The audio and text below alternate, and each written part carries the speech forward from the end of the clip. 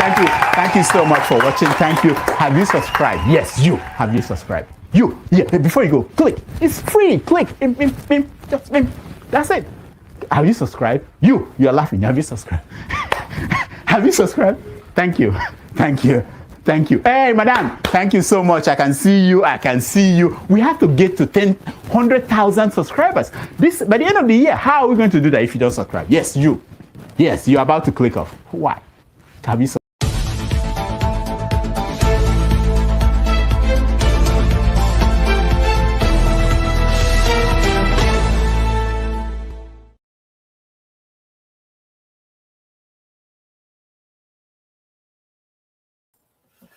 Good day, good afternoon, and welcome to this special broadcast edition on Iroko Post TV. I'm Chim, and I'll be your host. And while today is not exactly Have Your Say, you will be having your say nonetheless. Have Your Say will return tomorrow at the same time it usually comes in, with our regular host, Rudolph, hosting, and then subsequently Forefathers taking off after the first session. But today we're here to discuss something totally different. We'll be discussing the critical subject that says, from critic to insider, how leaders manage appointees. So, of course, it's not new. Within the last couple of days, or should I say last week, the special advisor to the Nigerian president on communications and public relations made an appearance on Al Jazeera's head-to-head hosted by Mehdi Hasan. The outcome of that particular conversation they had, I don't know, I choose not to call it a debate, has generated a lot of controversy. And we just want to not talk about persons, but look at the subject matter of when you've been a critic of top government functionaries, especially the president of a country like Nigeria, and then you've said lots of things, and then suddenly you get appointed to come and be a mouthpiece of that government, or maybe even serve as a minister or any other portfolio, as it were. What do you think? Is it healthy for democracy? Is it fraught with any forms of danger, both to the appointee and the person being appointed? Do you think it's a way of decimating the opposition, or would you rather be positive about it and look at it from a big tent mindset that the president or the person making that appointment is choosing to expand the frontiers of those who speak and contribute to that government? Well, whatever side of the divide you stand on, we would like you to comment later on and share those views with us. But while I wait for my panelists, hopefully you will join us. I would like to play some video, something of interest to the public that has to do with Nigeria. So stay tuned and just enjoy this particular video.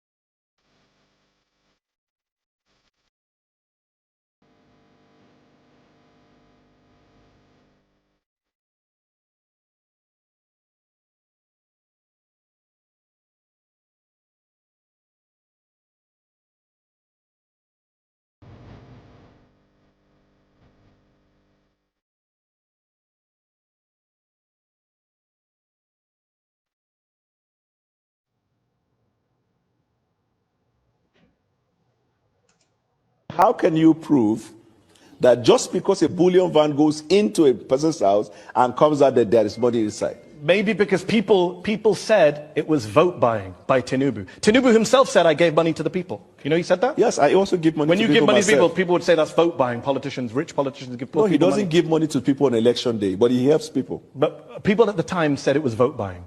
Do you agree with Who them? are the people? You said No, I never said that. ostensibly. I can't believe you still keep walking into this. You said it was done ostensibly for vote buying. Do you agree with Daniel Bwala or not? Please don't lift up a glass of water.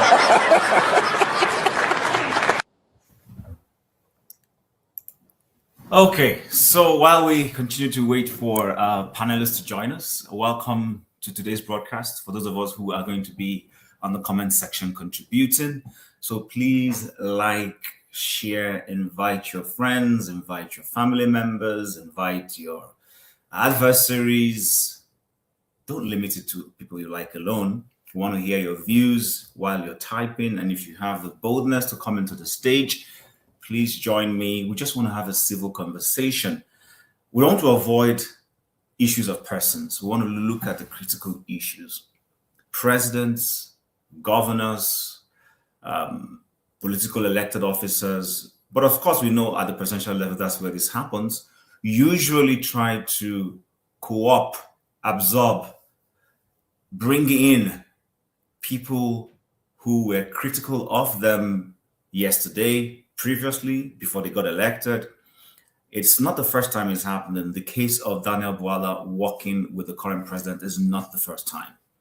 We've had cases. Some have said at the beginning of this particular democratic experiment in Nigeria, we used to have a party called AMPP. AMPP was the second largest party in Nigeria at the time after PDP. And there were persons who used to be who ran for office. I can give you an example. In Abia State, for instance, where I come from, we had a man called Chief Vincent Obulafor. And Chief Vincent Obulafor ran as governor under the ticket of the ANPP, which is, I think, if I'm correct, ANPP used to be All People's Party.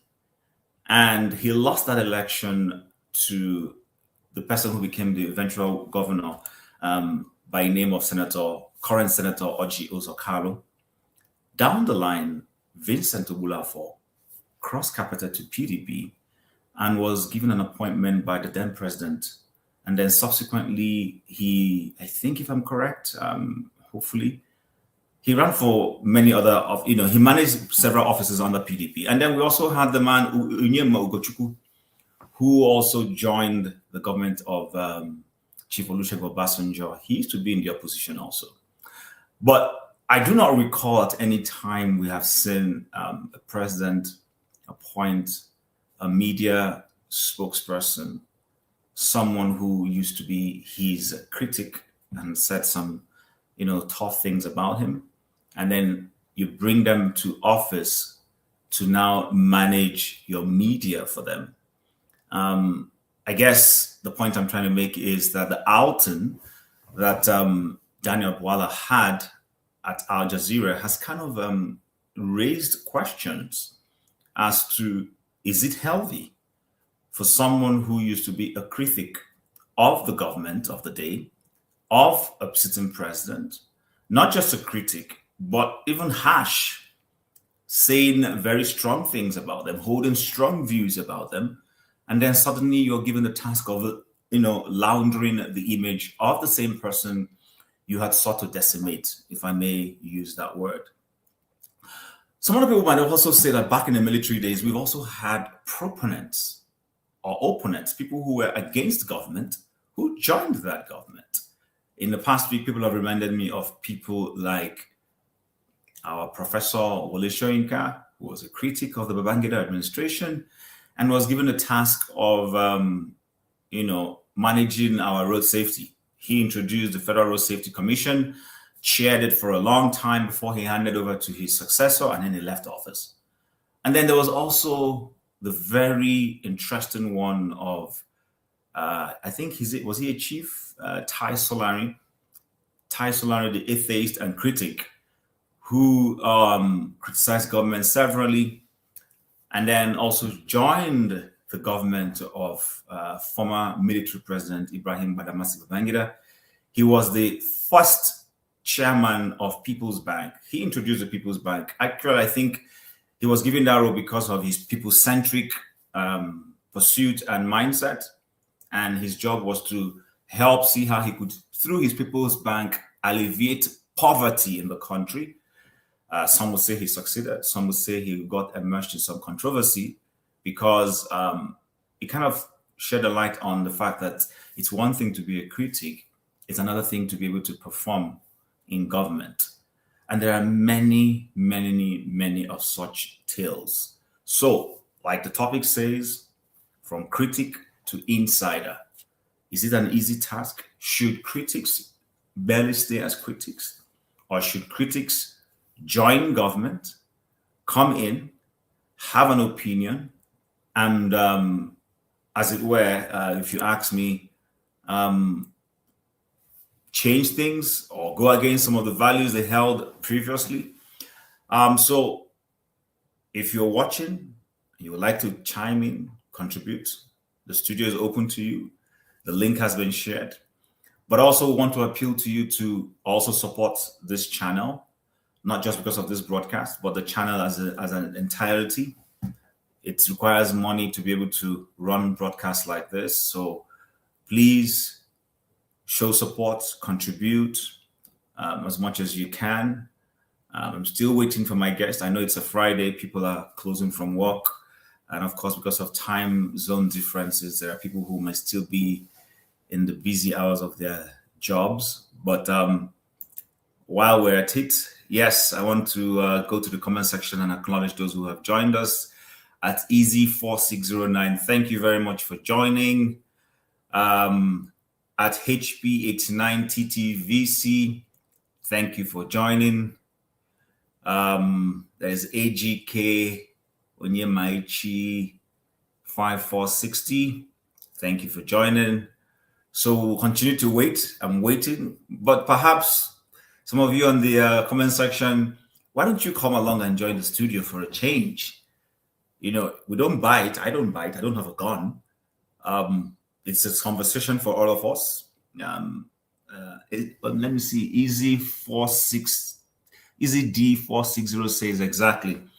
This also shows us the character of that individual. It shows he can be easily bought and lacks morals. Easy. Is it that he can be easily bought, or is it that he didn't exactly believe in what he stood for yesterday? I know. I get your point. I guess you're looking at it from the perspective of his performance, because you know what?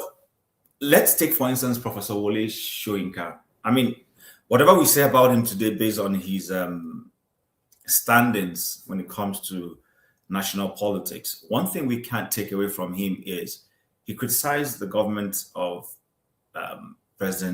military President General Ibrahim Badawasi Babangida. But he went into government, set up the Federal Road Safety Commission. You know, he literally midwifed it from start, set up the structures. And at the onset of the Federal Road Safety did what I would refer to as a stellar job. They did a fantastic job. You know, they brought some level of sanity to our road usage in Nigeria. Nobody's going to take that away from Professor Wole Soyinka. And then he left with his head high. He wasn't accused of any impropriety whilst in office. The grouse some of us today have against him is just, you know, his views right now. Other than that, Prof did well. He did well. And then when he felt it was time for him to leave, he left and then continued to criticize the government. So it wasn't a case he went to government and sabotaged his views about how governance should be. He did his job. He took up a job from an adversary, somebody he didn't necessarily agree with in terms of how government should be structured. Professor Wole believed in civil democracy. He was against military rule, but he accepted the offer to serve. And then he served, and then he left. And then, of course, like I mentioned, Chief Tai Solari. I don't know if Tai Solari was a chief, but Tai Solari. He was a very strong critic of the government of Babangida. And he spoke more from the perspective of the people. He led lots of protests. That's why if you go somewhere along, I'm trying to remember the name of that road in Yaba, there's a statue of Tai Solari there to remember him as one of the people who were like labor leaders. He always fought on the side of labor union, asking for benefits for government, for citizens, improved remunerations and all those kinds of things. And as a result of his views, I think he sold the perspective of a people's bank that was supposed to help small-scale businesses and individuals like you and I get loans. Unfortunately, he didn't have an administrative acumen to run an institution like that. And at his age, I guess, he didn't exactly do a good job. But you would not say that Tai Solani was a failure. So, yes, easy. While I hear you on that, and I disagree with your views entirely, but I just want us to look at it from another perspective. There have been people who have gone in, they were critics, they went in, and they did a stellar job. Brick House Capital, welcome, my brother. It says, Chim, greetings, my dear brother. I just got back from work and only to see you online. All right. Trust you had a great week. I did. You are a wise man. Oh, I'm flattered, and person worth listening to. Thank you. So, but I would actually prefer if you guys came into the studio and supported me and let's have this conversation. Trust me, I would really, really love that. But while we'll continue to wait, I know people are getting back from work, just like Brickhouse stated. So again, in case you're just joining us, our conversation today is from critic to insider, how leaders manage appointees. The question is, in recent times, we've seen people, I won't call it cross-carpet, people who have been strongly in opposition and they've left their opposition standpoint and they've taken appointments into the governments of the persons they previously criticized. And then it looks as if they now have to swallow the hard pill of the things they said yesteryears. And of course, this is being triggered by the performance of Mr. Daniel Bwala at head-to-head with Mehdi Hasan. So, like, share, invite your friends while we continue to wait for people to come in and join us. I hope I will not be alone talking, but if that happens, that will be a fest. But I'm positive and I'm hopeful that people will join us. Let's have this interesting conversation. I really look forward to hearing what people have to say, understanding people's perspective. It's not about the person. We're not here to attack Daniel Bwala or attack anybody who has worked in the past with a government or a person they criticized. I don't think there's anything wrong with criticizing people or holding a divergent view. Actually, should we call the person a critic? Isn't that too harsh? It shows that you hold a different perspective about how things should be done. But anyway, I guess the audience understands. So we're waiting. While we continue to wait, please like, share, support the platform. I promise you it will be an interesting conversation. While we're doing that, let me see if I can find something of interest for us to watch. President Bola Tinubu has an opportunity. Some of us from the other party believe the reason he could do that is because he bought his election. Do you understand? Nobody can say when he went to Rivers and the former governor of Rivers was trying to subliminally, put a emotional burden or blackmail. He said, I owe you nothing. He knows how he achieved what he achieved.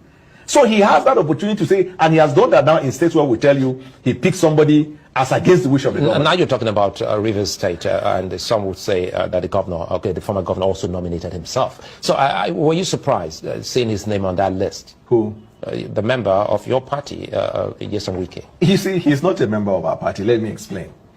Either he is doing his youth service in the villa, he is on sabbatical in the villa, or that he has decided to be an instrument of the governing party against our party. Because as soon as it was announced, you see the video everywhere in the platform. In fact, in your program this morning, it was played where he vowed he will never be in APC because APC is synonymous to cancer.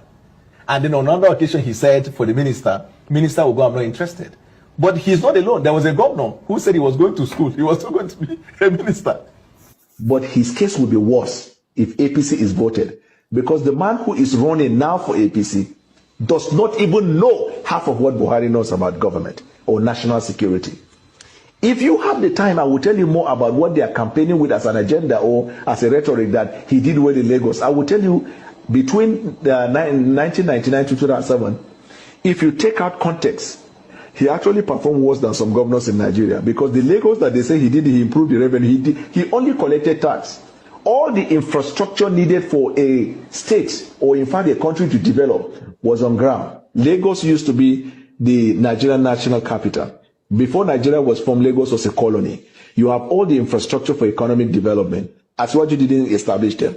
There was seaport, there was airport, you have commercial activity, all the embassies are there. So transaction with foreign envoys is in Lagos. All the hotels are there, headquartered in Lagos. All the banks are headquartered in Lagos. All security apparatus, every facility and infrastructure for economic development was in Lagos. He didn't bring them. Asiwaju did not invite or introduce or brought to Lagos any serious foreign investor or domestic investor.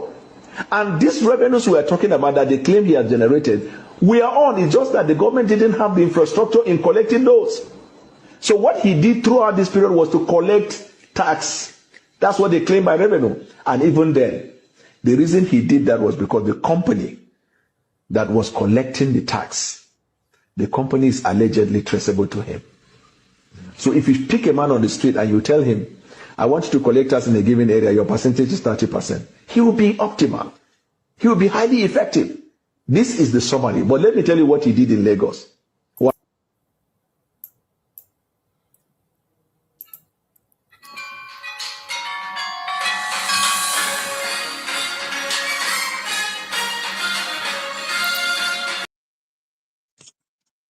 Now, President Bola Tinubu has an opportunity. Some of us from the other party believe the reason he could do that is because he bought his election. Do you understand? Nobody can say when he went to Rivers and the former governor of Rivers was trying to subliminally, put a emotional burden or blackmail. He said, I owe you nothing. He knows how he achieved what he achieved. So he has that opportunity to say, and he has done that now in states where we tell you he picked somebody as against the wish of the government. Now you're talking about Rivers State, and some would say that the former governor also nominated himself. So Okay. All right, guys. It's good to see you guys on the show. Thank you very much for not letting me stay here and just talk by myself. Good to see you all. Now, politics, aka, which one should be the aka? Should it be the Technocracy or I don't know? Ovie, welcome to the show. And Emmanuel, it's good to see you. Welcome to the show. How has your week been, Emmanuel? Yeah, go ahead, speak. Thank you. It's been a busy week, but okay. Today is Friday. All right, yeah. Good to see you. And Ovie, how has your week been? So far so good. All right. You can't complain. For a minute I thought this is Dominic. Actually, initially I also thought so too. That's what I Anyway, guys, it's good to see you guys. So let me just give another context, and then we can start, running into it. So the topic is all about from critic to insider. It's one thing to be a critic and you're outside of the periphery of governance, and it's another thing that you get invited, co-opted, in this case, absorbed. You criticize somebody yesterday, and then they extend an olive branch to you and say, come and join me and bring your expertise to the table. Let's make this better. So the question is this. Is this in fraught with dangers? How do you see it? Is it healthy for someone who used to be a critic yesterday, and then today you're invited, and then, fundamentally, there are things you did not agree with that government or the person you were criticizing in government, but now you're on the same table with them. How do you reconcile that? Is it something that the person making the appointment does in good faith? Or do they do this to decimate the opposition, silence criticism, or is it really a case of what in Godfather the movie the Don said is keep your enemies close, no, keep your friends close, and keep your enemies even closer. So what do you think, Ovie? Let me give Emmanuel the first Yeah, slot. I'll come back to you. So I wanted Emmanuel, to say that. I think it's coming from Nigeria, if I'm not mistaken. yes, go ahead, Emma.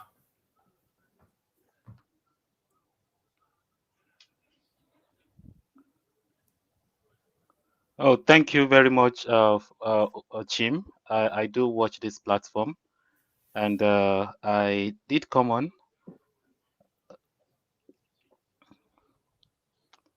I think there is a bit of a feedback, so there is a delay Okay, in when I so, talk to when you yeah, hear. go ahead. No worries. Go. Okay, yeah. Okay. All right, thank you. So one thing is, uh, it's when it comes to people talking against the government and having the opportunity to be part of the government, the challenge is that it's principle. I'm hearing myself, it's feeling a bit uncomfortable. I don't know if it is from me here. Yeah, I think it's from you. Check your connection. Maybe you have two devices on, or maybe your YouTube is still on, wherever. Okay. Definitely you are getting two audios from you, but Well, can from you our Okay, try? side, let we me are see. okay. Let me see. But Do we you can have? hear you clearly. We can Okay, hear let you. me start now. Okay. Go ahead. Oh, okay. Okay. Thank you. It's a question of principle because you need to stand for something. But if you don't stand for something, then it becomes difficult to. Okay. All right. I think I know why this is now. I have two webs playing at the same time. So yeah. It's a question of principle again. Many of these guys, they've changed their mind and they still want to be part of the new government. But it's always difficult. The case of Bwala, I would say someone like Bwala, if not in Nigeria, should not be part of that government. I remember people like David Cameron when he lost the election for Brexit. A greedy leader, it's easy for him to just say, I've allowed people to make their choice. Now that they go for Brexit, my government is going to deliver Brexit, just like Theresa May did. And you can change your mind. But in the case of Voila, it just shows that he didn't stand for anything. And that is why principle is very important. We are yet to get that right in our client. For us in Nigeria, we are yet to be there. And it's because of the fact that when people win as president in Nigeria, when they're in power, they take absolute power. If you are in the opposition, it is difficult. We might say the way we like to say it. It is difficult to be an opposition in Nigeria. There was a time almost everything in government, or even outside of government. Uh, there was a time I do follow appointments to military when they want to recruit people to Air Force. After doing the camp, by the time they finish the camp, the next step is who has a letter from a general, a senator, a politician. So if you are outside, in Nigerian politics, we call it you are in the cold when your party is not in government. So it's not easy. So that's why people like Bwala, they have to survive because they are career politicians. Look at the case of River State, the screening that was done yesterday. That woman that said she's a politician and because of that she has not worked for so many years. You know, the reason why I cited that case of that woman as an example is that these people are career politicians. So they only have money from politics, from handouts, and when they are not there, they have nothing. So the question is not about those individuals because if we start looking at individuals, we continue to have the same problem because it is Bwala today, it will be somebody else tomorrow because they have to survive. Bwala is popular, that's why we know of him. In many states, oh, okay, I was in Osun State, I'm from Osun State, so when Aregbesola won the election through the courts, You'll be surprised how many months it takes people in Osun State to become APC. And these are people that fought over the years. Even in Ekiti State, the time Shegun also lost the seat to Fahimi, you'll be surprised within 2 or 3 months, everybody became APC in Ekiti State. So it's all about the people in power, they overstep, they do what they like. So they make it difficult for anyone outside of government to have their principle. It's not easy to, we can criticize Bwala from today to tomorrow. I'm not, I watched the interview on Al Jazeera. I'm not excusing him. In fact, I was disappointed in him because there was a time he was holding that cup of water for, he even make a fool of himself. And again, I support people that feel like the journalists in Nigeria, no, and it still comes to their power. As a journalist in Nigeria, there's a limit to the question you can ask them. And many of you will remember Femi Fani-Kayode when he lambasted those journalists for asking him questions. And what question did they ask him? They asked him who is paying for his campaign, and that is a responsible question for a journalist to ask. And he felt that question is insulting. And I don't know, why is it insulting to ask a politician where he has the money to campaign? So, Emmanuel, hold on. Yeah, come in. You are on mute. Okay. So while I can't hear you.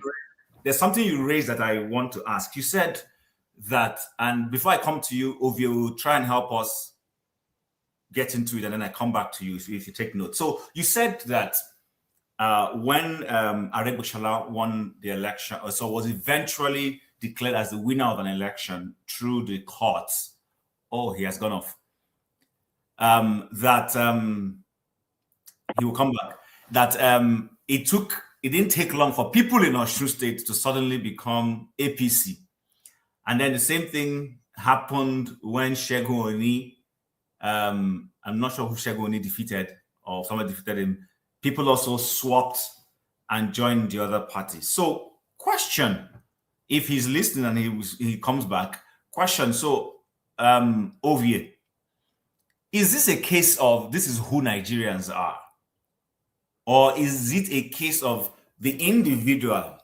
Do you understand? Because the individual is a summation and a projection of the larger group. I don't know. I keep making this point. Last week I said so, and everybody almost chewed me raw here when I said that Bwala is just a reflection of, and I started counting all of us. I included myself, and people took exception to it. So, Ovie, help us make sense of what Emma said before he dropped off.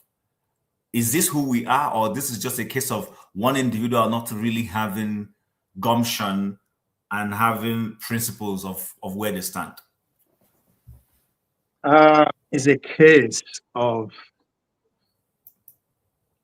Nigerians not knowing how the system works or how the game is played.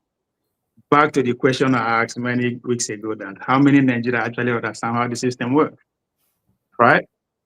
So I said that because, first of all, you're asking, is it good for the system to absorb the critic? Yes, because the system is built to absorb people who will defend it. Now, talking about principle and morality, the question should be, what is the principle and morality of the government of the day? Because that's who it's serving. His job is to defend the government. We are going back to his audition process when he was looking for the job. When you are looking for the job, right? I don't know about you, but if I say a lot of people lie in their resume, a lot of people can relate. So when he's looking for the job, right? You cannot compare it to when he now has the job. Now, I'm not going to blame Nigerians, because it is not up to Nigerians to select who advise the president or the presidency. Right? So that's where we are getting it confused here. And I am mad, I'm pissed, because who is Daniel Bwala that Nigerians will dedicate 48 hours be talking about him. As far as I'm concerned, he is a genius. But hold on over here before I'll let you continue. And welcome, Tony. We'll get to you shortly. So you said that who is Daniel Bwala? Yeah. Nigerians. But Daniel Bwala has become a national government functionary. He's working for the government or for the presidency. So, of course, as Nigerians, he is significant enough to be spoken about. Okay. So, hold on now. Hold on. I said that for a reason. I said 48 hours. The whole nation dedicate 48 hours. It shows one thing. There is no opposition. If there is opposition, I swear to God, we will be so busy trying to see how to capitalize on this. But even it's not, that's why I say capitalizing on this itself is not going to work because it's insignificant. And I should put it clearly, it's serving the government. Yes, they are paying it with our tax money, but we did not actually employ him. And if the goal is to put him out there, to expose him to a point that he should lose his job, I'm sorry, the timing is wrong. Because the president, if I'm the president, I will promote the guy. Because he has done his job. He has brought the attention of everybody on him. Because the goal of a government, the goal of intelligent work is to make the people look this way while they stay here in order to be focused. And he has done that excellently well. And guess what?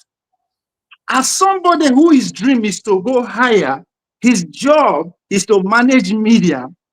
And in that space, there is a competition. It's competing with 200 million Nigerians, rhetorically speaking here. His job. Hold on over here. Sorry, I'm not cutting you short. So you said he has done his job well. In other words, you don't agree with some people who feel that he did some damage because you called something horrible yesterday. You spoke factually. You said something. When we finish, I'm gonna play back the video to see this. You were not saying it. There's a difference when you say something from a political perspective. We know what politics is. You say something to harm your opponent. We know it's politics. It might not really be true, but you get you just take a dig at them. But he was speaking to the foundations and values of a person's character. He spoke. And then those things were replayed for him to say, how do we reconcile your yesterday with your today? Don't you see there was a damage there? That's what I'm saying. We have to actually analyze this critically here, right? As I said, who is Daniel Bwala, right? As I said, we are conflicting his audition tape, right, to the job that he's doing. He's an opposition who is looking for jobs in the opposition camp. That is to be very clear. There are three ways that I know that if you want to work for any government, either you have money, you work, right, or you have the expertise. And in this case, this man has the expertise. He's a lawyer. He knows what to say that will not get him in trouble, but that will be very edgy. But outside that, when he said, he can come out and say, come. When I was exposing this man, I was in opposition party. I was like every other Nigerian. The man was looking for the job. But we ignored everything he said anyway. We still gave him the job. He can defend himself like that, but he's not saying that. He just said what he is a politician. That is his job. His job is to defend what is given to him. Now, how he do it is what me and you are disagreeing with. The question is that do we have the power to take him out? If we don't have the power, means that we are promoting him. Because what we have done, we have successfully handled him ahead time that would have cost him millions to actually be able to get access to, based on how we are reacting to him. Why the goal of our reaction is to hurt the government of the day. But guess what? The government of the day liked it because they like distraction. So I'm not saying the morality, no, but that's not what we are asking here. It's not every time everything will front morality. No, we have to put everything into consideration. That's why I asked that question the last time.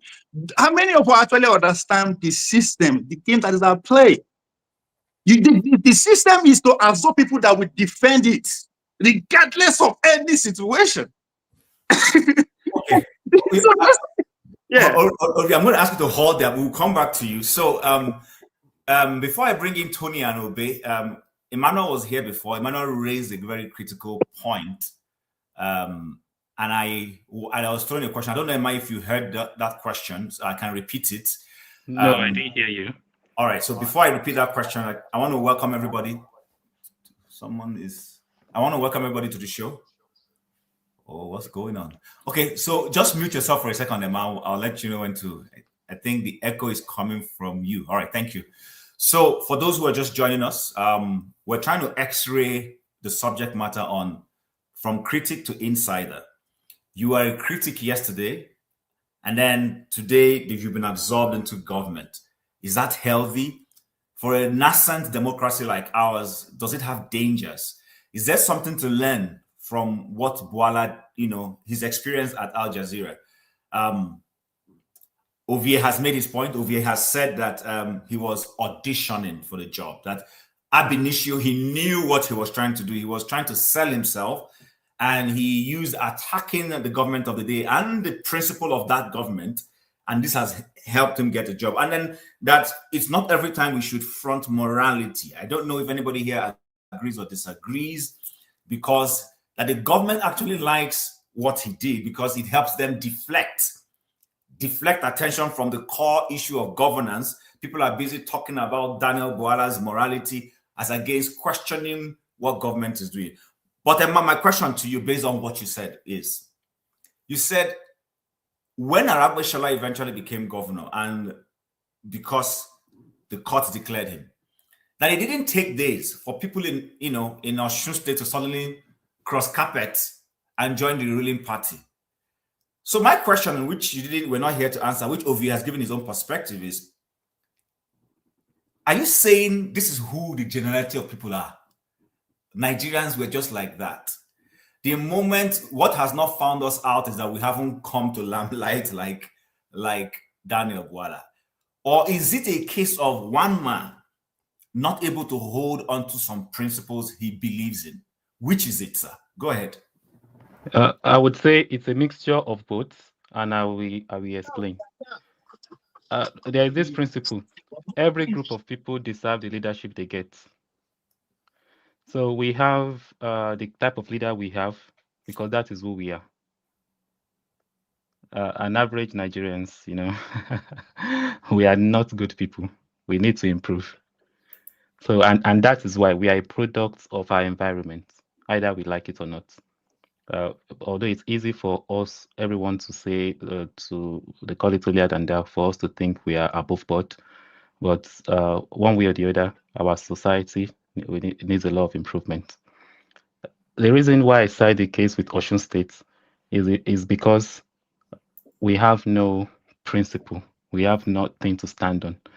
And sometimes when I don't drive that point of principle too much, because of our political situation and our economic situation. A lot of times people criticize others for taking money for voting in election. And in reality, some people need that 5,000 to eat that day. You can't tell them that they should vote for those people that they don't even know when they have the opportunity to have the 5,000 to make it up for their family. But the reality is we tend to say, oh, they are selling their future and the likes. If we don't sort out the little things, then we are not ready for the big ones. Okay. Emma, thank you. I love the direction you have gone. This is quite interesting, especially the analogy you just used about the 5,000. So I'm going to come to Tony. Tony, welcome. And Prince Akwachi, welcome. Good to see you after a very long time. How are you doing? Tony, you just heard all our politics over here. You've also heard what the man said, and you know what the subject matter is all about. What's your perspective to this topic? Should critics be invited into government. Now, we're in a democracy. In the military era, we've had examples of critics who came into governance. But the difference is, like I said earlier in my introduction, is that many of those people actually performed. For instance, Professor Wole Soyinka, I know at this point, many of us have our grouses with him in contemporary times because of what we feel his closeness to who is in office. But you cannot take it away that Professor Wole Soyinka, when he was invited by the government of General Ibrahim Babangida to set up what we know today as road safety, you will not say he didn't do a good job. He did a very stellar job, if you ask me. He midwifed that organization into existence, and when his tenure was done, he left it without controversy. And we've also had Tai Solari, who was a huge critic of the same government and fought for civil society, was a mouthpiece, struggles for labor unions. And then he was given the task of saying, okay, since you have an interest in making sure that the public survives, go and midwife this People's Bank. We all know how People's Bank went, for those of us who were old enough. But the question is this: is it wrong for critics to become insiders? If they do, should they lap up everything and just be mouthpiece and not hold on grounds and do the job they were sent to do? That's my perspective. But in the light of what you've also heard, you're at liberty to take it on whichever way you want to take it. Thank you, Chim. Thank you, my brother Ovie, and every other person who is on the platform and listeners. Well, for me, I don't see Bwala in the same light as Wole Soyinka or the radical Tai Solari. We know that these people are in a different class altogether. And so if you look at the kind of person that employed them at the time, that's IBB, we call him Maradona. It was basically to say, okay, since you have been criticizing me and you feel you know too much, you come. So, and it was basically to show them that it's much more it's easy to criticize, but it's a little bit much more when you come inside to perform. Because when you are outside, you don't seem to see all the rudiments and all the challenges that are within. As you can see, Tai Solari ended up being disgraced because you remember there was an issue, where he was purported to have been portrayed as a rumor monger when what he was pushing turned out to be false, and that demeaned him seriously. But I don't class them. I don't put them in the same class as Bwala. Bwala is the political jobber. Bwala is someone who was in APC initially, ran for primaries. He got 0 votes. He didn't even vote for himself. And then since then, have been angling, left, went to PDP, was able to maneuver his way and found himself very close to Atiku and so on and so forth. When the going seemed good and when everything went bad, of course, he went back to APC after completely destroying the same person he's currently serving. A lot of people class him as those people who are looking for structural benefits or something like that, who are just there to see what they can get. But to look at his performance on head-to-head by Mehdi Hasan, I listened to a stalwart of APC who said in the first place it was not his job to have gone there, that it was Bayo Nanuga's job or Sunday Dari. But because of his nature of trying to, push himself around and show himself to be someone of substance or to please his boss, so he found himself there. And apparently in his usual way of trying to feel that, very intelligent guy, but trying to see himself bigger than he is. This view of himself, you know, he can outclass anybody in the media, you know. Sorry, so Tony, he went. Sorry, quick clarification. Is a person suggesting that Al Jazeera got in touch with them as a government, and then Bwala was the one who was sent? So if they knew this and they knew, why didn't they just send any of those people? Why did they allow Bwala to be the one to go there? Well, I don't know. This is what this gentleman said. You know, I saw him on video. He was apparently not satisfied with castigating. He was actually castigating Bwala, saying that it was a disgrace and it wasn't his job to have done what he did. Anyway, but I'm just putting that, you know, to see that there appear to be people within the APC who also see that he messed up totally. Now, for me, I think the critical question again to ask is, what was the interview all about? What was the purpose of the interview? Was it to sell Bwala as a person? Was it to sell his government that he serves? Or something else? Was it to launder the image of the Tinubu government, considering the global outreach of Al Jazeera and the fact that this was something you can do free of charge? You know, so those are some of the issues that we want to interrogate. But in doing that, you know, the discussion focused one on his person and focused on his office and also on the government that he is serving. And if you look at all that was, a lot of the, maybe 90% of what was asked was just some of the things that he said as a person, you know, captured both on video and on tape. Okay. Some of the things that the government claims to have done, which was interrogated, and so on and so forth. So for me, I think that if you ask the question, the critical question now becomes, did he sell the government? Listening to him. And if he sold the government, how well did he perform? And I think the consensus of opinion, even listening to people, is that he totally didn't do government any good, the image of the government any good. That is why you can see him, even after that, he had come out to begin to defend himself, to pontificate and to say all kinds of things and to blame this person or that person and so on. If you did a good job, there's no need for you to come out to try and clean up or to say you were misquoted or you were edited and so on. To say that means that you have a feeling that what was portrayed about you, what was aired, wasn't right.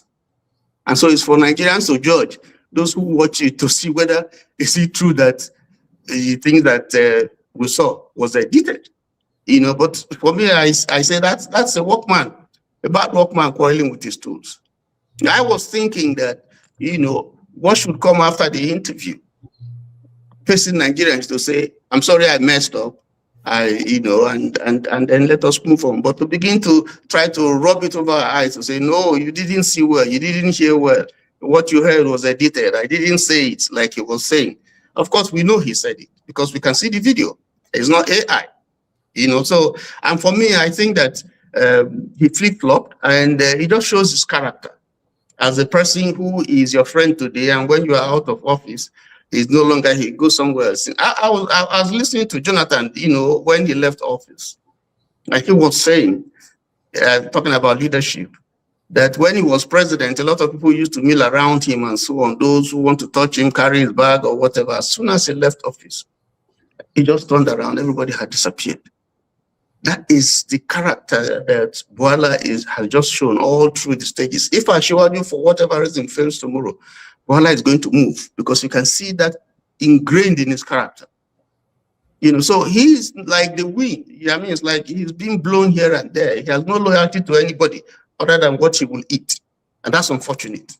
Okay. Now, as to whether he did himself good by denying the questions that were put to him, some of them he accepted. I'm going to ask you to hold that portion. We'll come back to that particular subject matter. Let me just bring in Obe and then Akwachi, one after the other. So, OBE, welcome to the show. So you've heard what the previous speaker said, and you know what we're discussing. Ovie has given us a perspective that, as far as he's concerned, the special assistant to the president did a fantastic job, and that his principals are happy because, as far as they're concerned, the whole idea was to deflect, take attention away from whatever things is happening in Nigeria, which sometimes happens in government, and to the fact that he was able to do that, and that the talking point has for a long period now has hovered around him, the government has accomplished its objective. Emma has brought another angle to it. Emmanuel has said that, listen, that you're not going to blame, he's not absorbing Daniel Bwala, but he's simply saying that the average Nigerian, that sometimes we expect too much when it comes to morality, that the system is so broken that people are stomach infrastructure focused. As a result, until stomach infrastructure is resolved, stuff like continue to happen. I would prefer we didn't look at persons, but we looked at the issue involved. Is there a problem with this kind of politics? OBE is criticizing Chim.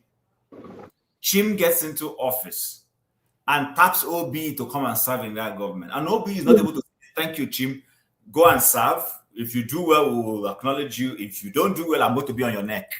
Yeah. What's your Thank perspective? you. Yeah.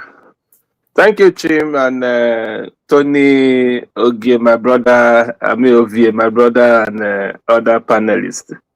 I just lucky to stop into your advertisement when Rudolph sent it to me now that you were on air. This issue has really taken a lot of turn and a turnaround in the whole media space lately. Like what Tony said about Jonathan's story. Jonathan didn't even say that as soon as he left president. He said as soon as they announced Buhari as the winner, that the people did not greet him again. They just passed in the hallway of the presidential villa. You see, he didn't even hand over yet. But as soon as an announcement was made, everybody decamped. And everybody was focusing on the new paycheck, you know. I used to have one elder in the group I was when I was in Akwa Ibom State as a non-indigenous forum that we were operating then. He believes that when he's in a meeting situation, if everybody is voting to the right, he will vote to the left intentionally, just to kind of make the meeting sweet or make the meeting more robust or make argument to come in so that everybody will not tout to one side. That is the role I think of you explaining in all this narrative that he keep putting forward there. He likes to probably make the discussion to intentionally to begin to go either way. So that is why he comes in with a controversial part of perspective each time you have and a serious matter that we are trying to analyze here. Bwala's case was nothing had to do with criticism. It's not criticism compared to that of the professor or Taisolari. His own was not that part. His own was you first of all ask who is Bwala, as in after without government. What is his second office? He says he's a lawyer, right? How many cases has he won? How much does this guy have? How much has he made? Who is his family? What was he before he came to this media or this communication thing or whatever? That means, does he go to job every day to go and work and make his own money before entering government or before getting into politicking or whatever he's doing right now? First of all, look at the personality of this individual that is operating. Who is he and who was he or who is he tomorrow? So they don't have the second office most of the time. They're according to Tony, they are political jobbers. These are people. You imagine that when he was in the side of Atiku and was doing the narrative and trying to debunk the other government playing politics, as soon as he started talking, mentioning Obi and rubbishing Obi, that was when they invited him. The same method that this guy used too, that is the designate of ambassadorship to Mexico. The same method he used. As soon as they started throwing him out to Obi, they became an attractive person to the government. In Edo State too, as soon as you throw Matt to Obaseki, this same government that is there now begin to attract you, just like what is happening to one idiot that is in Texas that called himself Amigo, that is trying to go back. The person you robbed it before, calling him a second to an imbecile. You are not there trying to showing me road of whatever he's doing. Those are the nonsense they do. As soon as the narrative is beginning to go against their opponents, who they are opposing, they tend to invite you in so that to cushion the effect of inferiority, of stupidity, and to begin to fool themselves in thinking that they are playing politics. How can a Bwala who has said these things in black and white, and you now invite him to come and be your spokesperson? What is he going to be speaking about the thing he has condemned before? And you expect Nigerians who are so vulnerable, we tend to take it and swallow it. You're going to see this person mess up at the end of the day because he's able to bully the Arise News people, bully the channels people. He took it outside the shore to go and mess up. His angle of criticism was not as in, let's invite him to come and help us do anything. No, it was all on the negative side of trying to get stomach infrastructure. That is where his own is bad, and his own is very, very bad. Because we're not criticizing for a better governance. He was not. He was only trying to badmouth them. So he was not even badmouth. He was saying the truth now. Is it the Bullion van that was not true? Or is it the certificate that is not true? That they ask you the date of birth of your principal, you still say no, that many people don't know or we don't know. In the national TV, I mean, and in the national program. It's not even international program that you don't even know the date of birth that you were saying then when you were opposition. Till now you are in, you couldn't ask or find out what it is, and you don't still know. And you want to prepare that government as the government that will make Nigeria great again, that will make Nigeria a wonderful place to be. You know, their negativity and the stance of this day government was what rubbish Bwala. Not even that the criticism was whatever it is. It is that they are not genuine in government. Okay, let me ask you one question. Why did government have to bring in somebody like, what's his name? The guy, Mexico ambassador, to come and be an ambassador? Why?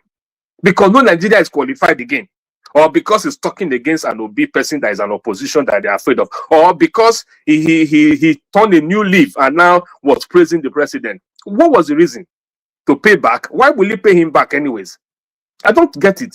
So you see that the government of the day, they are all just fooling themselves before the whole world, making them look like very ingenuine people that are so devoid of morality, devoid of honesty, devoid of good governance. Instead, using propaganda, using a situation that will give a narrative out there of oh, he wants to. Let me just, is it possible that he brought in Bwala to fool him? No, he didn't bring him to make a mess of him. He just his nature.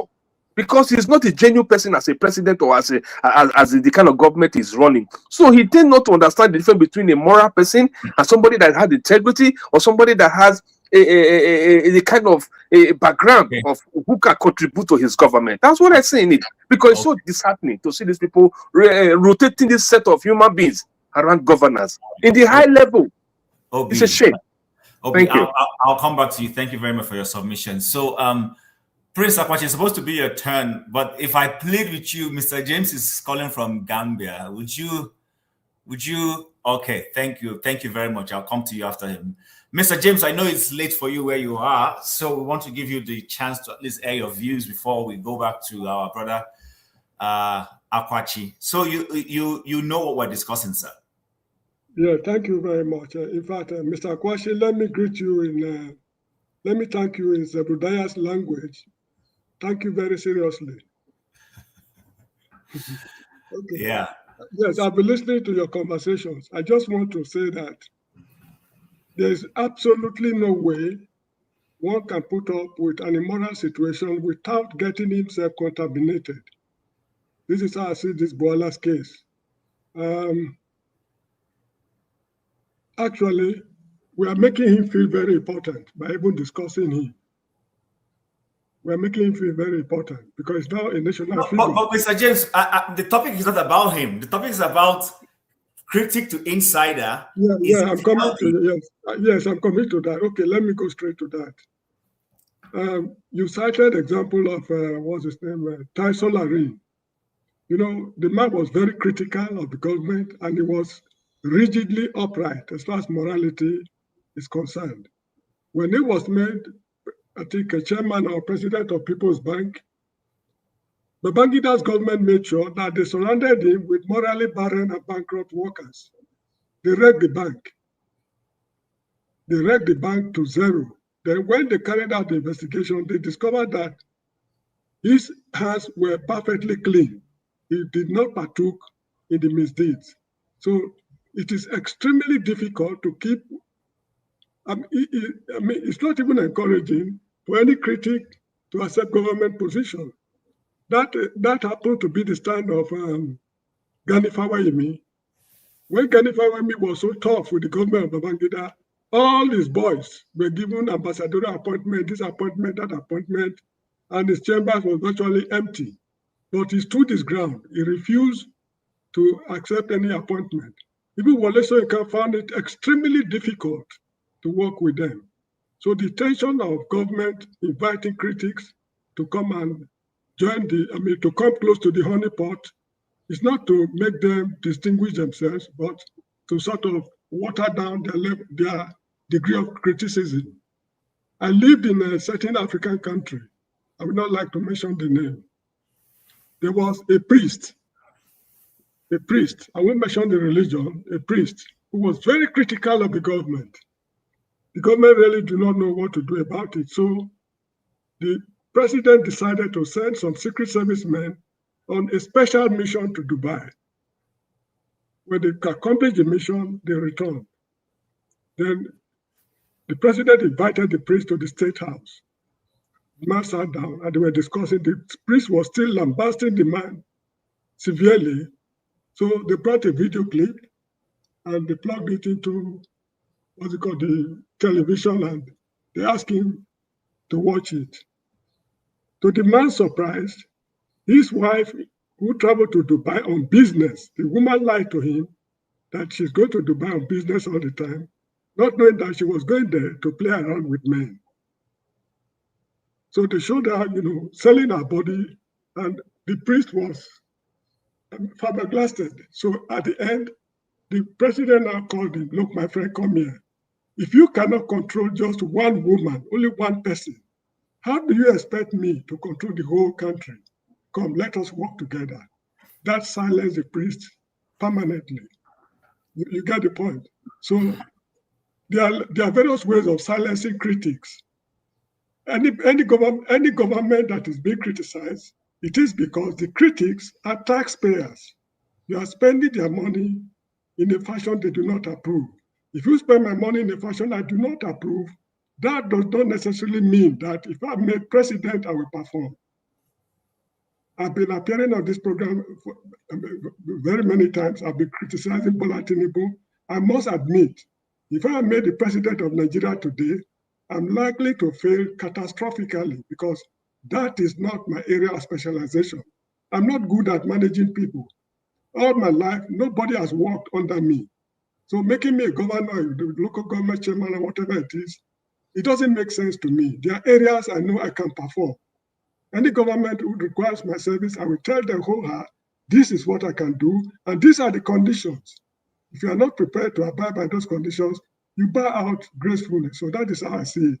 It doesn't make sense for any critic to join the government because the government asks him to go. They invite them in order to contaminate them and silence them and rubbish them and push them away. So that is how I see it. All right, thank you, Mr. James. I think I like your slant, and based on that slant, I will bring in Prince Akwachi. But before I make that, bring him in, thank you for watching. If you're joining us on the chat section and wherever where you're watching from, please like, share, invite your friends. We're having an interesting conversation. We're reviewing, is it proper for government to appoint previous critics into sensitive positions? Is it dangerous for the government in itself? Does it expose them eventually? Is it a case of an effort to decimate the opposition because most times that person is coming from the opposition section? Or is it just a magnanimous case of creating a big tent to accommodate everybody? And perhaps it could also be seen from the Mario Puzo saying in Godfather that keep your friends close and even your enemies even closer. What is your perspective? And Prince Akwachi, please welcome to the show. So in the US, we've had cases also like this. The current government has 2 or 3 previous Democrats in its fold, people who did not necessarily agree with the Republicans, but today they are in the Republican Party, and they're in the same government with Donald Trump that they did not necessarily hold similar views with. So what's your take? Is it proper for government presidents to have previous opponents in their cabinets? Yeah, Chim, good afternoon. Good afternoon, Mr. James. Good afternoon, Mr. Tony, and all our politics. Good afternoon.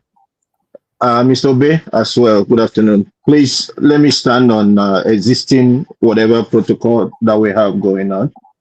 First, before I mention my take, Mr. James, I was looking out to see you the other day at Gambia, you know.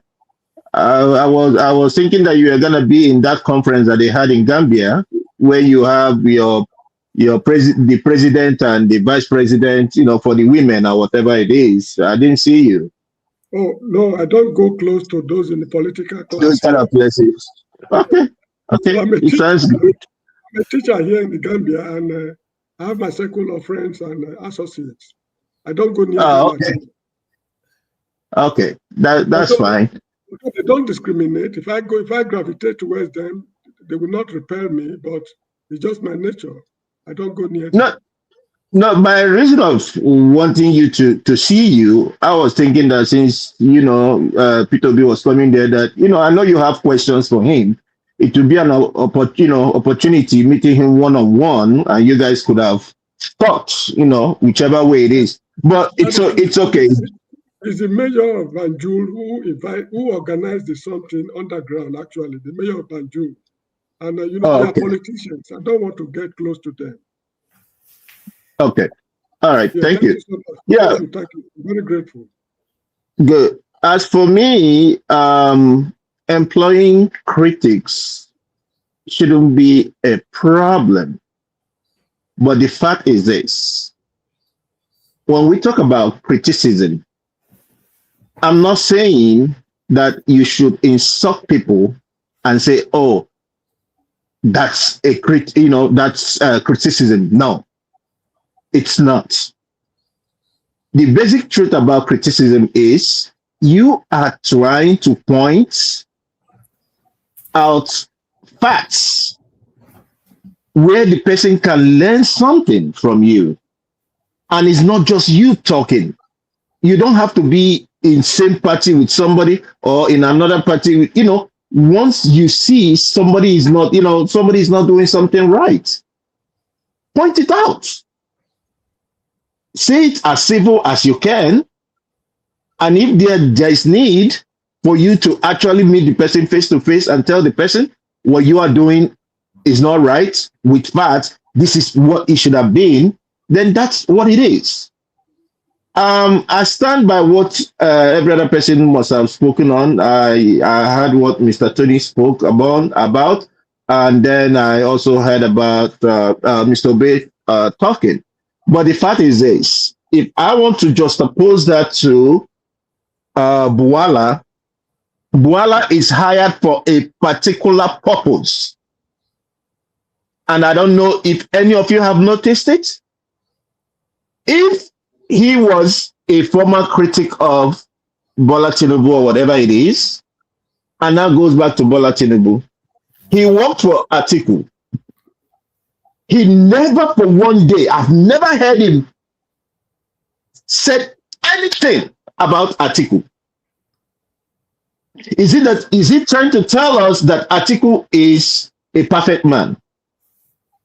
That has never been said. He is hired for a purpose, and that purpose is do whatever you can at every given time. Peter Obi, he went to Mehdi Hasan. It's just that they didn't give him that chance. It would have been Obi that would have been coming out from his mouth. The other day he went to Daddy Freeze.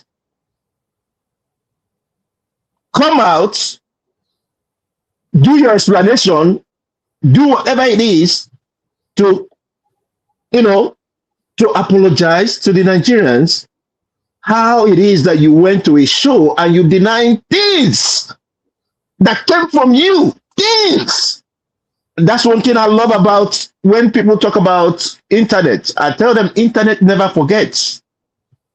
In years to come, what I'm saying right now, if anybody wants to see, you will definitely see it. As long as Google and whatever it is involved, you will see it. What am I saying in essence? He went there, and the next thing he was talking about how it is that Obi wanted him through Obasanjo. The Obasanjo called him. Who is asking for those? It's irrelevant. Nobody wants to hear any of those things. So what I'm saying in essence is, it's good to be a critic. Criticize anybody who you want to criticize, but criticize the person with facts and not lies. And when you are called to do the explanation, do it. We were not with him when he was saying it. And now that he was being asked, he is now saying, all hell let loose. That, what do you call it, that Jazeera did this to him. As a matter of fact, he was even saying that, from what I heard, on the streets, that it was obedience that influenced Mehdi to come up with those questions, which is a shame. And then the APC man talking about, that he was not supposed to be the one. When Bwala goes to channels and Arise and others speak against Obi, he's excellent. They promote him. They love him. But when he fails, they now come with the denial. Oh no, he was not supposed to be the one to go there. He's not speaking for, the president or whatever it is and all that stuff. Sometimes I begin to imagine a political party presenting someone and the person becomes a president. Are we saying that the APC now and the presidency or whatever it is, the governors or, the government are intertwined in such a way that APC now is a branch of the government? That's what I'm seeing people do. Every day you hear, if it's not Moka now speaks for the government. You hear another chieftain of APC speaking for government issues that should have been handled by the government. No, but they send all those their spokesperson, and what the next thing is, when you come back and ask them those same things that they've said, they will go ahead and deny. Talking about Trump, he has the people he has. Yes, America has been doing it. After all, when Obama came in, the Secretary of Defense was a Republican. And that was the man that was there for his whole first time. It was in second time that he actually changed him to these other guys, these other people that came in, the CIA guy that now went into that. Criticize who you want to criticize, but don't lie against anybody. Criticize anybody you want to criticize with facts. That's my own thing. And if they want you to come and work with them, go ahead and work. Real mockery. A son of warning to him, Mexico. That one they don't play. They don't play. So except they want to introduce him to, somehow. What do you mean by that? They don't play. Mexico. But he's going there to be a representation of. Let him go and do murder himself, and he will see himself. Let him go. I have nothing against him. Let him go. Let's see how it pans out. All right. But for the information that I've had, none of the ambassadors have been able to go. Their respective places are saying that it's too late for all that, from what I heard. But it is what it is. All right, sir. I wish them all the best. All right. Thank you very much. Before I bring you Incomparable, let me play one more video. I want us to really, do something. Stay on. I know it's difficult not to mention name or make reference to someone, but I want us to look at just principles rather than the individual. But I will play this video, and then after that, comparable facts, I will give you the floor to speak. Now, President Bola Tinubu has an opportunity. Some of us from the other party believe the reason he could do that is because he bought his election. Do you understand? Nobody can say when he went to Rivers, and the former governor of Rivers was trying to subliminally, put a emotional burden or blackmail. He said, "I owe you nothing." He knows how he achieved what he achieved. So he has that opportunity to say, and he has done that now in states where we tell you he picked somebody as against the wish of the government. Now you're talking about Rivers State, and some would say that the former governor also nominated himself. So were you surprised seeing his name on that list? Who? The member of your party, Wike. You see, he's not a member of our party. Let me explain. Either he is doing his youth service in the villa, he is on sabbatical in the villa, or that he has decided to be an instrument of the governing party against our party. Because as soon as it was announced, you see the video everywhere in the platform. In fact, in your program this morning, it was played where he vowed he will never be in APC because APC is synonymous to cancer.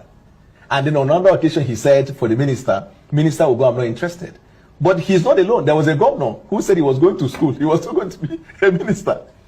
But his case will be worse if APC is voted. Because the man who is running now for APC does not even know half of what Buhari knows about government or national security. If you have the time, I will tell you more about what they are campaigning with as an agenda or as a rhetoric that he did well in Lagos. I will tell you, between 1999 to 2007, if you take out context, he actually performed worse than some governors in Nigeria. Because the Lagos that they say he did, he improved the revenue, he only collected tax.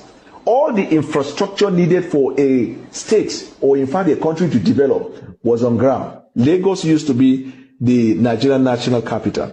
Before Nigeria was formed, Lagos was a colony. You have all the infrastructure for economic development. Asiwaju didn't establish them. There was seaport, there was airport, you have commercial activity, all the embassies are there. So transaction with foreign envoys is in Lagos. All the hotels are there, headquartered in Lagos. All the banks are headquartered in Lagos. All security apparatus, every facility and infrastructure for economic development was in Lagos. He didn't bring them. Asiwaju did not invite or introduce or brought to Lagos any serious foreign investor or domestic investor. And these revenues we are talking about that they claim he has generated, we are on. It's just that the government didn't have the infrastructure in collecting those. So what he did throughout this period was to collect tax. That's what they claim by revenue. And even then, the reason he did that was because the company that was collecting the tax, the company is allegedly traceable to him. So if you pick a man on the street and you tell him, "I want you to collect tax in a given area, your percentage is 30%, he will be optimal. He will be highly effective. This is the summary. But let me tell you what he did in Lagos. One, he attempted to destroy democracy. He wanted to introduce what we call monarchical democracy. A democracy that is not reflected by the will and wishes of the people, but reflected by the choice of a man, and people should run around it. He introduced the concept in politics in Nigeria that we call take the queue, follow the queue. Has just been voted into a term of 4 years. He's 8 months into the term, which constitutes 31.8% of the total time that he has.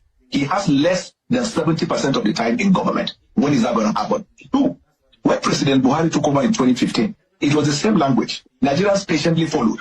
Today, tomorrow, they finish the first term, they enter the second term.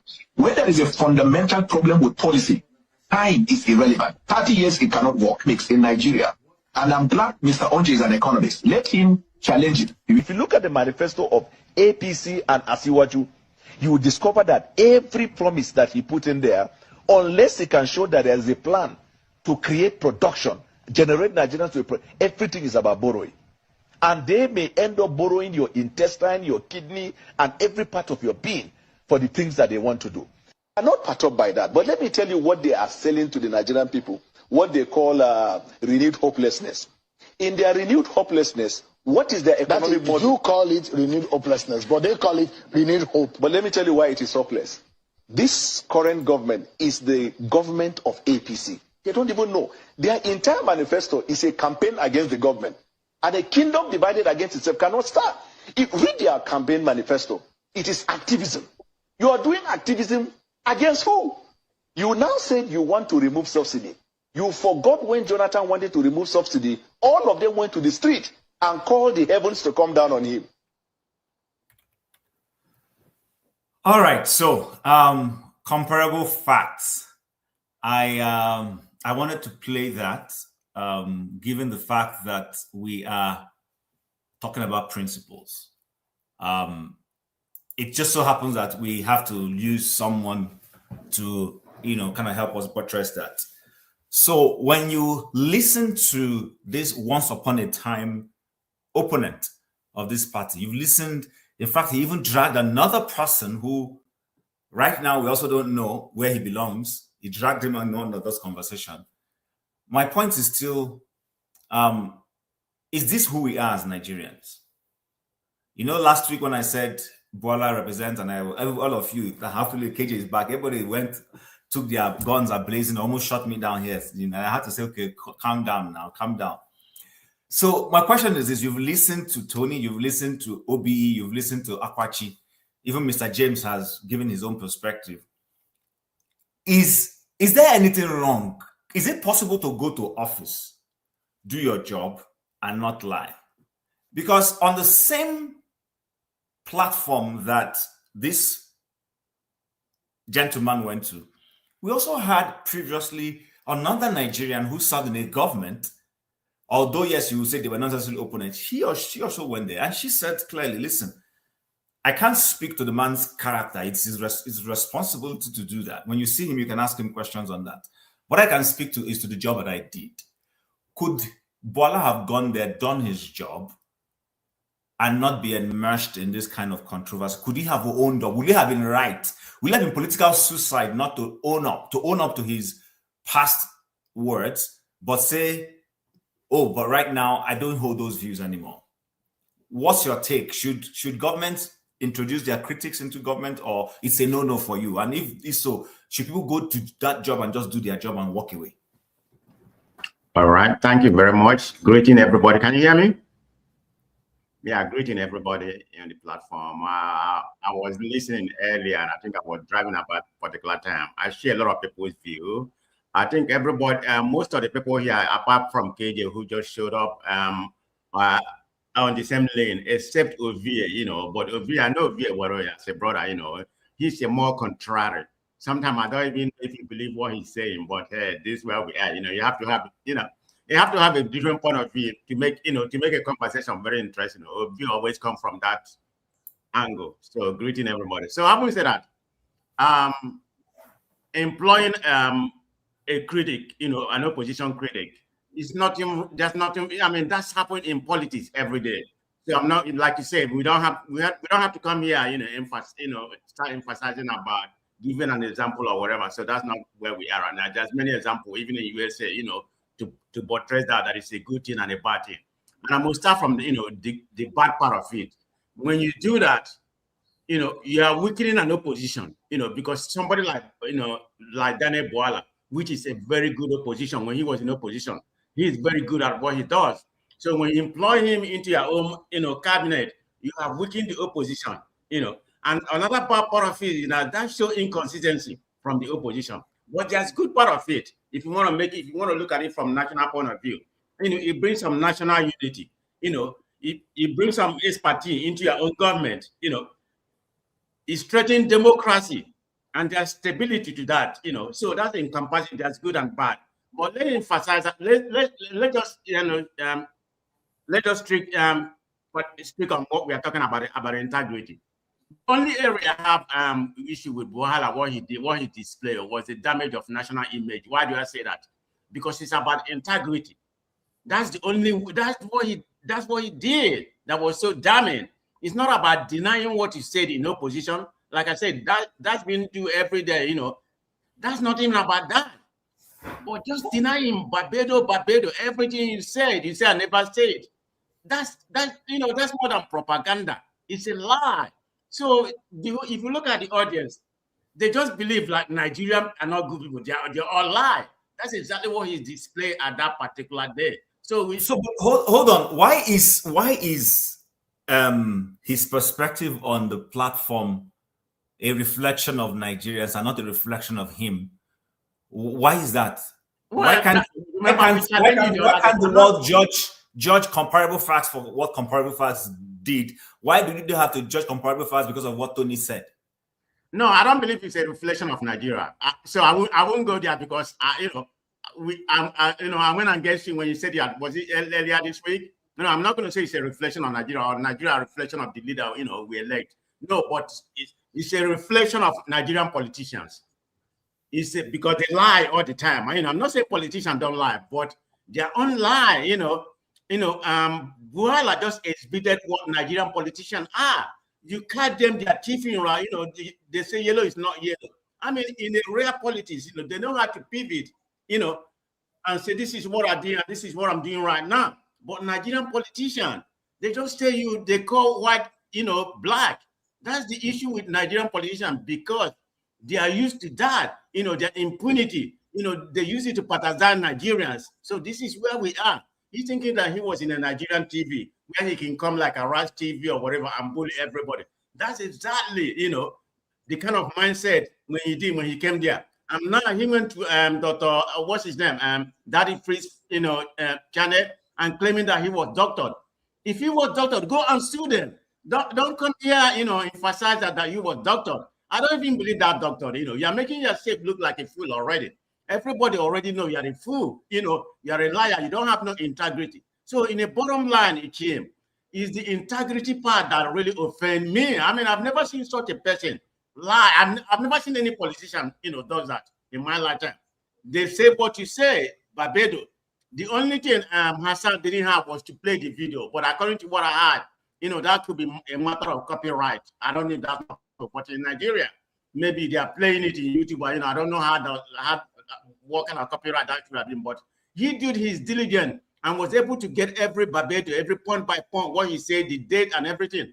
And you hear lying. So let me ask everybody here, the audience, I can tell you 99% of the audience, that watch it, that sit on that Hassan, interview, they didn't believe him except that APC man. When he believed, he know that he's lying, of course. He just tried to cover himself. So that's the part that's, the integrity part is that's where he lost me. I fought him, So I said, it's a reflection of Nigerian politicians, not Nigerians. But how image work, they might say it's a reflection of Nigeria, when you go to international forum. But that's the way I see that. Thank you. All right. Okay, thank you very much. KJ. We'll bring you in. So you've heard what comparable facts just said to us now. I continue to ask, is it right or is it wrong to bring in previous critics to come and serve in a government that they have criticized before? The vice president of the United States was a critic of Donald Trump in his first tenure and even criticized him even up until maybe Donald Trump became the nominee. But here he is today. He's a vice president. Pence also was a critic of Donald Trump in Donald Trump's first time. When Donald Trump was running, Pence didn't want to endorse him. In fact, what's the representative? The former governor of, was she governor of North Carolina or South Carolina, who became the permanent representative of the U.S. to the United Nations, Nikki Haley. Nikki Haley was also a critic of Donald Trump, but she served in Donald Trump's first time. So, has Bola Tinubu committed any class suicide? The current vice president, J.D. Vance, is also a critic of Donald Trump. I just said it. I said he was a critic of Donald Trump, and then Trump brought him in. So, and that was what Bwala kept trying to latch in on. If you listen, he kept saying Donald Trump has done it, blah, blah, blah. But is it the same thing? Do you think it's the same thing? Is there any difference in what the criticisms of Nikki Haley, Michael Pence, and J.D. Vance versus the kind of thing that Daniel Bwala has done? Hold on, can I say something? But all these people just mentioned, they were in the same party. So there wasn't a different party. There wasn't an opposition. I mean, they may have said it at that particular time, but most of them are in the same party. So that's politics. Marco Rubio, all those things, that's a politics. But you're talking about opposition, if I'm right. But I just want to come in there. All right. Okay. Yo, KJ, unmute yourself. We can't hear you. KJ, we can't hear you. We can't hear you speak. Okay, you might have to. You don't live for your car like Ovier. The one You not might for have for to house. exit and come back. I can't hear you. We can't hear you at all. Come here, I'll tell you the way we do it for Exit, car. exit and come back. All right, sure. Living in the car is not for everybody. Sure, you might want to give a go, take a go at what KJ was saying. Is KJ back? Let's hold on. Let's see if he's back. KJ, are you back? Speak. Can you hear me now? Okay, good. Yes. Okay. Thank you so much, Chim, for hosting. Ovie, I don't know. I'll come back to you later on. Thank you so much. Thank everybody who is here to participate. Tony and all. The question or this is how I would like to look at it. There's no office of the critic. Is there any office for a critic? Do you open office there, you're a critic, so you just open every day sitting down? They don't have. So what then makes a critic different from every other person? Morality, your moral stand on the positions you have taken. So you are able to hold that position, whether it is good or it is bad. And they have been, this is, I've been listening since you started. Some people have said this is the way we are. No, that's not the way we are. There are people in Nigerian government who have held to their principles, and they left with their principles. The last of them, or the last one I can mention quickly, is Awudogbe. Awudogbe, who just passed, he lived on principle and died until he died holding the principle we have always believed in. He didn't mind whether his friends were going the other way or not. And that moral stand is what he took until he left. And I don't think comparing Tai Sholari to Daniel Bwala is fair, because we all follow that news when it happened. At that time, we still get black and white television. They set him up. Of course, we all knew that they set him up, and of course, eventually, even later on, it was those who forged the signatures and all that came out to confess. But that's different. Now, as for Daniel Bwala, it's not the totality of who Nigerians are. Nigerians are different from their government. You may say majority of the Nigerians are, yes, hungry, frustrated, and probably are only looking for opportunity to steal from the same government they are saying is doing bad. Yeah, some are, but not everybody. If everybody was doing the same thing, then right now there'll be no government, there'll be no country at all, because we all will have been eating each other up. So I will say of this, what makes Daniel Bwala's case bad is because he tried to refuse to accept what he has said before. It is not wrong to change your position. When you do change your position, admit that what you said, the things you said, but now you are seeing before you are standing outside of the train. Now you are inside the train and you see things a bit clearer. That will give you some leeway. And then when you're also criticizing people, mind your language. It's not every nonsense that comes into your mouth that you vomit. And then eventually you now start saying, I didn't say that. How could I have said that? And then they play it for you. And I want to say this because after that Freeze's interview, people have been saying those who want to always align with lies have been saying, yeah, they doctored it. No, Jazeera is too big to doctor Daniel Bwala's interview. That is who? Is he one of the major presidents of the world? What are they trying to get?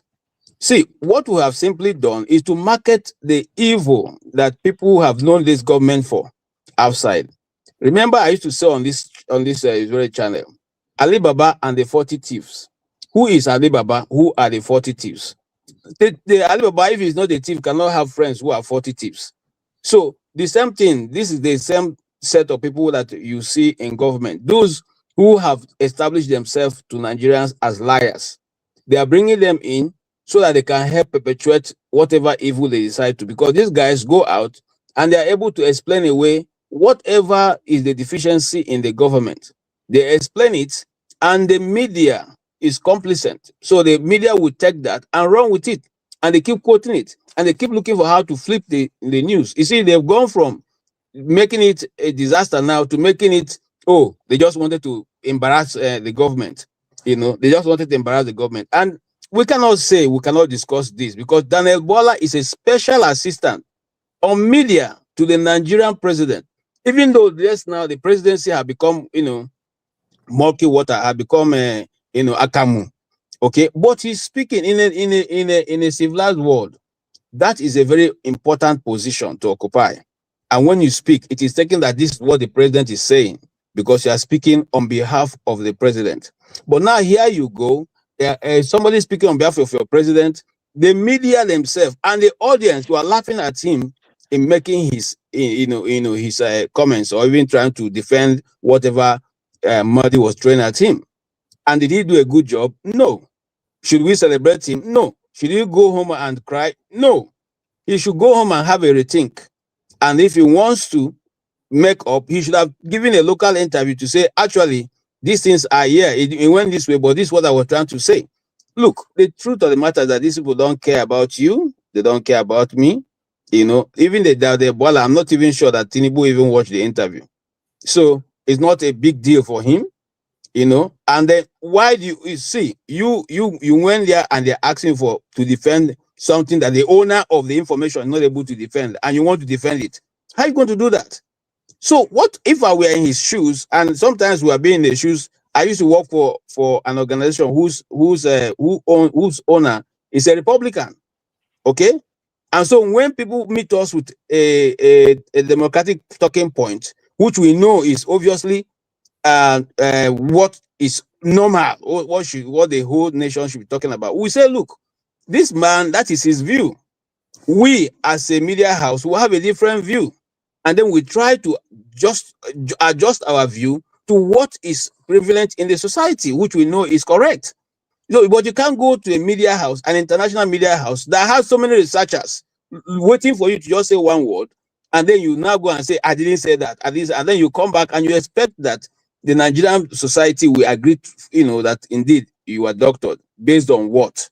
So my take on this is this: listen, we know that politics, there's no morality in politics, but those who taught us the democratic process themselves have morality. If it was abroad where this happened, the person would have left that office and resigned the next day. And don't tell me it doesn't happen in Nigeria. Polunongo was a minister of powers, and he resigned because he was accused of corruption. There are other people. In fact, there are other people who resign based on principle. We all seem to forget that Ngozi Konjo-Iweala resigned from her office when she was moved to a ministry that she just thinks that capacity is not there. She left. Okay, there are people we can point to who are examples and a milestone in Nigerian politics who have held on to their principle and refused to bow down. Obito Okiwe left his position because he also refused to go and be a minister of interior. So what are we saying? These people have come and they've seen us finish. And you see, there are charlatans out there who are defending him. If you scroll a little bit, there's even a man now who is saying that if you put any poster in Edo State that's not that of APC, you are gone. Well, that's just telling you how far we have now gone down the slope, and I don't think there's going to be any reversal. I wanted to just make a contribution and then continue. It's a bit cold. Yeah, we had a surprise snow yesterday, so I don't know where it came from, but we know what there's this thing they call cloud seeding. So we won't go into that today. Anyway, thank you so much, and I will join you if I get into the house. Wrong time to live in the car. You know, since me don't enter house. You know, I don't enter house, and you the enter car cycle. Wrong time to live in the car. Take my advice. KJ, that was a gift from I can't hear you, V. I can't hear. I don't know what's wrong with my phone. I can't hear you. This is the wrong time to live in your car. It's too cold. Take my advice. You know, since me don't enter house. Okay. All right. Show. Welcome to the show. Sorry, I can hear Ovie now. What did you say, Ovie? Sorry, just 1 minute. Ovie says you should go into the house and stop staying in the car. Wrong time to live in the car. It's too cold to live in the car now. Me say I don't enter house. Me say I don't enter house. See, my house is right in front here. I'm parked right in front of my house here. Go and beg your wife. Go and beg. Like, she will forgive you. We are pleading on your behalf. Please forgive All right, me. thank you, sir. No problem. Thank you. Thank you, my brother. Thanks very much. So, Show. Yes, sir. KJ says this is not who we are. But somebody has just given people bags of rice.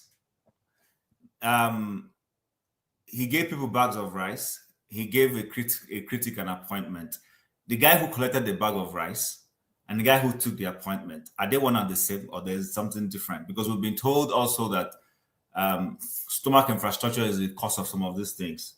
I'd have loved to keep persons away, but maybe it's a larger conversation to have. You were criticizing, and your criticism was actually on point. But now you've been brought in now, and you're made to like swallow your vomit. Right. The original topic was when you're a critic and you're an insider. Should that be different? Why is it different? Okay. Yeah. All right. Thank you, Chim. Thank you for putting this together and for hosting. Really appreciate that. And good to see you all. I won't mention all the names, but all the panelists, good to see you guys. I know I've not been on in a minute. Life is just a bit busy these days. So even this evening, I've been wanting to join from the beginning, but I couldn't. I just found time. I begged my people, I said, just handle whatever. Let me join. Because this is quite interesting. I wanted to chime in on this Daniel Bwala interview since it happened, but it's a good opportunity. And to the comment section, salute to you guys. And to those who will watch later, please share, please like, hype the video, share it, do whatever you need to do. Let it go, far so that people can see what we do here. So on this topic, it's quite interesting. I'll start this way. People like Daniel Bwala, right? The name will keep coming up because of the interview he had, but it's not limited to him. People like Reno Mokri, people like FFK. See, I'll put FFK slightly above them because he was born into wealth, like father, like son. He was born into wealth, studied in England, lived in Brighton, primary school, secondary school, speaks well. The residual British accent is still working for him in Nigeria.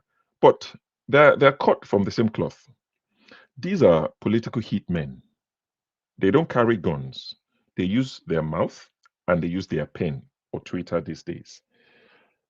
What they set out to achieve is different to what you're expecting. It's two different things. See, once you know who they are, there's no disappointment. A hitman is hired to take out opposition, ops, as they call them. That's their job. And they audition, like Ovie said, they audition well. They see it's promoting your business. They say, see, this is what I can do. I can actually criticize people. Look at the things FFK said about APC. I remember a particular video of him wearing one wine color, burgundy agbada, saying he would never join APC. There's nothing he didn't say. I would never. This was like 3, 4, 5 years ago. He cursed them. He said all sorts of things. Now he's an ambassador going to represent every Nigerian in Germany. Reno is going to Mexico. He's going to represent you. You might disagree. You might say Tinubu is not your president. Officially, they are your representatives. They end it. Now, let people not conflate these things. I'm not approving of these things. I'm just laying it out as it is so that we understand what we're dealing with. They are political hitmen. Like I said, they don't carry guns, but they have mouth and pens that are more dangerous than some guns. So once we understand and establish that, it puts things into perspective. Politicians see them differently to the way we see them. They see them as useful tools. I would rather have them inside pissing outside than them being outside pissing on us. That's the way politicians see them. They are useful people. When was the last time any of them criticized Tinubu or the government? You think that's not a break the government can do with? They can do with that, let them not bother us.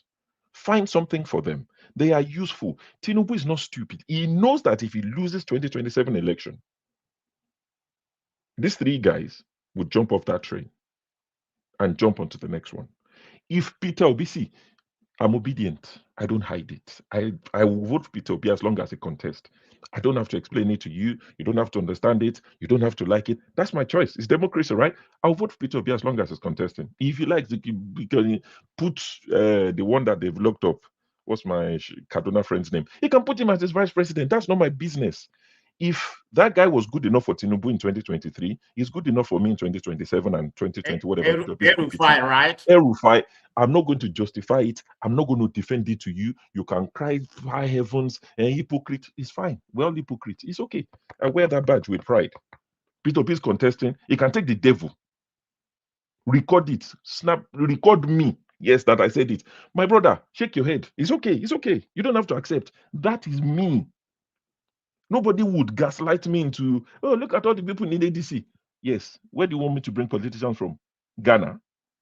No. They were good enough for you in 2023. I would use them to achieve my political goal. So that aside, I'm saying you have to understand how politicians think. And I'm thinking like them now.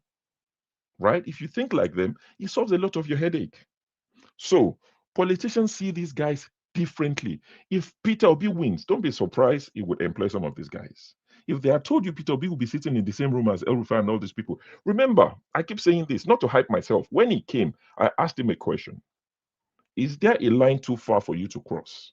Are there people in Nigerian political landscape that you will not work with? He said, oh, yes, a lot of them, a lot of them.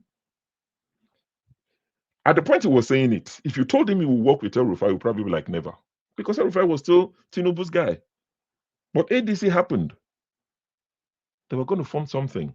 Now APC is trying to decimate them because they know the power of them coming together. So politicians think differently. We on the other side, we are looking for, I've had the word integrity many times on this show tonight. Brother, you are in a street fight. Broken bottles are allowed. Sharp metals are allowed. It's a street fight. You are looking, see, we understand we're in a fight, but we think it's boxing where there are rules. Where your gloves have to weigh the same 10-ounce glove, 5-ounce. Even UFC, as brutal as it is, MMA as brutal, it has rules. Unfortunately, you are not in. We have rules also, don't we? Brother, that is the lie they told you. Your opponents are not playing by those rules. They roll the rules. They roll the rules. You are playing by the rules you think you have. As APC, have they played by these rules you're talking about? Did PDP play with those rules when they were in power? No, so they didn't. When are we going to stop this non-rule based politics? So you would play with, so the only way it can work is you play by the rules that will get you into office. If you now decide, you can now change the rules to the ones that you think is acceptable when you're in power. You can't change anything from outside. You need to get into power, get into office, then you can now say, enough of this rubbish. Like the man, God rest his soul, the one that came after Obasanjo, Yaradua. Yes. He got into power and he said, come on, the way I got in is disgraceful. Let's fix this. It was onto something. Then we lost it. So if you keep playing by these boxing rules in a street fight, you will keep losing. You will play by the street rules and you would win. Then you can now say, we got in this way because that's the only way. There's only one way to win. When you now get in, you can now say, that's not who we are, but we understand the terrain. So over the next 8 years, we're going to change things, all these things. If you have the lawmakers, that is because you can't sign, such things cannot be done by, what do they call this thing that president, the American one likes it a lot, presidential whatever that they sign. You can't do it by that. So if you have enough lawmakers, you can now say, okay, we'll change the laws. Executive order. You can now change certain things. That's the only way to do it. So integrity does not come into it at this point. I'm sorry. People might quote me and say, oh, even is saying, brother, you're not going to win. You can contest 1,000 times. Yoruba say, if you throw it up 10,000 times, it will land the same way. So there's no point being, funny about is Nigerian politics. They've told us that our democracy is not old enough. Don't compare yourself to America. So the earlier we come to that realization, the better. Every time I say, I was thinking about it last night. I think about this thing sometimes. I was thinking 2027 election. There are people among us, not on this platform, in Nigeria, walking about, going about their lives, but their lives will be cut short during that election, on the day of that election, because we hold an election. People will die on that day. If you complain about it, APC supporters on this platform, they will just stop short of telling you, no, be today, people, they die for election. So the earlier you realize that, the better for all of us. Do what you have to do. Why is it that when there's an election, it's only LP members that they take their lives? Why is it that it's only opposition members that they take their lives on the day of election? If they want to take your life, defend yourself. Tinubu said exactly the same thing. I can send you the video when he was in opposition. He said if they come for you, he didn't say KIWL them. He just said defend yourself. Yoruba will say aboro lanso fomoluabi. Toba deni adu didi. I will tell you the little. You make of it what you will. Defend yourself. That's what you have to do. Then when you get into office, you can now say, let's now do this thing properly. We can't carry on like this. But you are outside. You can't come in through the window. My brother, jump fence. You want to clean the house, you can't jump fence, fly window, break window, enter. That's the only way you're getting in. This is Nigeria. Every time we say, oh, let's do this gentleman thing, they tell us our democracy hasn't evolved yet. They will tell us how many years America has been doing democracy. So we shouldn't compare. So let's play by the rules they've laid. It might not be the official rules, but that's the rules. Play by it. Win, then you can now say, okay, Peter Obio, you know you're a gentleman, change these things. Influence the lawmakers. Until then, we are wasting time. Also, just to make it clear, people like Reno, people like FFK, they can speak. So education no be scam. They can speak English. They might be devoid of any integrity. They've never pretended to you that they care. Tinubu doesn't care about their integrity. So learn English. If you're young and you're listening, speak good English. These three guys can speak English. The three I've mentioned. There are many more. You remember Mr. Nokwasa, God rest his soul. He nearly died on TV when they initially appointed Bwala. He died finally. No, I know. I mean, he eventually died. He became sick. But at that time, he was livid. Yeah. Why would you employ such a person? We fought for you. Ashiwaju will not win because they were disappointed. Like the man that I think was Tony that was referring to. I watched the interview as well. He was saying, that Bwala was going on his own something. The APC guys are disappointed. The ones that are not paid. If you support APC, make sure you get paid. Don't do it for free. The people that get paid are not annoyed. See, this is how you know the ones that get paid and don't get paid. A lot of them are upset about this Bwala appointment, about Reno appointment. Those are the ones that are supporting APC for free. The ones that are getting paid don't care. So if you're going to support APC or any government of the day, make sure you're getting paid. So that when they appoint whoever, you're like, whatever, everybody's getting paid. It's the people that are doing it for free that are getting upset. Do you think today, if Tinubu is to try and lobby somebody and pay somebody to speak for him, would he want Peter for Nigeria, that guy that wears white and green, or would he want somebody like Kulata? Who do you think Tinubu will pay to have? Peter for Nigeria. Kulata, Sure. Kulata is doing it for free already. Sure. That's what I'm saying. But sure, are you relating a debate criticism with this kind of criticism you're talking about? No, he's speaking our reality. I'm talking I'm talking of a debate criticism with this one we're talking about. Are you relating it together? This is not a debate criticism topic. It is right. Bringing in the people who are critical into government. I can talk about the debate itself. I'll talk about it in a second. But what I'm saying is, if I was Tinubu, if you are Tinubu, who would you pay to have? A Kulata? When I say Kulata, not him. Somebody in that mold who probably for free, right? And somebody like Peter for Nigeria. I would pay to have Peter for Nigeria. Oh, one man comes to move. That one is irrelevant. He's not even smart enough. I'm talking about people. This thing you are doing for Pueblo, start criticizing him. They will bring you in. This one that you are defending him, they won't look your side. Anyway, so let me continue with this. In terms of criticism, just to go to the broader topic, right? Chim, it's quite funny that you mentioned Vance because I wrote it down. And I went to do a research of some of the things Vance said about Trump in the past. I'll just give you some of I won't read it. He said Trump is America's Hitler. He said Trump is a villain and a douche. He said he's unfit to be president. He said he's a total fraud. He said Trump makes his stomach churn and noxious. He said I'm a never Trumper. I've never liked him. He said Trump is reprehensible. He said Trump is an idiot. He called him a moral disaster. He said he's a man with serial sexual assault. He's his deputy today. So it's not new. And that's why I said politicians see it differently. What value can you bring? Can these guys stop criticizing me and join me? As soon as you finish, Mr. James puts his hand on his No. So what I want to look at is what value can you bring? This heat that I'm getting, I would rather you give it to my enemy. Do you understand? What can you bring to me and turn that flame against my political opponent? Enough of the heat on me.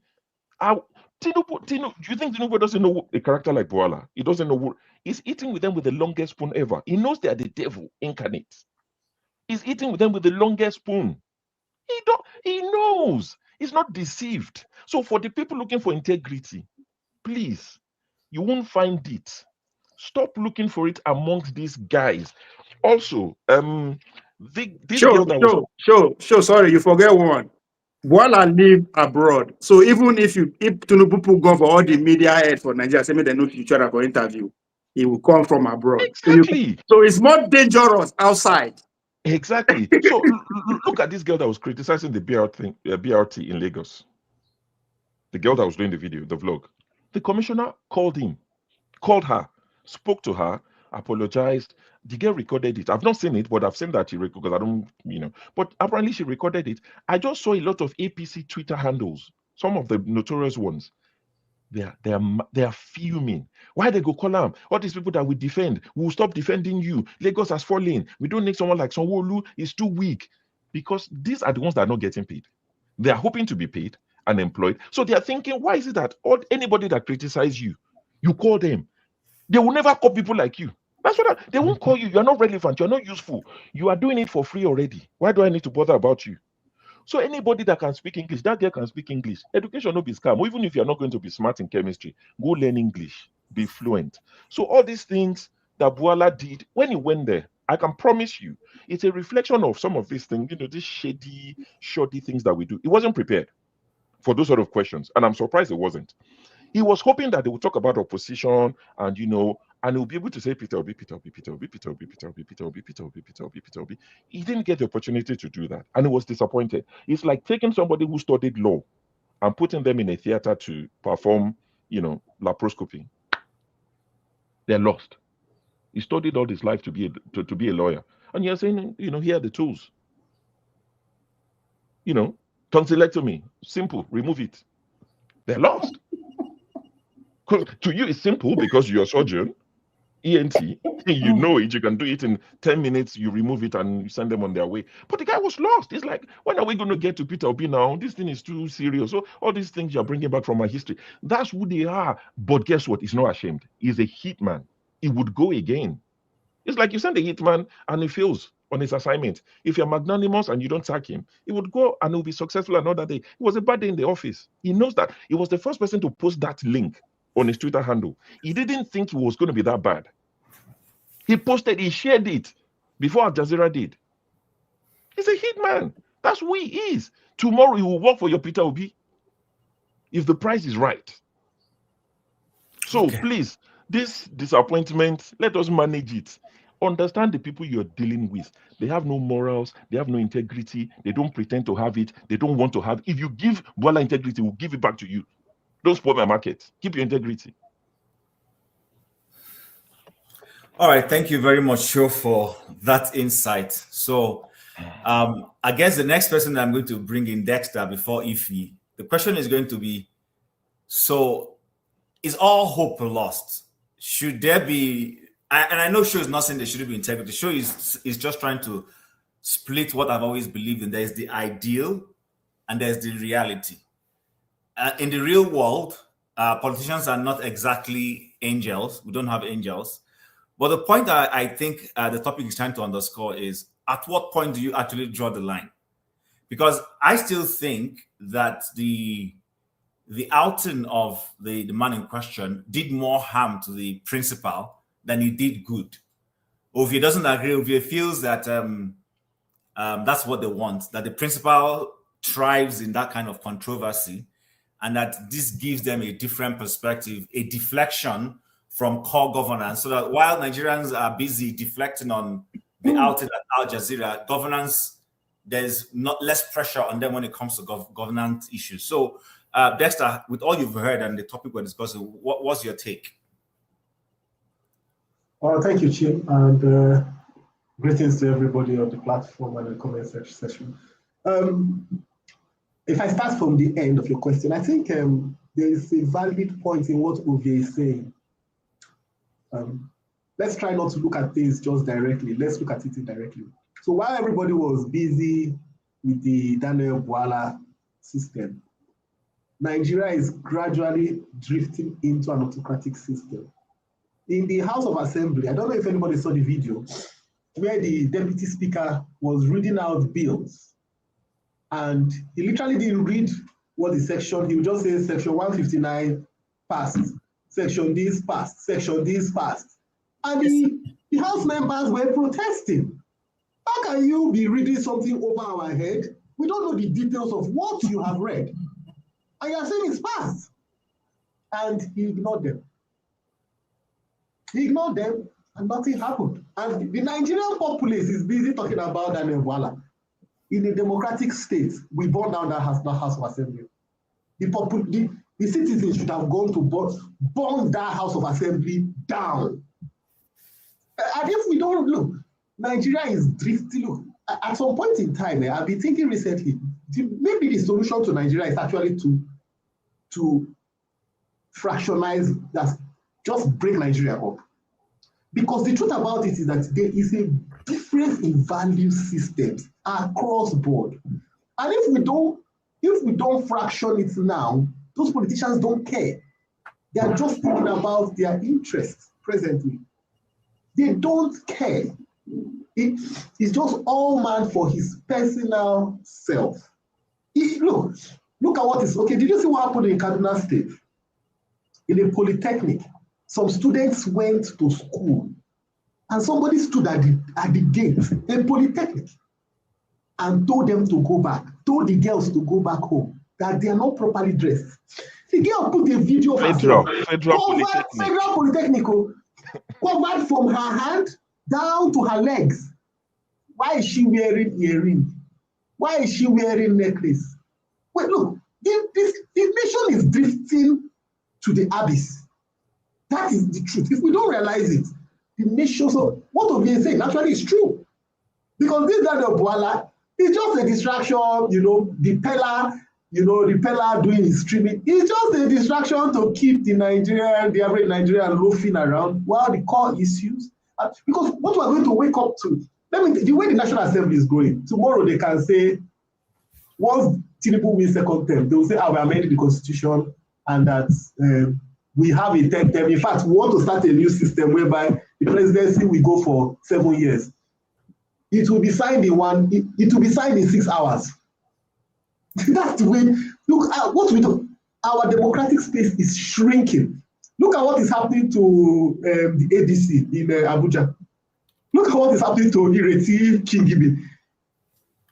Recently, Tinubu, they are sharing rice. Have you seen the mansions they are giving judges in Abuja? Have you seen the mansions they are giving judges? So the democratic space is shrinking. And if the populace don't do something radical, these guys Nigeria will become worse than Cote d'Ivoire. That's the truth. So we must, I was listening to Showore yesterday and I was thinking, I know one of the problems with people that come into power through revolution is that they don't really know anything about governance. They don't really have a plan for governance. So they just run with fumes. But I was thinking, we are getting to a point whereby there is no moral. Nigeria doesn't have any moral ground anymore. Daniel Bwala just showed that on the international stage.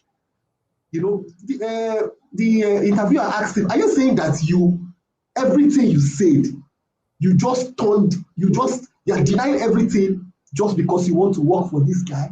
And he was laughing. And he was laughing about it. So we must realize that we have become people without any value. We don't have a value system. We don't have any, look, no matter how much we want to spin it, and the moment we start accepting the truth, then things will change. And another thing is that, you see this 4-year term, even if for any reason Peter Obi becomes president, or even someone like Showore becomes president, you see this 4-year term, it won't work. We have to do, you see what the guy in Rwanda did? Because you see, you need like 10 to 20 years to change a generation. Just think about it. APC has been in power for 10 years. So the child that was 10 years old is 20 today. What education has he received? What is his mindset? What is it? No, just look at the young people stream. Look at the young generation today in Nigeria. Look at the ones online streaming. What is their value system? Everybody, all the girls are throwing cake on TikTok now. That's what they don't. There's nothing concrete anymore. So the next person that is not 4 years will not do, because if you remove this Tinubu opposition, anybody that if you just imagine it in an ideal world, they defeat Tinubu. Do you know what is going to happen? What he did to Jonathan will be a child's play. I'm telling you, if anybody removes Tinubu from seat, what he did to Jonathan will be a child's play. Except you will become more brutal, because Nigeria has to break. You see this opposition, this Tinubu type of opposition, we have to break it completely so that nobody will try it again next time. That's the truth. And 4 years is not enough. You have to make sure that. Look, did you see what Reno did? Did you see what Reno did? He went to Kilimanjaro, the top of Kilimanjaro, and then he now did a video and said that he drank water from the stream. You know, he showed us a video where he was taking water from the stream. Now, when it was time to drink the water, he told the cameraman to move the video out. They panned the video out while he was taking his hand up. Nobody saw him when he was drinking the water. Then when he brought his hand down, he panned the video back, and then he swallowed it. That's my point, is that we have Nigerians that are ready to lie, deceive people, and you can see it, and they want to make you believe that they are telling the truth. So we have to bring a leader that is going to stay not just for 4 years, not even just for you to rewrite the wrongs of even PDP. Yes. No. Is it not Obasanjo? They spent 16 billion on power. Now, do you know why? One of the reasons why that power project failed. Let me tell you one of the reasons why that power project failed.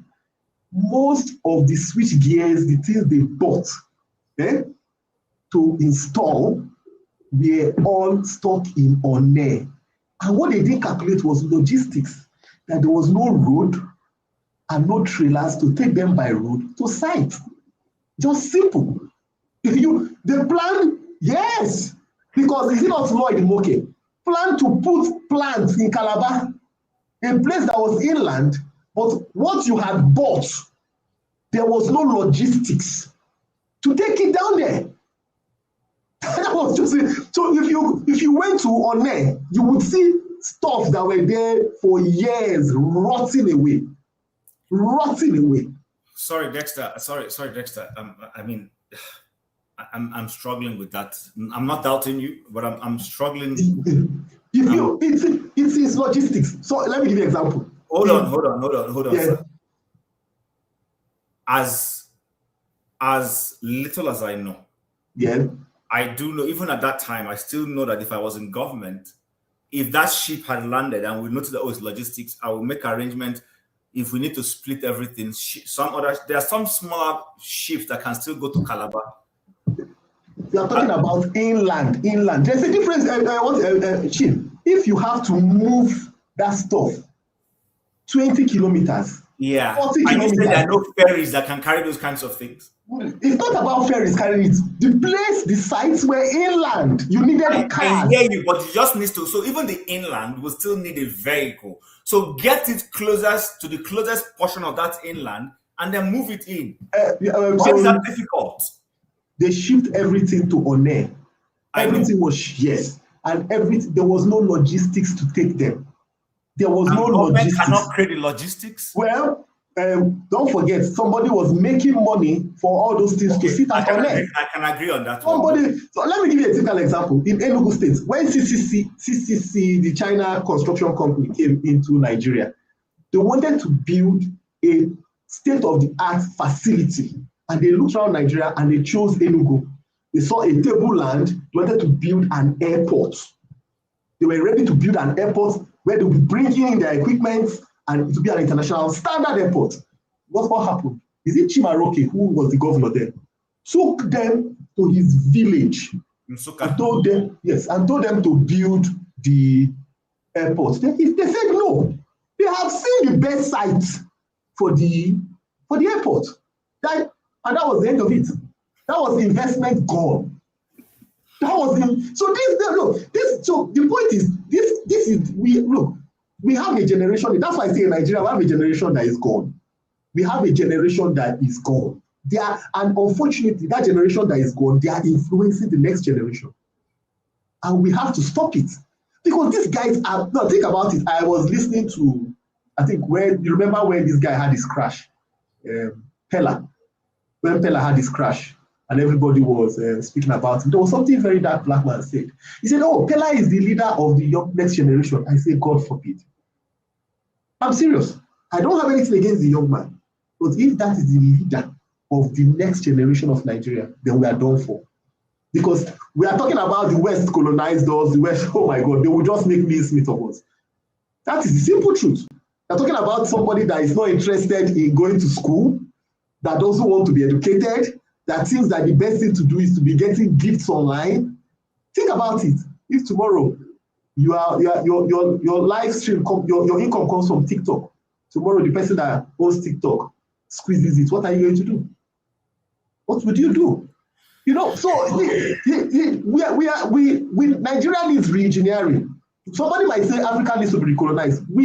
Look, Chin, if you don't do the work that you need to do in your house, somebody will come inside your house, buy it, and do the work for you. All right. If we don't, with the education many of us have had, if we don't go back and fix our shit, then we should not complain, we should not shout, we should not cry foul when BlackRock comes to Africa to recolonize us. Thank you. All right. Thank you very much. Forefathers, thanks for joining us.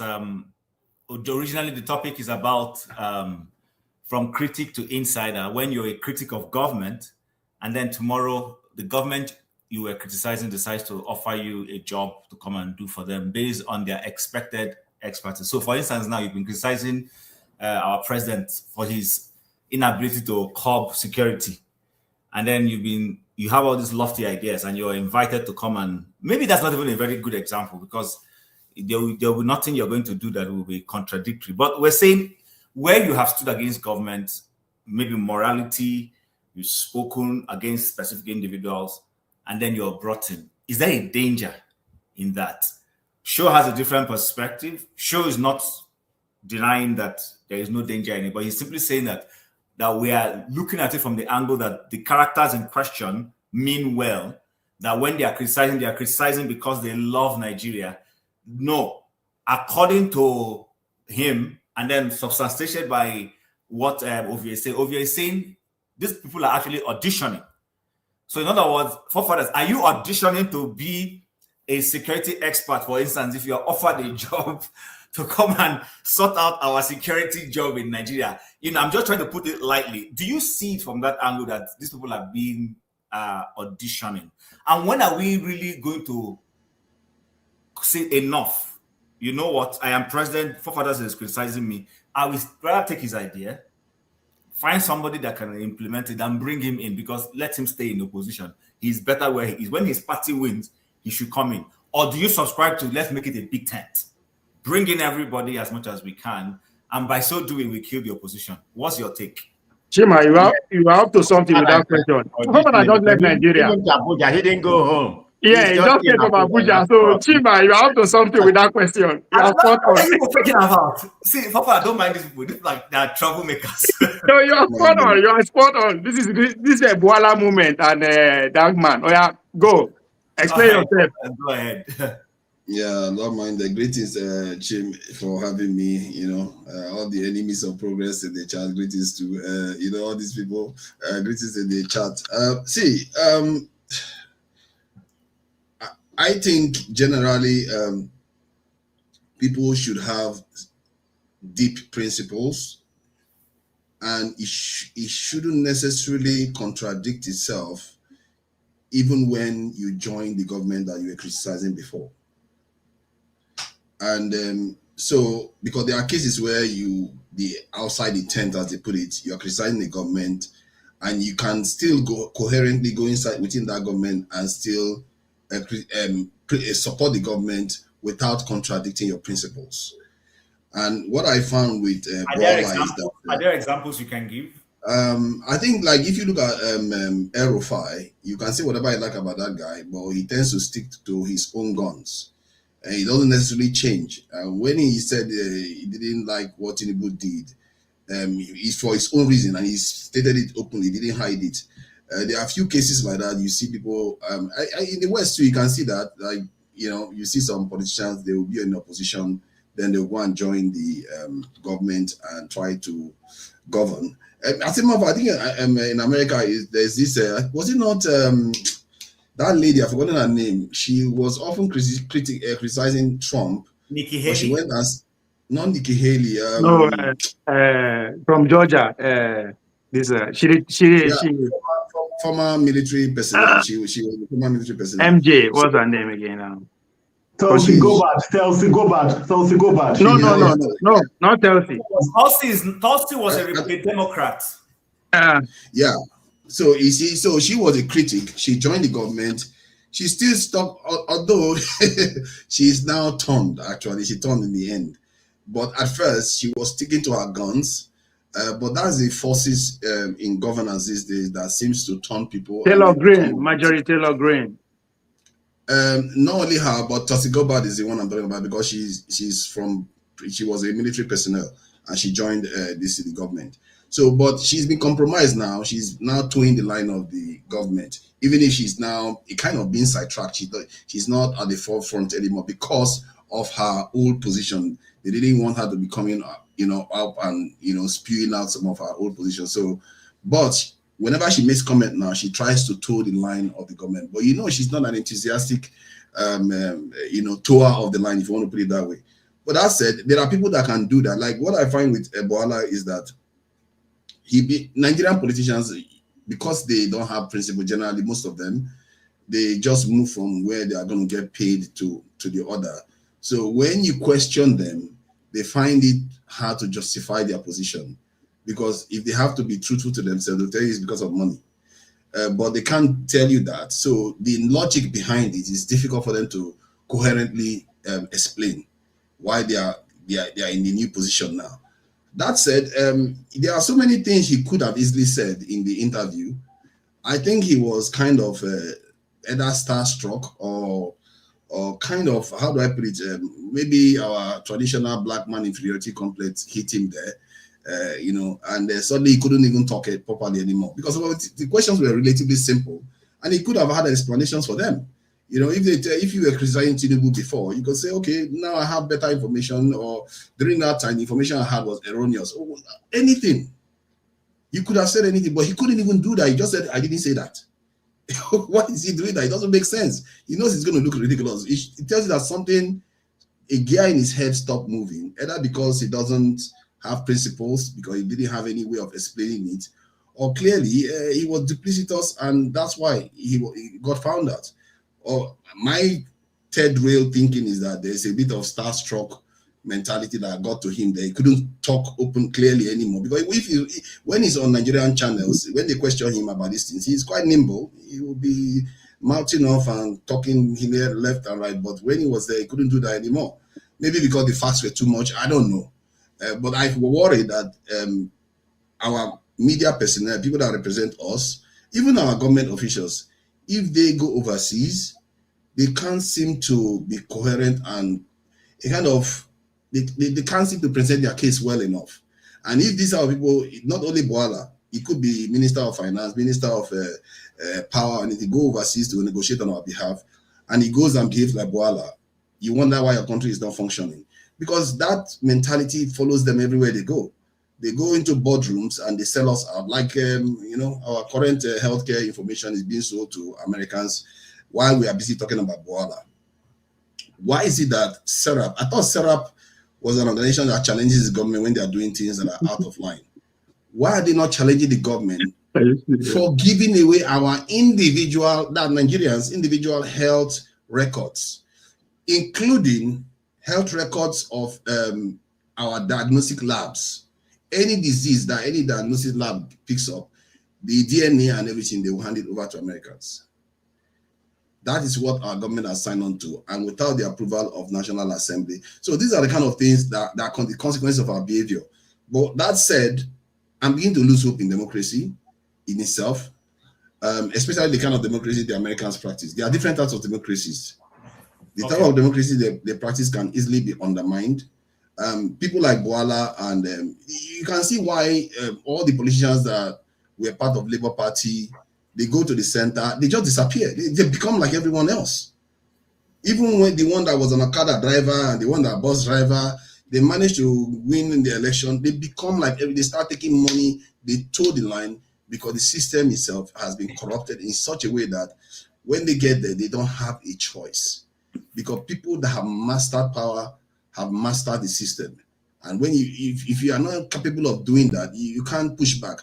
The way I look at it is that the Western countries are dealing with a problem now that we are not even in the game in.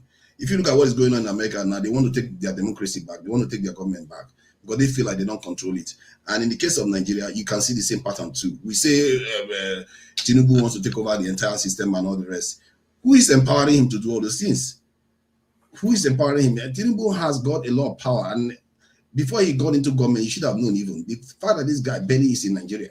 He's always in foreign countries, one country to another, hopping and talking to them. He's been empowered heavily to do what he's doing right now. And for better or for worse, I think Dexter said something about us being recolonized. The way he put it, like, oh, let's not complain. No, we should try to prevent it. But I can understand why he's saying that, because if our tax information has been given to the French, our health information is handed over to the Americans, soldiers are coming into Nigeria, what else is remaining? And Tinubu seems to be handing them everything. Okay. We can't, when I sit here and complain every day that we are leaving our country without defense, it seems like I'm just being paranoid. I was on a panel today with an Israeli woman, and she talked about how for 2 years in a row they were protesting against Netanyahu. And now Netanyahu has started all these wars. But she said she's not going to leave her country because of Netanyahu, that she has to be there. Even if she's not a soldier, she's going to help with people that need a car, if they need treatment, she's going to try to help. And all right, she still didn't abandon her country, even if she hated the man that was in office, even if she hated what they are doing, and she still would not leave it. And she literally called Nigerians cowards. This lady, she's an Israeli, but she can speak in English.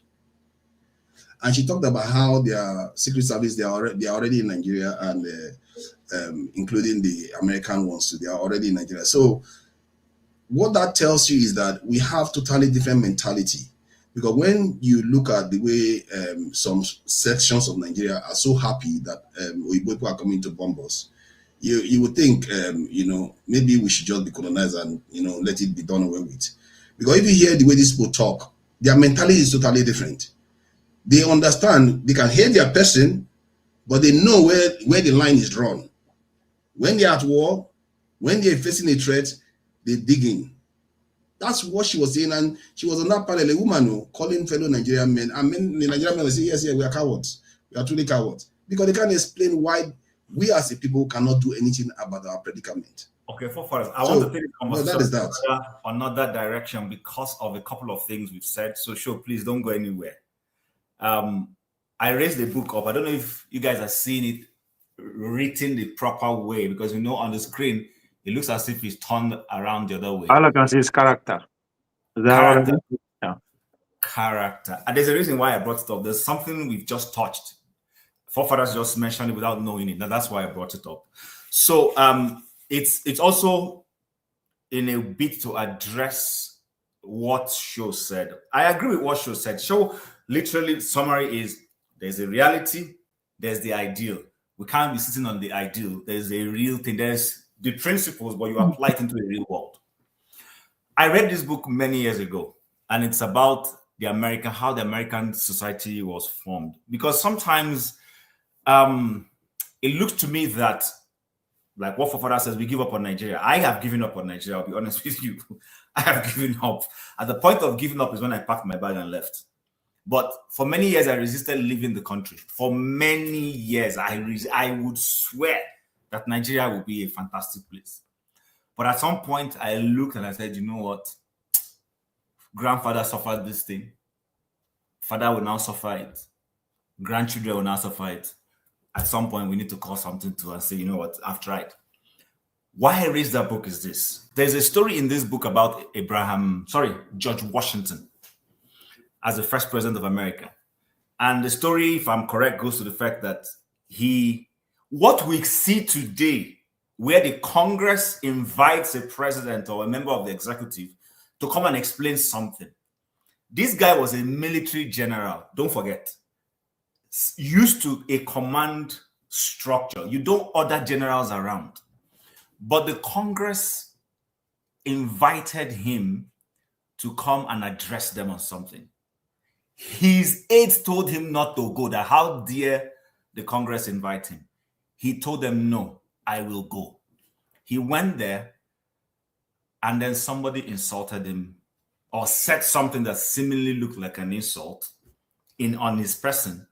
And his aides were like at dagger's edge. How dare this guy do this? And he told them, leave them. When he left, his aides asked him not to come back to the Congress again. He said no, that he likes what is happening, that a culture is being formed. The culture is that we want a separation of power, judiciary, executive, and this legislature. If I bow away and not respond, subsequent presidents will also break that thing. It brings me to a rule. It's called the law of first principles. When someone does something, it's going to be replicated consistently. It's an administrative rule. If someone does something, go and look at it.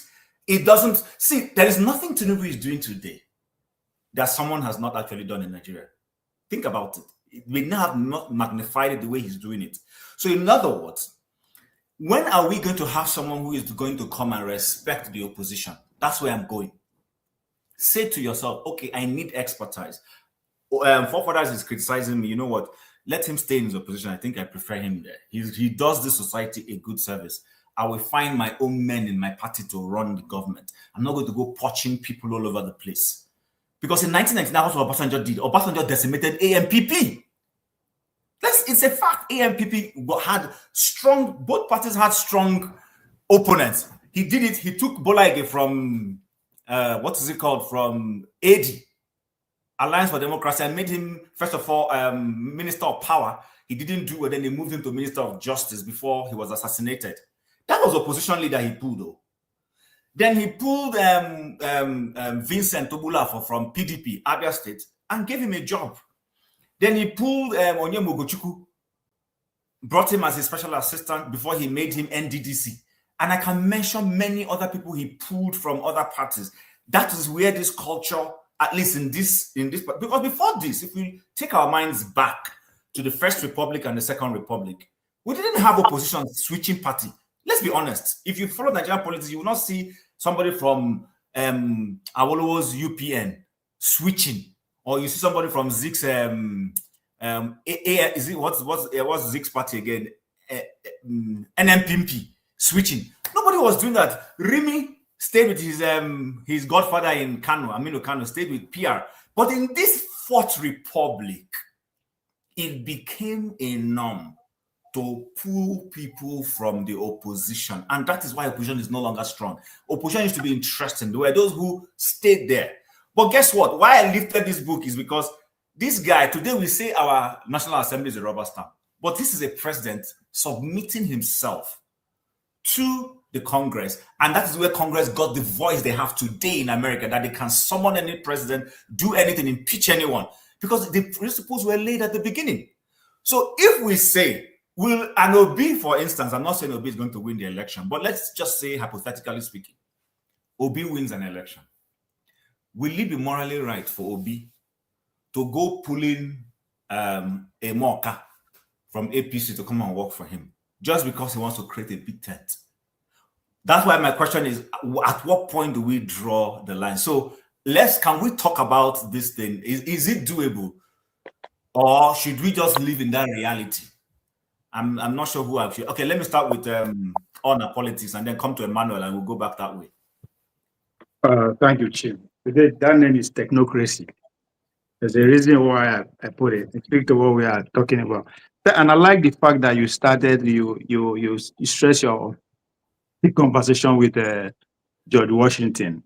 You know, they were running away from something. They were running away from the monarchical system under the British.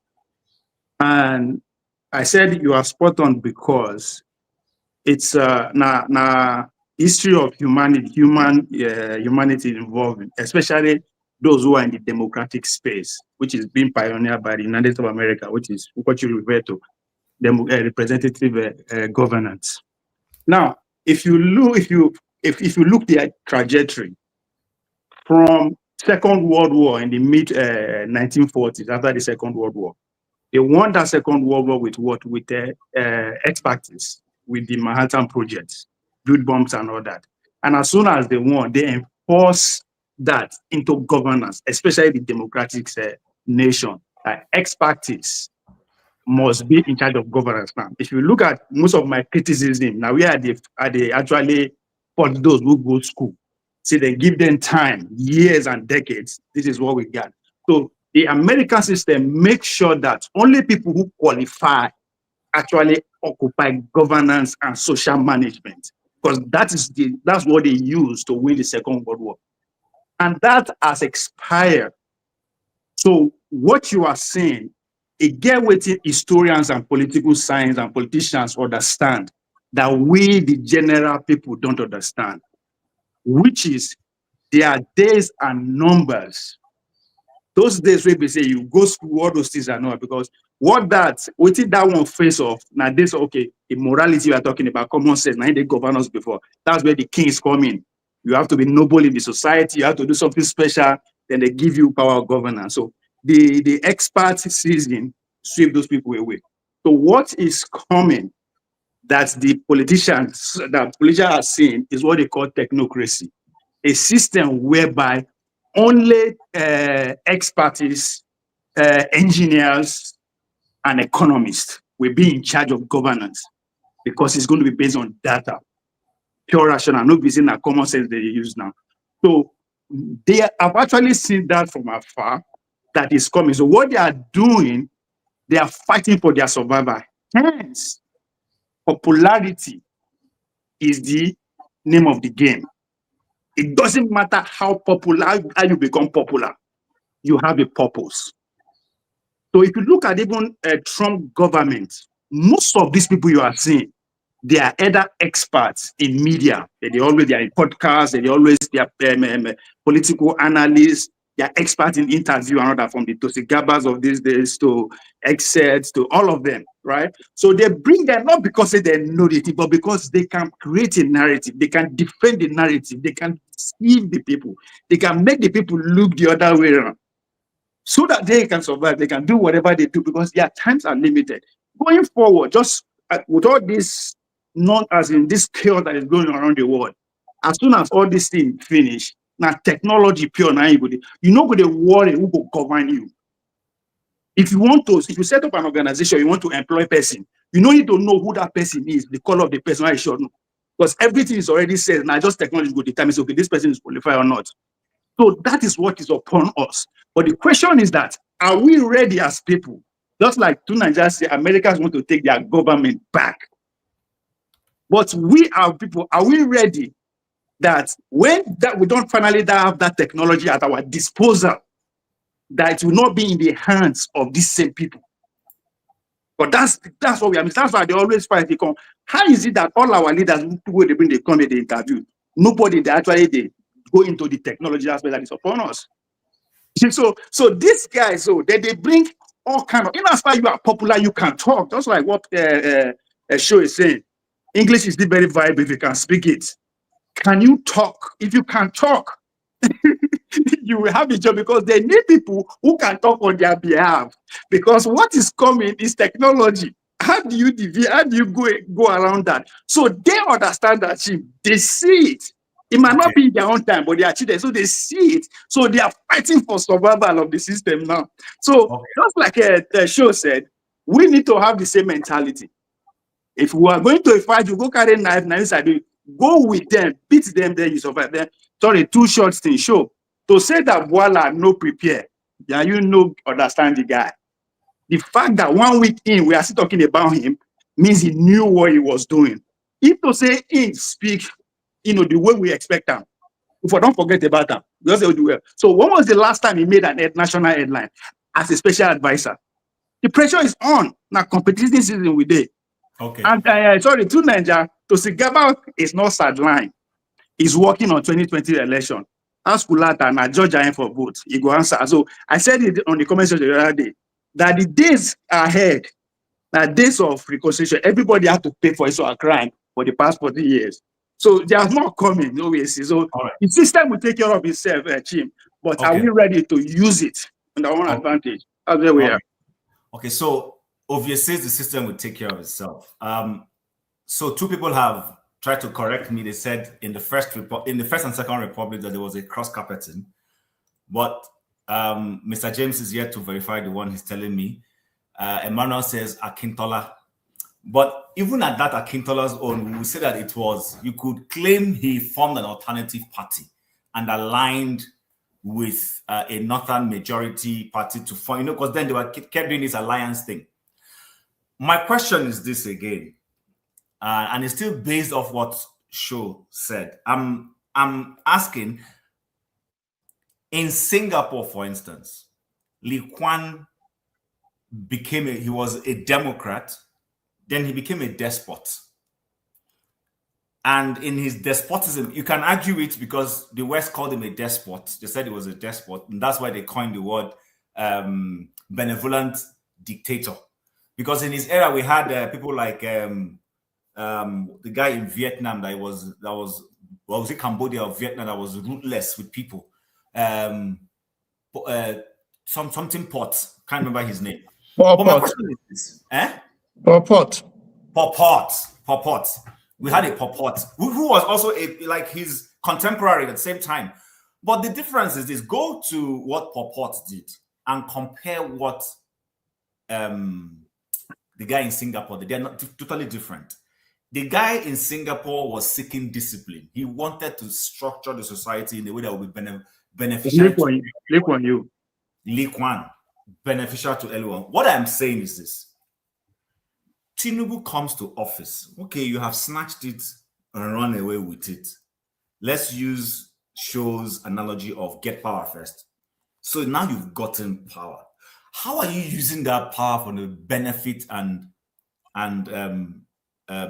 advantage of the larger society, or is it for yourself? I guess my where I'm going to is, when are we going to have our own Lee Kuan, that the interest is the society, not just your political ambition or what you see? Because that's what I am seeing. If you decimate the opposition just because you want to entrench yourself, are you doing society any good?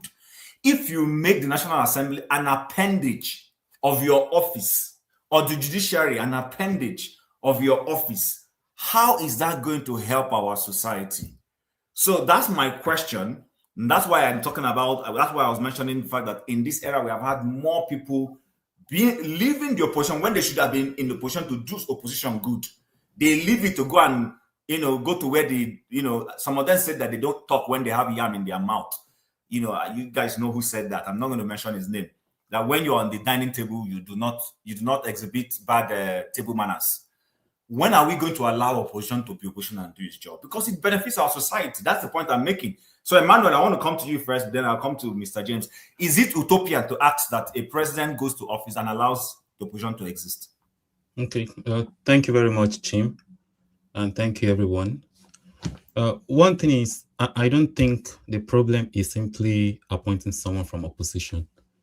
And in every country, as many panelists has said, you need people from different political backgrounds. But the most important is that the line should be drawn.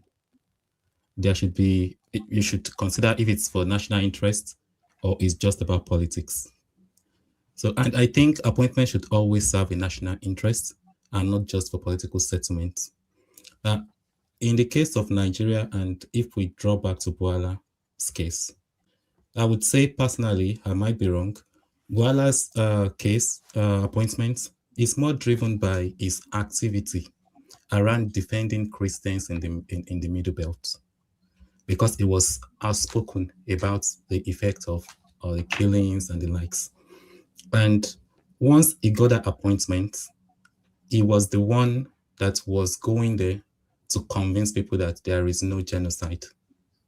So in terms of the reason why he was appointed, I think it was more about that. For him to, one area where I would disagree a bit with technology on our politics is that I think the interview, we all know that's a PR gone wrong. But one thing is they will take him because he's taking one for the team. He didn't do that right, but secondly, when you bring people, there should be a question of credibility. I know we've talked about dignity and the likes. For those of you that you study law and economics, you know that even when it comes to that, there is nothing like fairness, there is nothing like morality in economics. It's about cost-benefit analysis. And I think that is what politicians also do. What they want is look at, for those of you following UK politics, look at Peter Mandelson.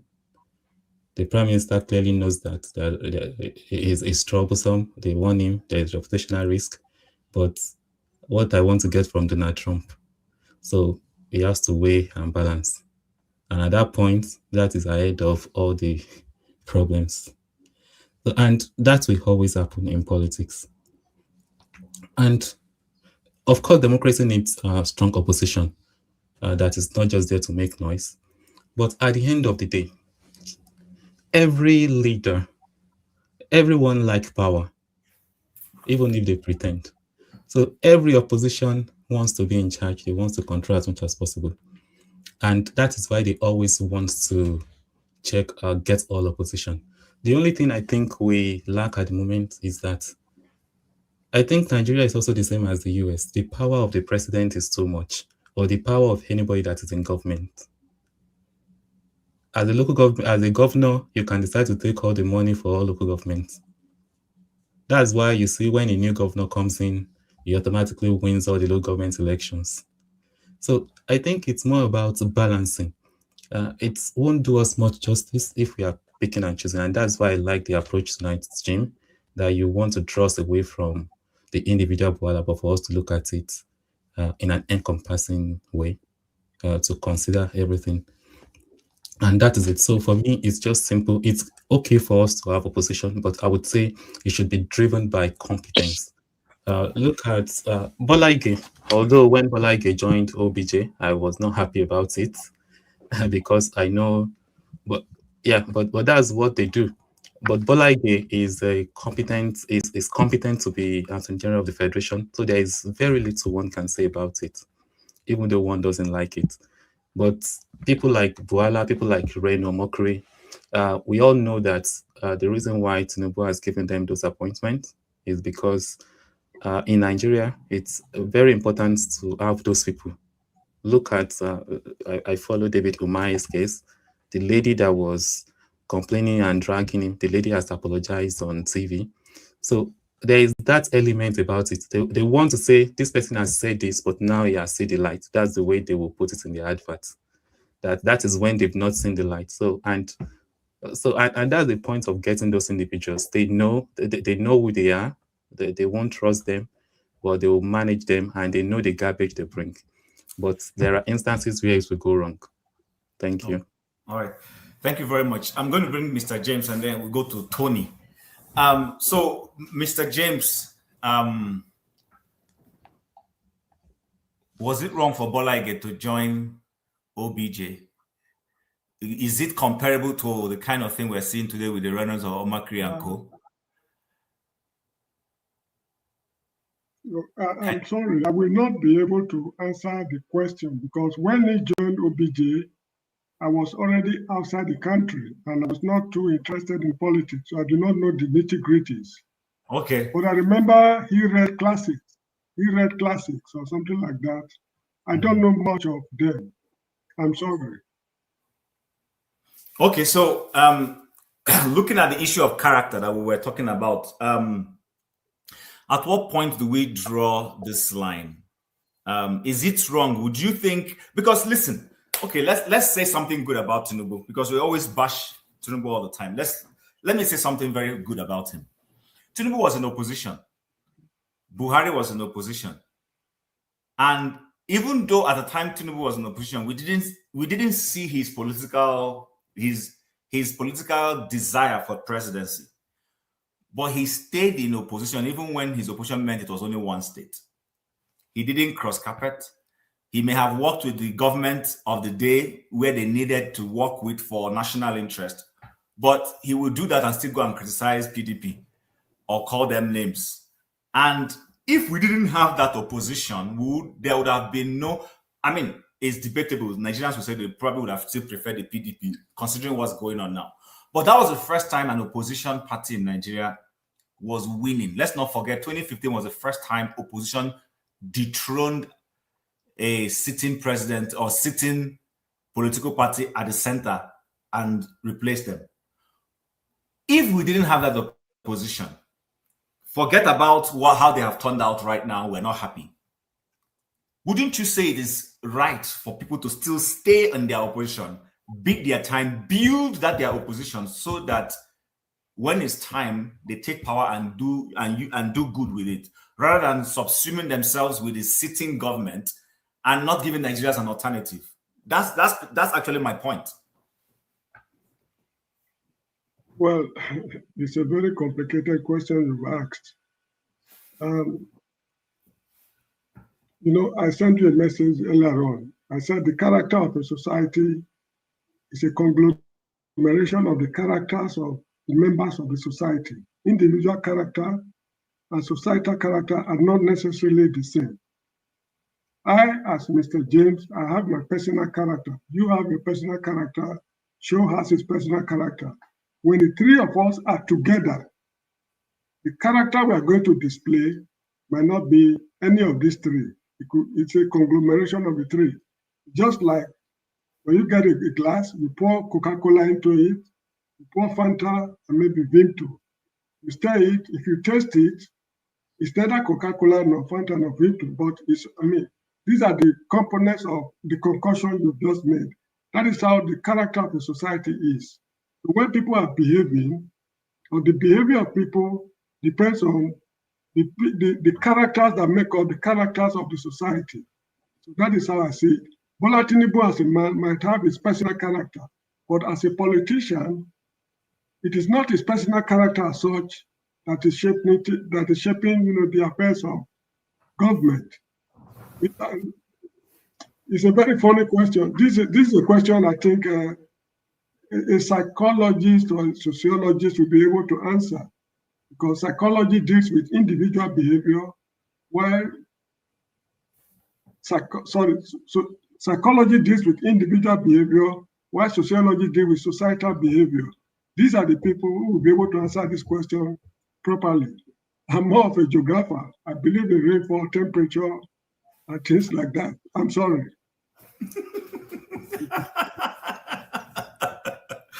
Okay, I agree with you. That I think that's a very soft way of going about it. Then I would have to now come to Tony. Tony, since Mr. James, I'm a sociologist. Maybe that's why I coined that.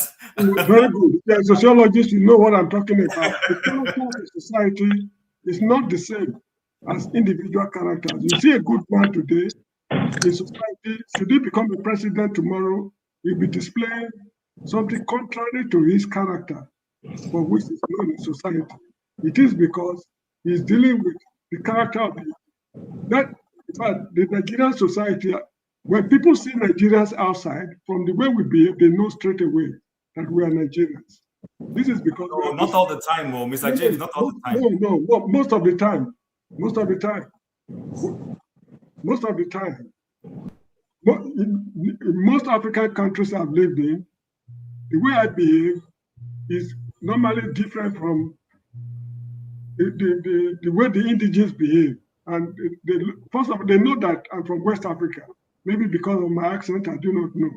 And from my behavior,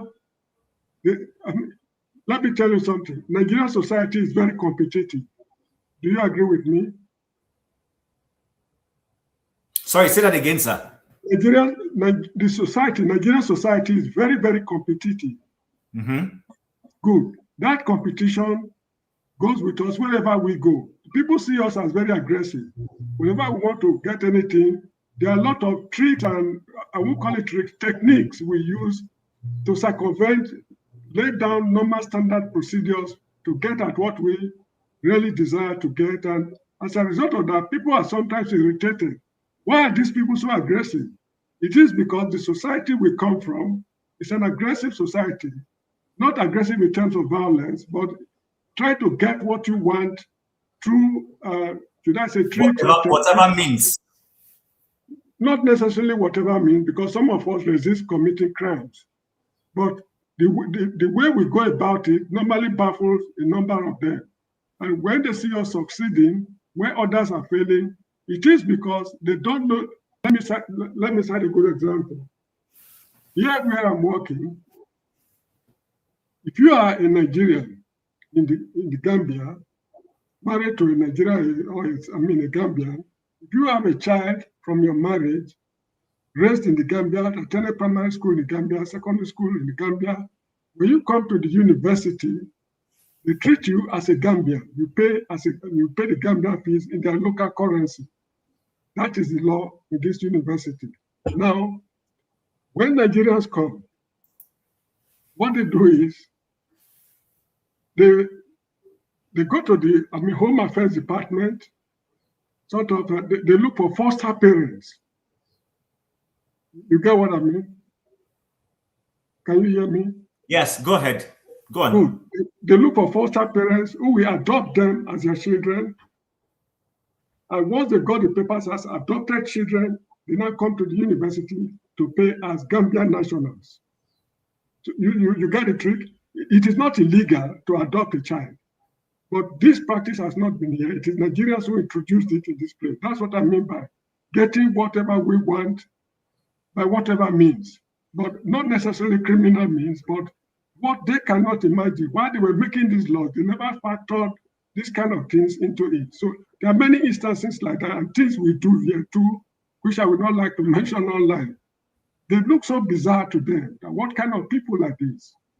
Okay. So that is the character of a society we are exhibiting over here. But individually, we will not like to do it to I will not like to do it to myself. But if I'm to do it to the society, I really don't mind. The end justifies the means, as Machiavelli would say. That's what I mean. Okay. Okay. I think it's well noted. Although I will slightly disagree, there are lots of Nigerians who go to places rather than carrying the general perspective, they go in and they mellow down and gradually work their way into trust. But no, let me cite an example again. I'm sorry I'm consuming so much time. That's okay, that's fine. In Nigeria, if you get your 5 O levels, that is not guaranteed that you enter university. Sure. It qualifies you to enter the race. You have to write your JAM exam. When you write your JAM exam, maybe you chose medicine.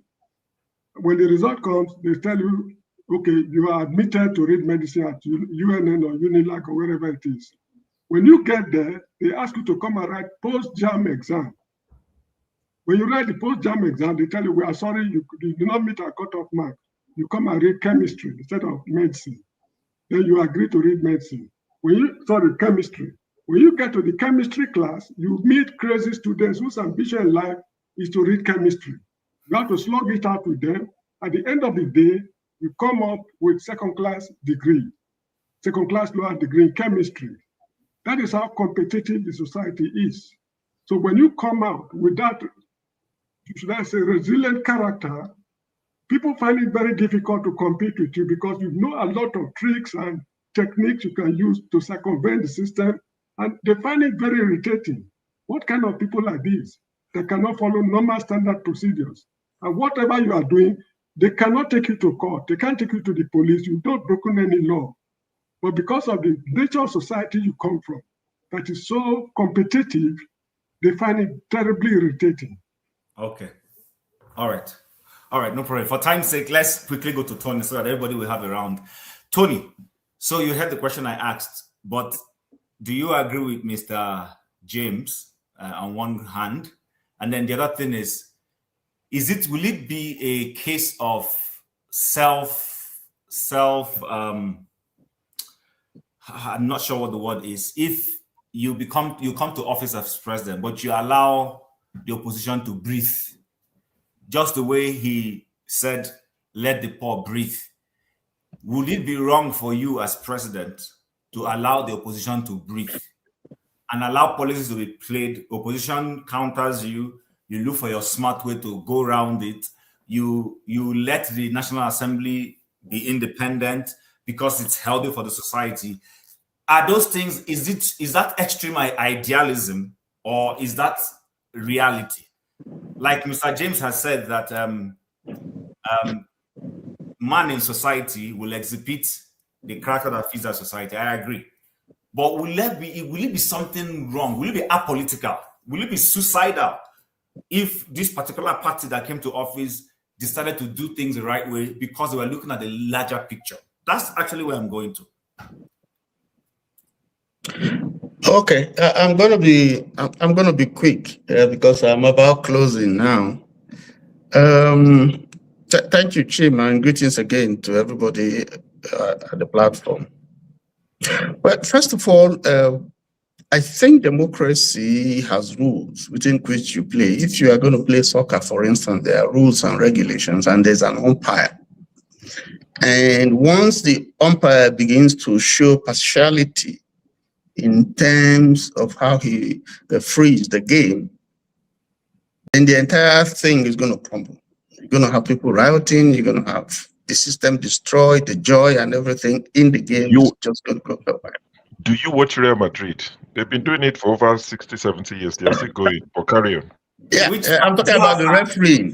You know, that the referee is critical. Yes. Yeah, they've been getting referee decisions for 60 years. Real Madrid, they are the biggest club. That's what happens. When I come to you, you will show me your receipt.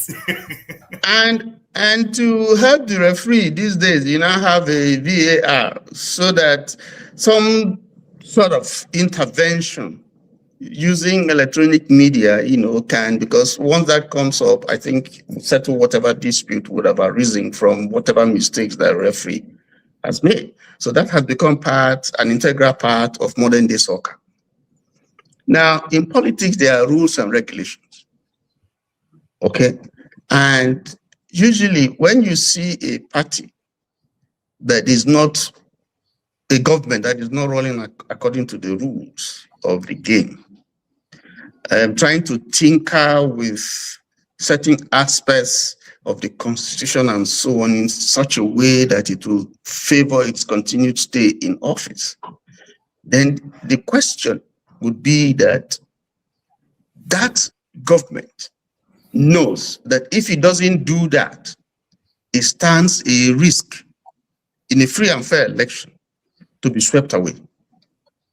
So what you see in the body language of the government today is the fact that in spite of all that they have done, in spite of trying to emasculate all the organs of government, judiciary, the legislature, the military, all the organs, and pauperize the people, he's still feeling uncomfortable because he's still not sure that all the measures that it has adopted to ensure that it wins will succeed.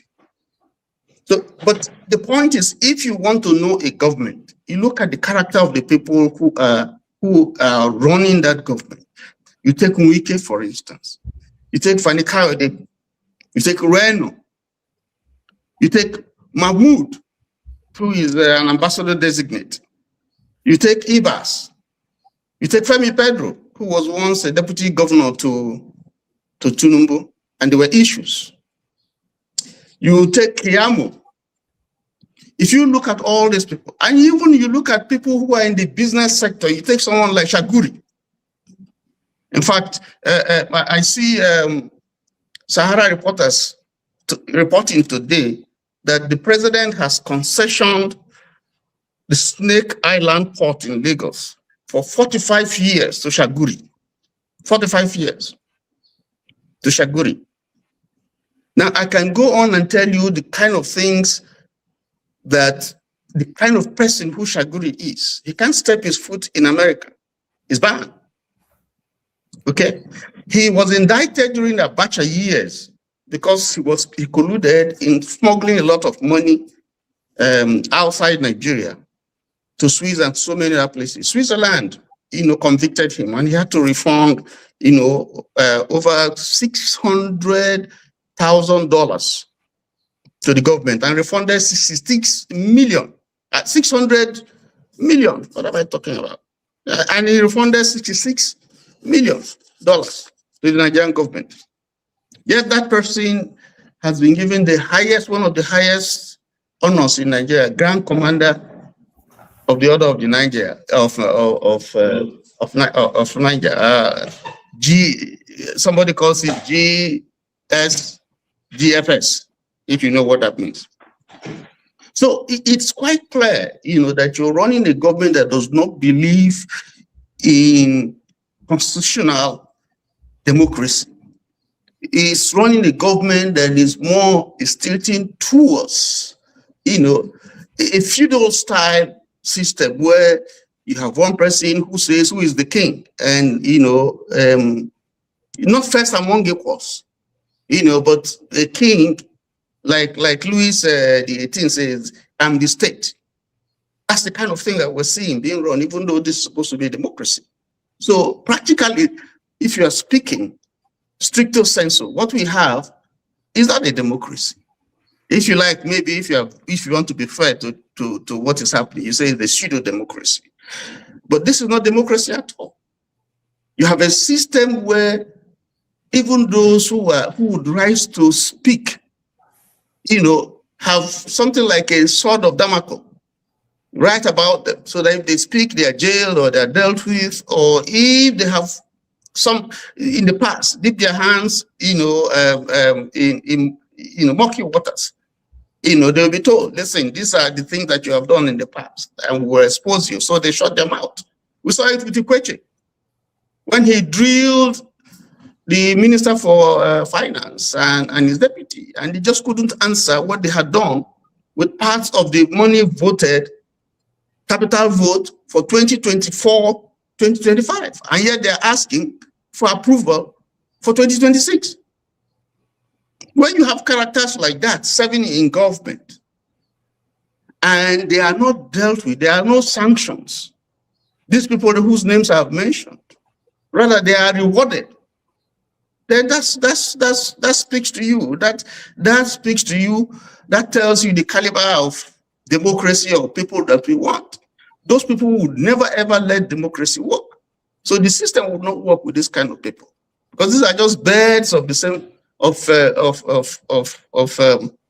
feather, flying, congregating together because they have a common purpose. I have to add it to the list. So that's the tragedy of our situation. And that's not a Nigerian character. It's not. This is not because the capacity is not there. It is an abuse of a capacity. That's a problem. We have the intellect, we have the capacity, but what we are saying is abuse of capacity. And all the institutions that are built to stand up against them have totally been decimated. That's the reality of the situation. Now we're dealing with America, and if you look deep, you will see that what is happening now is America has said there's some negotiation going on. And what I understand that is going on is, listen, these are the things that we want. If you give it to us, we keep a blind eye to what's happening in Nigeria. But if you don't, we deal with you. And the current government is ready. Say, we're ready. Take what you want. Do what you want so that we'll stay. So it's the government that is more interested in perpetuating itself in power. If you go by the laws, take the 2026 Electoral Act as amended, you would see that there's a deliberate attempt of exclusivity, trying to exclude certain persons, trying to ensure that certain persons who have criminal record can participate in the electoral process. And I was just reading today that in Wales, there is a law now, if you lie deliberately, then you'll be barred from running for election. But in Nigeria, we are putting in our laws that if you lie, that's okay. You can't be, I mean, it cannot be an electoral issue. I mean, you can't take it to court. So these are some of the issues. You will see that this is not a government they have succeeded in ensuring that they have majority. It was, and I doff my hat for Ashwaju for doing that because it was intentional. So when you get that majority, then you can do anything you want with Nigeria and you will sign them. And will sign it immediately. And he will say that, well, it's what is passed to me, I have to sign. That's the will of the people. The people who are representing you have passed this to me, I cannot dispute it. So if you look at the structure, the way it is, and the way everything is framed, is deliberately, pointing to a situation where this government wants to perpetuate itself in power and is presenting a fait accompli, a situation where whether you vote or you don't vote, in fact, your vote will be inconsequential. That's what I see. That's my reading of the situation. And again, I say that's not the Nigerian character. It is not. What is happening is that those like Shaw, who would have been able to get into the system to question like Abaribe, you can see what's happening to him. No, they take you out of the system. If they talk to you, they give you money and you refuse, and then you're on your own. Whatever happens to you, you see a minister threatening people to say, look, if you don't do this, what happened to so person will happen to you. And nobody's questioning. Nobody's saying, no, this is atrocious. You're a serving minister, you can't say this. You see Wike standing up to people to say, who are you? That's someone who's appointed, serving at the behest of the government. And he's talking to people, stop, you shouldn't talk when I'm talking. Who are you to talk when I'm talking? And he's doing whatever he does with impunity and saying stuff that you cannot say even here. Some of the things that some of our ministers do, they can't do it here. If they do, they'll go to jail. But they get away with it. Because you have a system that is structured in a particular way that once you are in a particular party, you never go wrong. That's not democracy. So, for me, what we need to do is to tear down the system. You got to tear down the system because it's not working. If you want Nigeria to move forward, we're lying to ourselves, because if you look at the indices, even for those who sympathize with this government and say they are doing well, you're lying to yourself. Because if you look at the indices, whatever indices you want to look at internationally, you would see that you have taken 2 steps forward and 10 steps backwards. We were better off in 1960, 61, 62, up to 66 than we are now. Our health institutions, our universities, our education system, our civil service, name it. The civil servant could work, retire, get his pay, buy a car, build a house, train his children in school, and still have enough. Our universities were highly rated. Today, they are not. So if you say you look at health systems, totally a collapse of the system. Okay, you look at poverty, you look at inflation. So you would see, if you are honest to yourself, you would see that what we are having is totally a reverse, and not just a reverse. It's so bad that my daughter was trying to go to Tanzania for a research. That was when she was holding a Nigerian passport. She wasn't a US citizen at the time.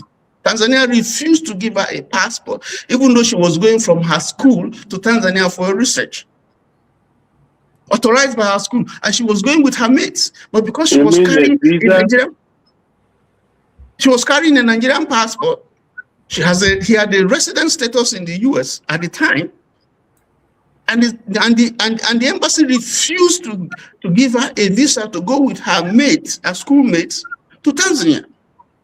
Until the professor, who is a Tanzanian, intervened and told them, no, you can't do that, before they gave her. Why? Because she's carrying a green passport. No other reason. Not because she committed any crime. Your passport does not have a very, very low value worldwide. And there's a reason for that. So if we say these things, there's no way you can say your government reflects who you are. When they look at your ambassadors and they look at the kind of people who are going to defend you, yeah, there's some good people there. Kyle Ray is good, I know him. The one that is going to come here. But if you look at the man who went at night when people were disputing an election and went to announce it. And he's going to speak for you. And when you see someone like Reno, and you see someone who has had issues with drugs, and they try to rehabilitate him over the years, and where is the man who appeared at night going? I don't know where it's going. I don't know where I hope they accept him. To Qatar. He's going to Qatar. Okay. You know, so he's probably going there and Qatar with them there. You know, maybe they'll accept him. I don't know. You know, so I mean, these are realities. This is not a lie. We have to really. It's not about a shiwaju or this. The system is not working. Okay, we can't deny that. Because of time, round off, please. So in closing, what I'm saying is that, you see, we have a real problem. I've not mentioned insecurity. Last year, 2025, from the records, about 7,000. Well, this is just part of the recorded numbers of people who were killed in the north, just in the north. And they say these were Christians, you know, killed. 7,000 were killed. 2009 to 2025, a record number of 125,000 people were killed. We are not fighting wars. What does the government say? Nothing. 500 killed, nothing. 200 killed, nothing. 100 killed, nothing. Nobody says anything. Flags don't go on half-mast. But here where I am, one person has been missing. The country has been looking, FBI, everybody has been searching for her to find where she is, spending resources to locate where she is. Not so with Nigeria. So it's up to you what you think. These are facts. So when Bwala appeared before Piers Morgan, I mean, it was difficult task for him to defend. What is he going to defend? Apart from the fact that he messed up, I expected that he would mess up because he's not going to go there to expose his government, otherwise he loses his job. But what this government tries at, it does very well, is get all those people who cause confusion. So while they are causing the confusion here and there, government is doing its own thing separately. Whether it's Mwebonyi, whether it's Omahi, you know, name them, on Wike and so on and so forth. Once they are busy, or Coppola or whatever, doing their thing, there's distraction. The government is doing what it's doing. The lawyers, I mean, the legislators are doing what they're doing. So it's up to you, folks, what you want to do with Nigeria. But the way we're going, Nigeria is gone. Thank you. All right, thank you, Tony, for that exposition. I think I'm coming to OBE. And I'm going to do that quickly so that we can come. Maska just joined us. So OBE, you heard what Tony said. I want to repeat my question again. Will it be wrong? Some of the things Tony is asking to be resolved can only be done when good people lead the nation, when a leader is altruistic enough to say, okay, listen, I've gone beyond politics. I need to fix Nigeria. So a Tinubu who used to be known as a Democrat, and the kind of things he's doing now, does it resonate? Does it help for nation building? Will it be wrong for Tinubu to come to office and say, okay, I used to be an opposition, I knew what it was, and the fact that I was in opposition and I was at least given a modicum of space to breathe, I will even go further and allow this opposition under me to breathe very well. Whereas I was an opposition that was, you know, decimated in a little bit, but because I believe in democracy, I will make this opposition enjoy being opposition, but I will play my politics and stay in power. Would that be wrong? Am I asking, or am I stating something that is extremely utopia? That's actually an ideal situation, but the president gave many of us a shock of our life, and when many people believe he was not going to do it differently anyway, because he had a historic and a testimony of his past based on his legal situation. I think the difference between like what Tony was saying, like the bus stops on his table, because to me everything that's happening today is about him.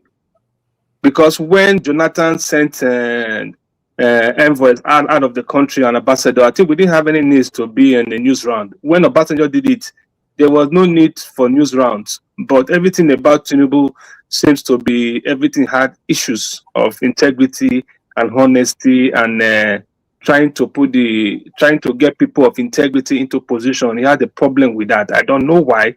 According to Bwala, he says it's strategic or probably it's intentional for him based on politics or politicizing, you know. But I don't look at it from that angle, because if you look at his own time when he was playing opposition and he was standing firm on his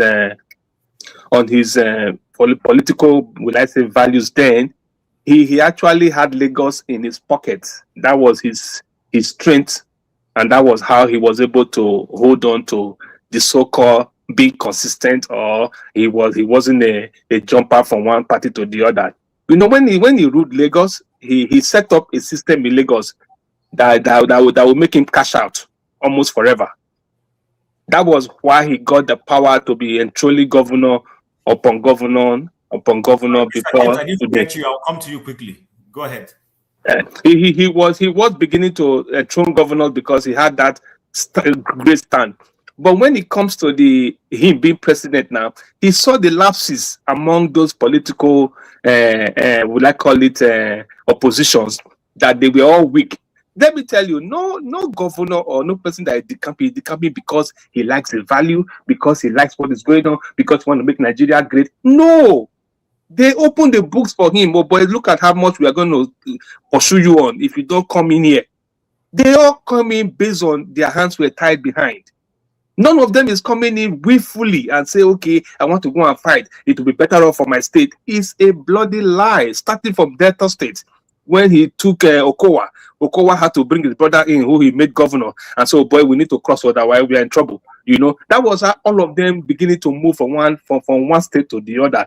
Based on Tinubu understand that every one of them are thieves.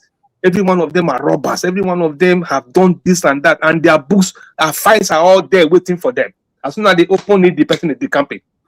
That's exactly what is happening now. He's bullying them into this one-party state thing based on their evil records. But nobody could do it to him then because he cleaned up his book in the state.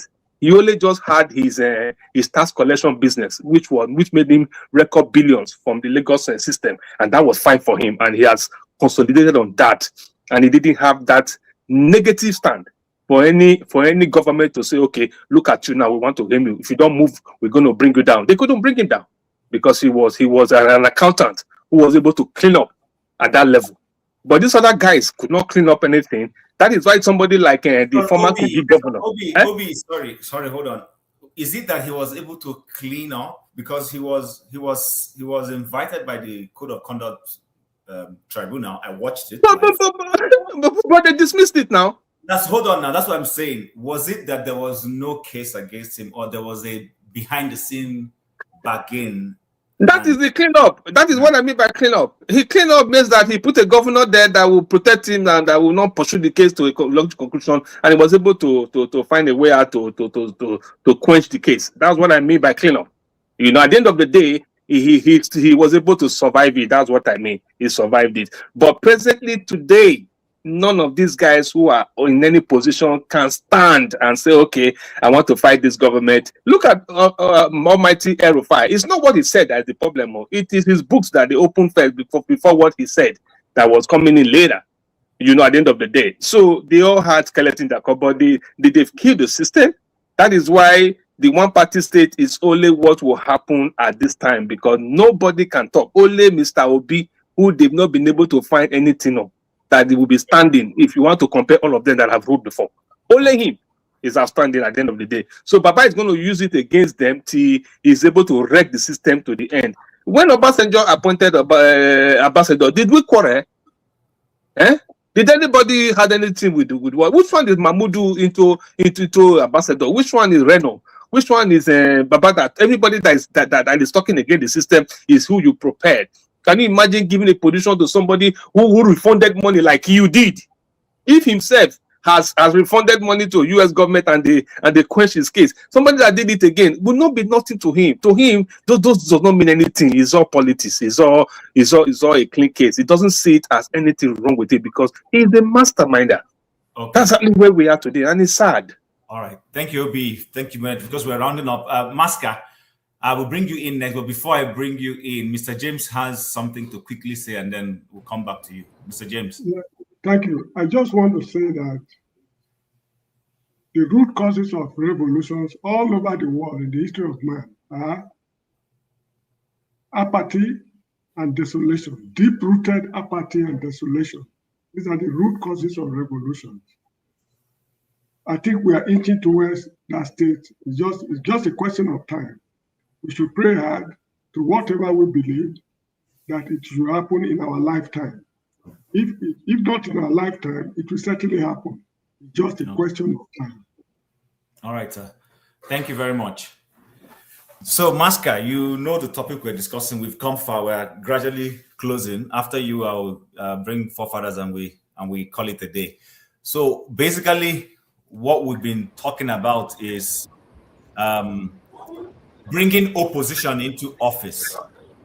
Does that all go well for the system, or is that something we should be cautious about? Because if you bring in the opposition to run the part and parcel of government, then who does the job of opposing you and holding you accountable? And then secondly, will it be a case of being self-destructive if you allow your opposition to breathe and allow people to stay in their opposition and not bring them in? How do you see this? All right, thank you, Chim, and good evening, all. Before I respond to your question, I just want to go back to what Mr. James said something. He said it in good faith. But you know, what I've learned in life also is that most of the things we do in passing, sometimes they end up to be the most fundamental, life-defining things we do. He said it's a question of time.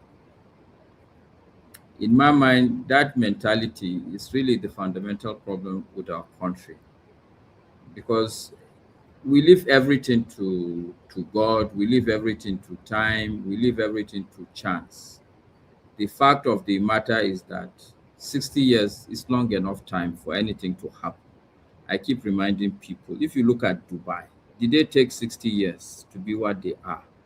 So let's not go back and start saying it's a question in time, or it's just a question of time. We shouldn't leave our fate to time.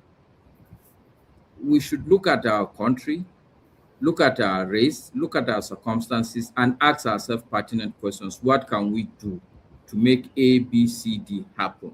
I'm just saying that also in passing. I'm very sure Mr. James said it's just a question of time that revolution will happen in Nigeria. He said it in passing.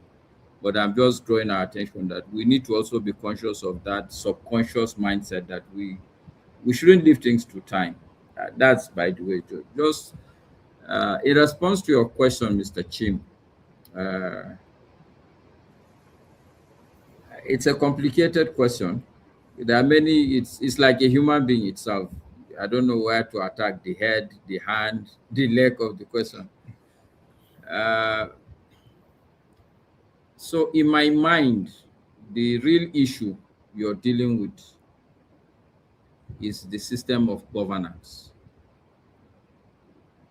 And I'm happy this is an opportunity for me. There's something I'd wanted to say the last time I was on the show, but I never got the chance to do that. I wanted to draw our attention to three separate things. There's the issue of state, which is the fact that, you know, in every society, there are shared services, even if it's just in your house. There are things, the kitchen is there. There are things that the wife would be expected to do. There are things that is expected that you, the husband, as the head of the family, should do. Things like sweeping is expected, especially if you're still in the village, it's expected that children should sweep the house. You know, that sort of understanding and making sure that everybody fulfill his own responsibility, in my mind, is what is called the state. So it's like everybody paying tax in a way. It's like you're contributing your own quota to make sure that the whole house or the whole community or the whole country is working as it should be. So let's put the state aside. Whether it's a democracy, whether it's military, whether it's what these people in Saudi Arabia, what do they practice? They are monarchy. It's monarchy. Okay, whether it's a monarchy, state must be there. I want us to first distinguish these three parts. State is one separate part. And a good example I will give is if you're living in an estate, you need an estate manager. You need somebody to make sure that water runs, electricity runs, they park refuse and stuff like that. That's the state. This system of governance, the one we keep arguing about, democracy and all this, it's also a separate matter. We should also look at it as a separate entity. And then there's the issue of rule of law, which in itself is a separate matter. And I think your question is trying to address the issue of the system of governance, this democracy that we practice in Nigeria. That, in my mind, is the root cause of this, your question. And why I say it's the root cause of your question is because it is set up in such a way that it's truly really not about competence. It's not about proficiency. It's not about your being a technocrat or whatever it is. It's just a popularity context. Simply, that's the way the system is. And unfortunately for human beings, when something is working well, it looks beautiful. But you need to see democracy in a place like Nigeria to really understand what truly is democracy. It's really some, if you want me to be very honest, I'm beginning to question it. And I think forefathers mentioned it when he was talking. Mosca, hold on, then please hold on. So in other, and I'm trying to be, I'm actually trying to rein myself in not to throw out the popular cliche of in better climes and stuff like that. You will see that in other democracies, especially, okay, let's take the American and British one, which we know.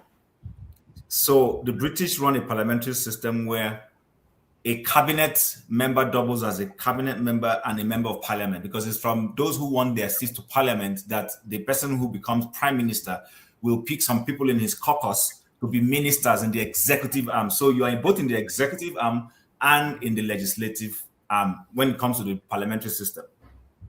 But you will see that they would pick good people or qualified persons. If you bring it home to the American, which is even more streamlined, when you are in president, the president can choose not to appoint anybody from Congress who will have to leave their seats permanently, like Marco Rubio, for instance, an example. He would look for qualified people. Sometimes, yeah, there could be some subjectivity in it, I agree, but you cannot totally say those persons don't have the capability to run whatever departments they are handed over to. What is difficult for our president to say, okay, I'm looking for people who will be the faces of Nigeria in the embassies.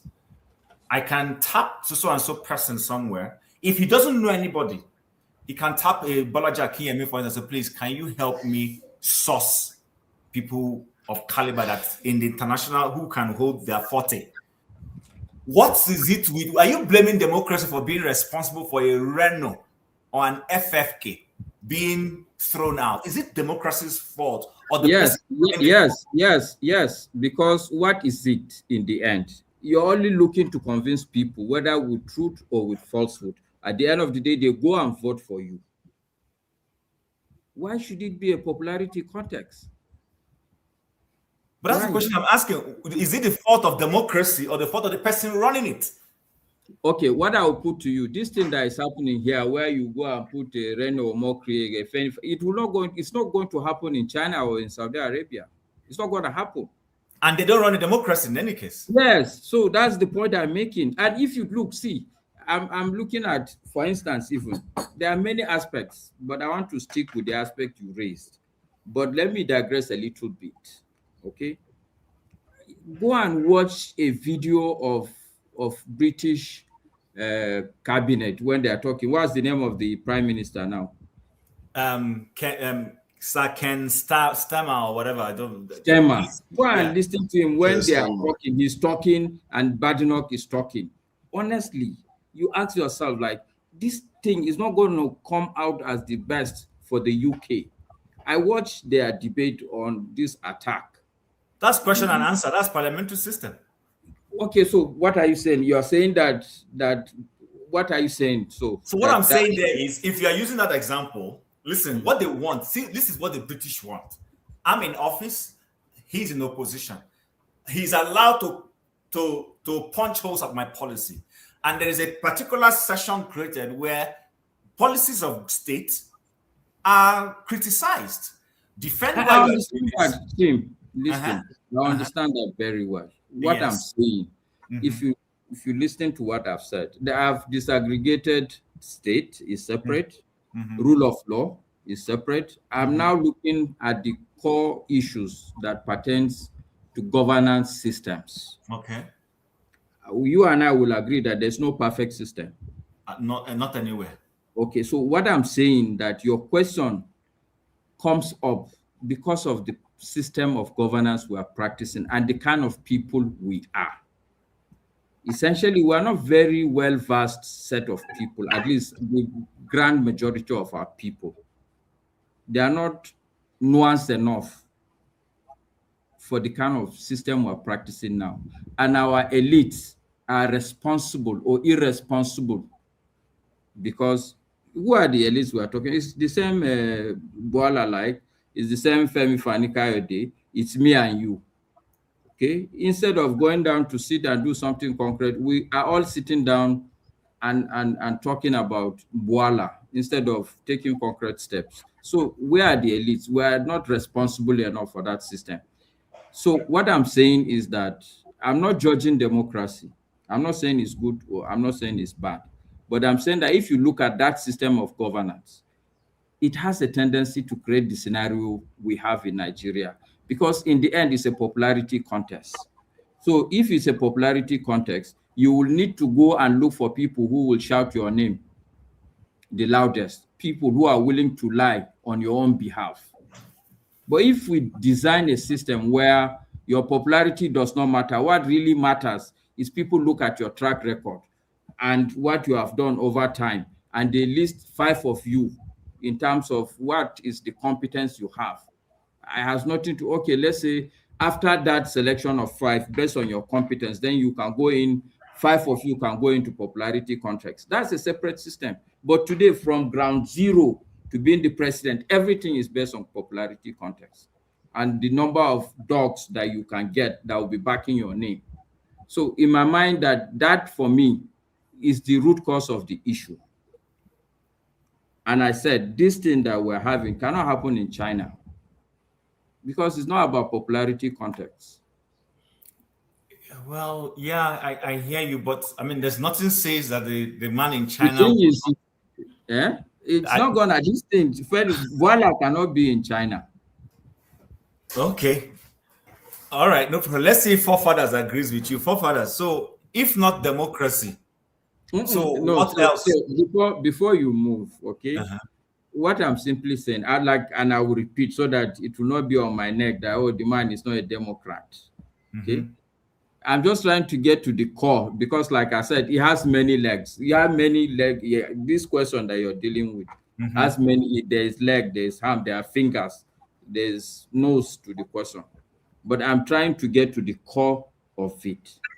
And my response is not that I like democracy or I don't like democracy. I'm simply saying that this issue itself is simply a fallout of the democratic system of governance that we're practicing. And to a large extent, is simply because every system you take, you must look at where you want to drop it. What I mean is, if we take democracy and we look at the kind of people we are, does it fit really with us?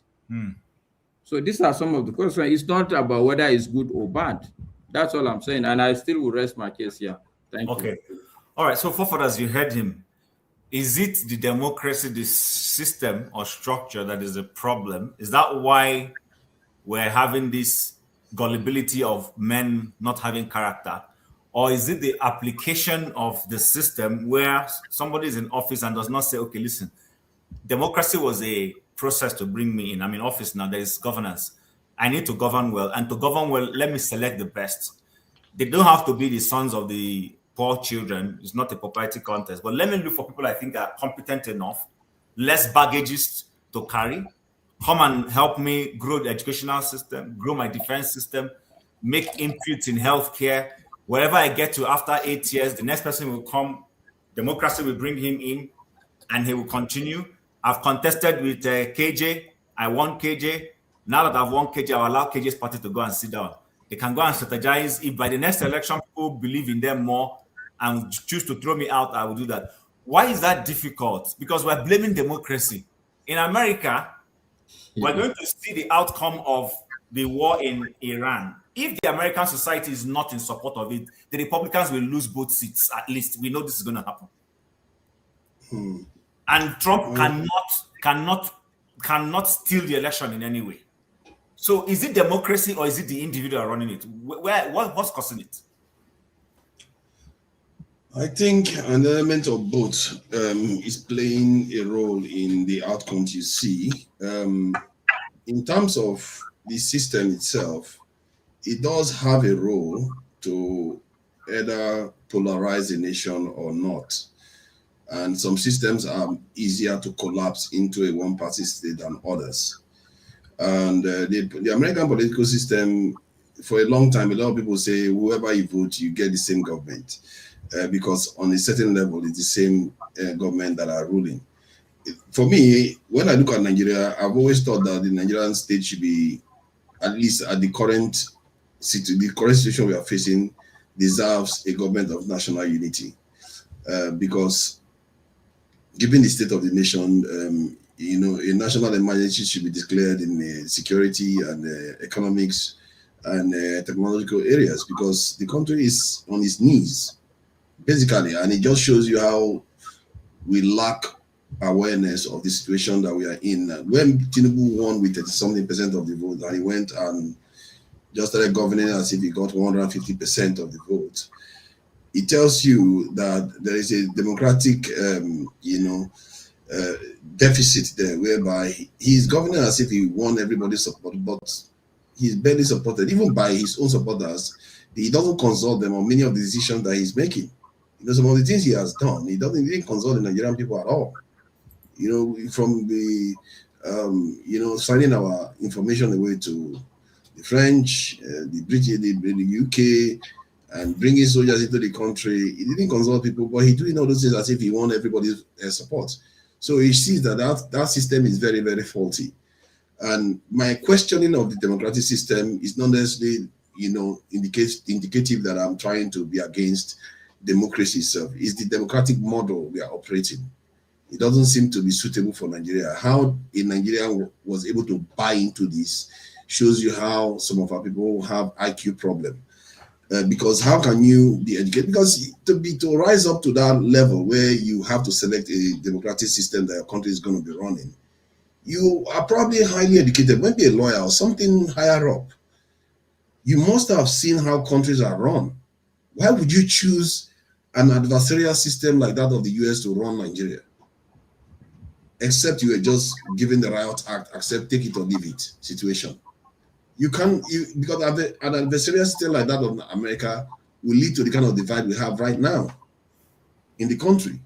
The kind of system that is best suited for Nigeria was the kind of system we have like in Switzerland, whereby almost every region and every part of the country has a say, and the citizens have a lot of power. Yes, it requires our people to be a little bit more informed about their duties to the state, but that's all that is required. Hold on. So you said the American system, not all democracy is adversarial. No, sorry, Chim. Maybe I think we should not be lumping democracy, because even democracy, there are variants. There's the parliamentary system.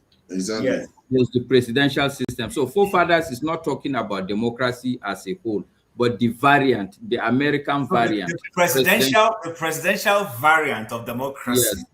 Yes. He calls it What's the adversarial. If you look at America is divided along it's always divided along certain lines. Okay, so but it's always us and them. But even the parliamentary system is adversarial. Remember, question and answer session is adversarial. So, but here's where I'm going to, forefathers, then you continue. Here's where I'm going to. You said that that our variant of democracy also has a tendency, depending on who is real and how we go about it, it can dovetail into a one-party state. One-party state. What is China that we praise? Is China not a no-party state at all? Zero, no competition? Yeah, we want that given there is a competition. There is a competition within there. Hey. But it is still within the same class of people.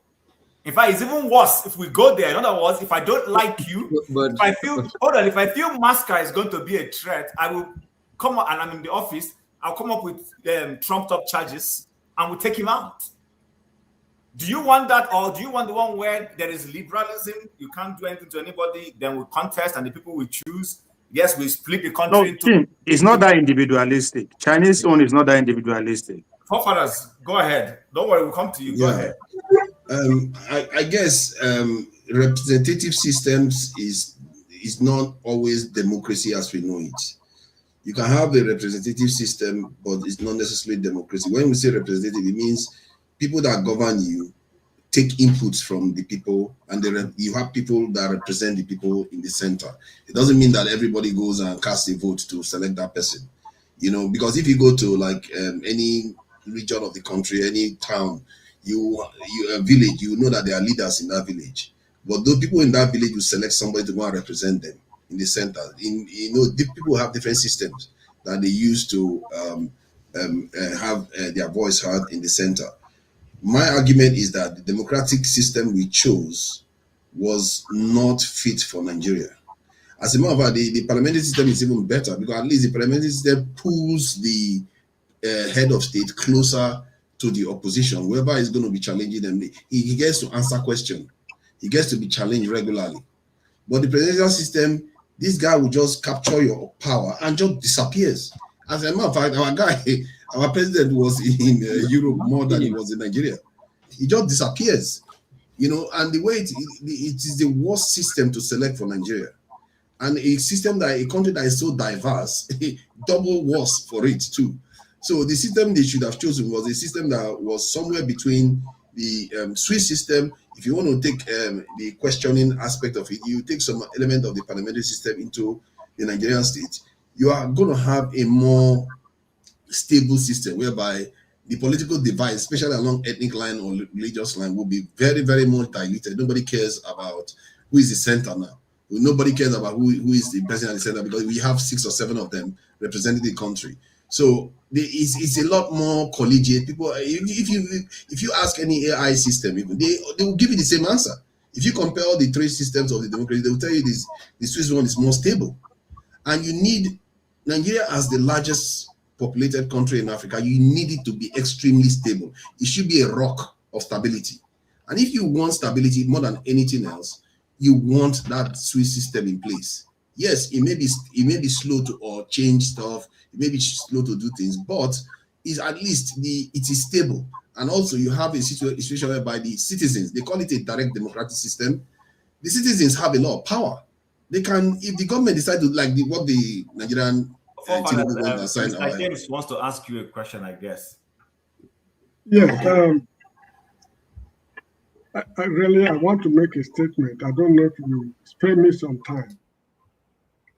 Where and when was the decision taken that Nigeria should be democratic?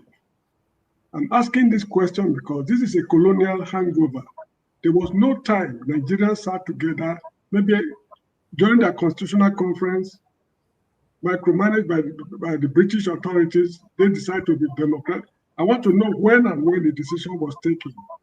I'm asking this question because when the Americans went to Vietnam, they lost the war.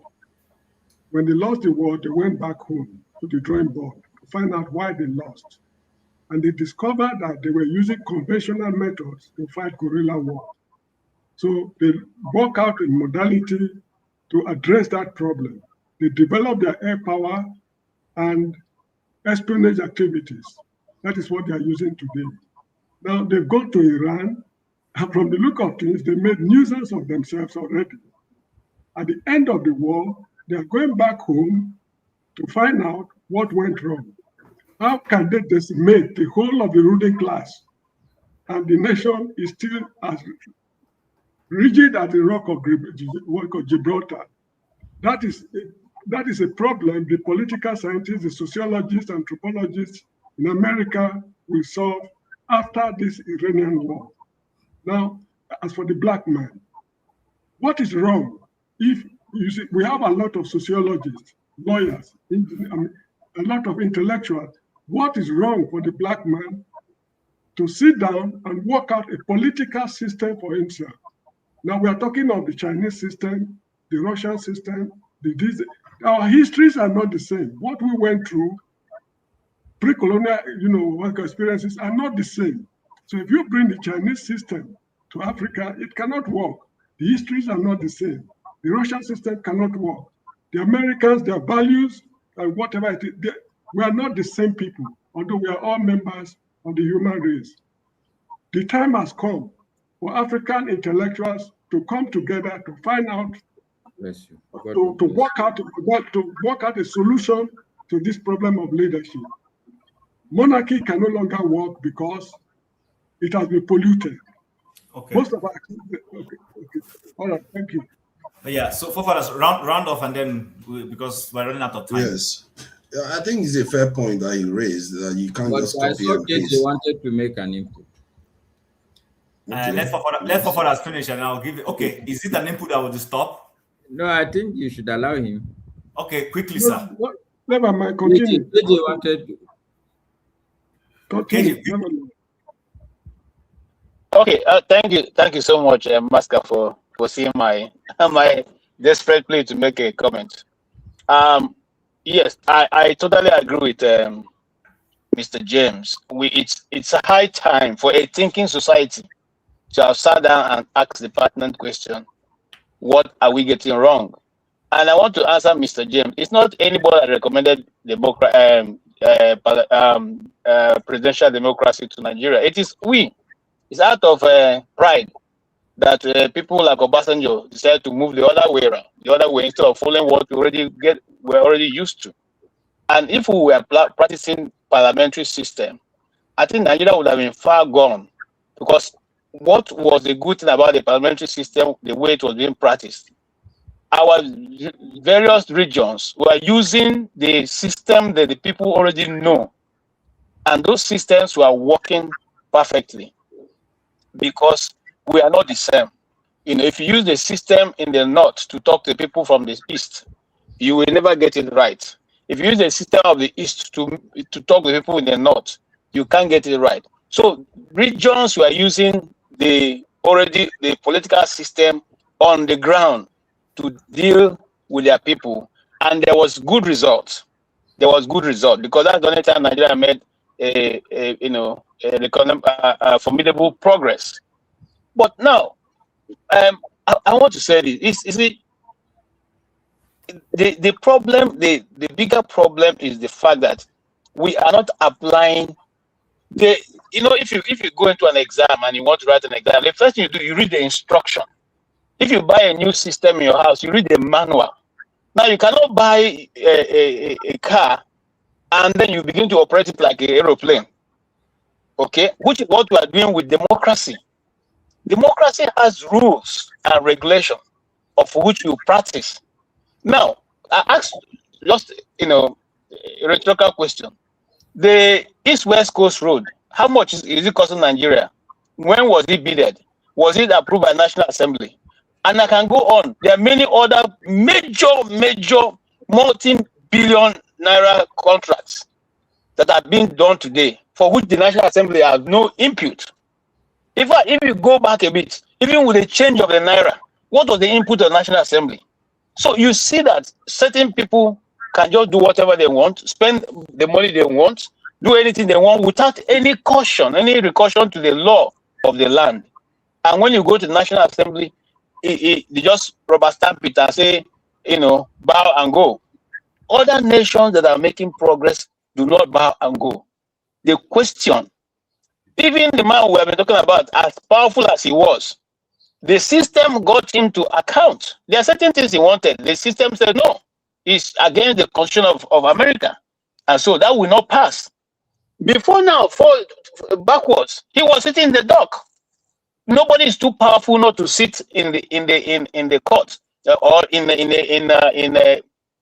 what do you call it now? A disposition, okay, whatever. Now, excuse me. No, the one that the parliament calls you, you sit down, they ask you, they go back into your history. If you have found one thing, whatever you have done against the system, today we have Bill Clinton and his wife. But our system is still thinking that once you get into a governorship position, you have become a king. Nobody can ask you any question. That's why a person can go, a journalist talking to you, and you tell the person, what kind of stupid question are you asking me? You must be very stupid to ask me that question, because they are thinking you are a king. So our people, first of all, have to, and that is one of the places where when I was here back there, I was trying to gather enough support. So we break. For us can finish. So I'm going to say this, and I'll go because I'm on the road. I'm waiting for you to talk. Now, so that we can educate our people that a governor is not your king, he's a servant. And if he's not doing well, you have the right to go and meet him and say, what you are doing is not correct. That's not why we elected you. And if you don't repent, we are going to change. And then we also know that the people have the money. You see, that's what the problem is. It's not your money as a governor. It's not your money as a president. The people is the money of the people. So you can't spend it anyhow you like. All right, you can't take your children and be going about introducing them and using government funds to do that. Until we do that, my brother and sisters, if there's anyone there, we're not going to go far, because the system we're looking at and we're following checkmate themselves. Checkmate themselves. Okay, look.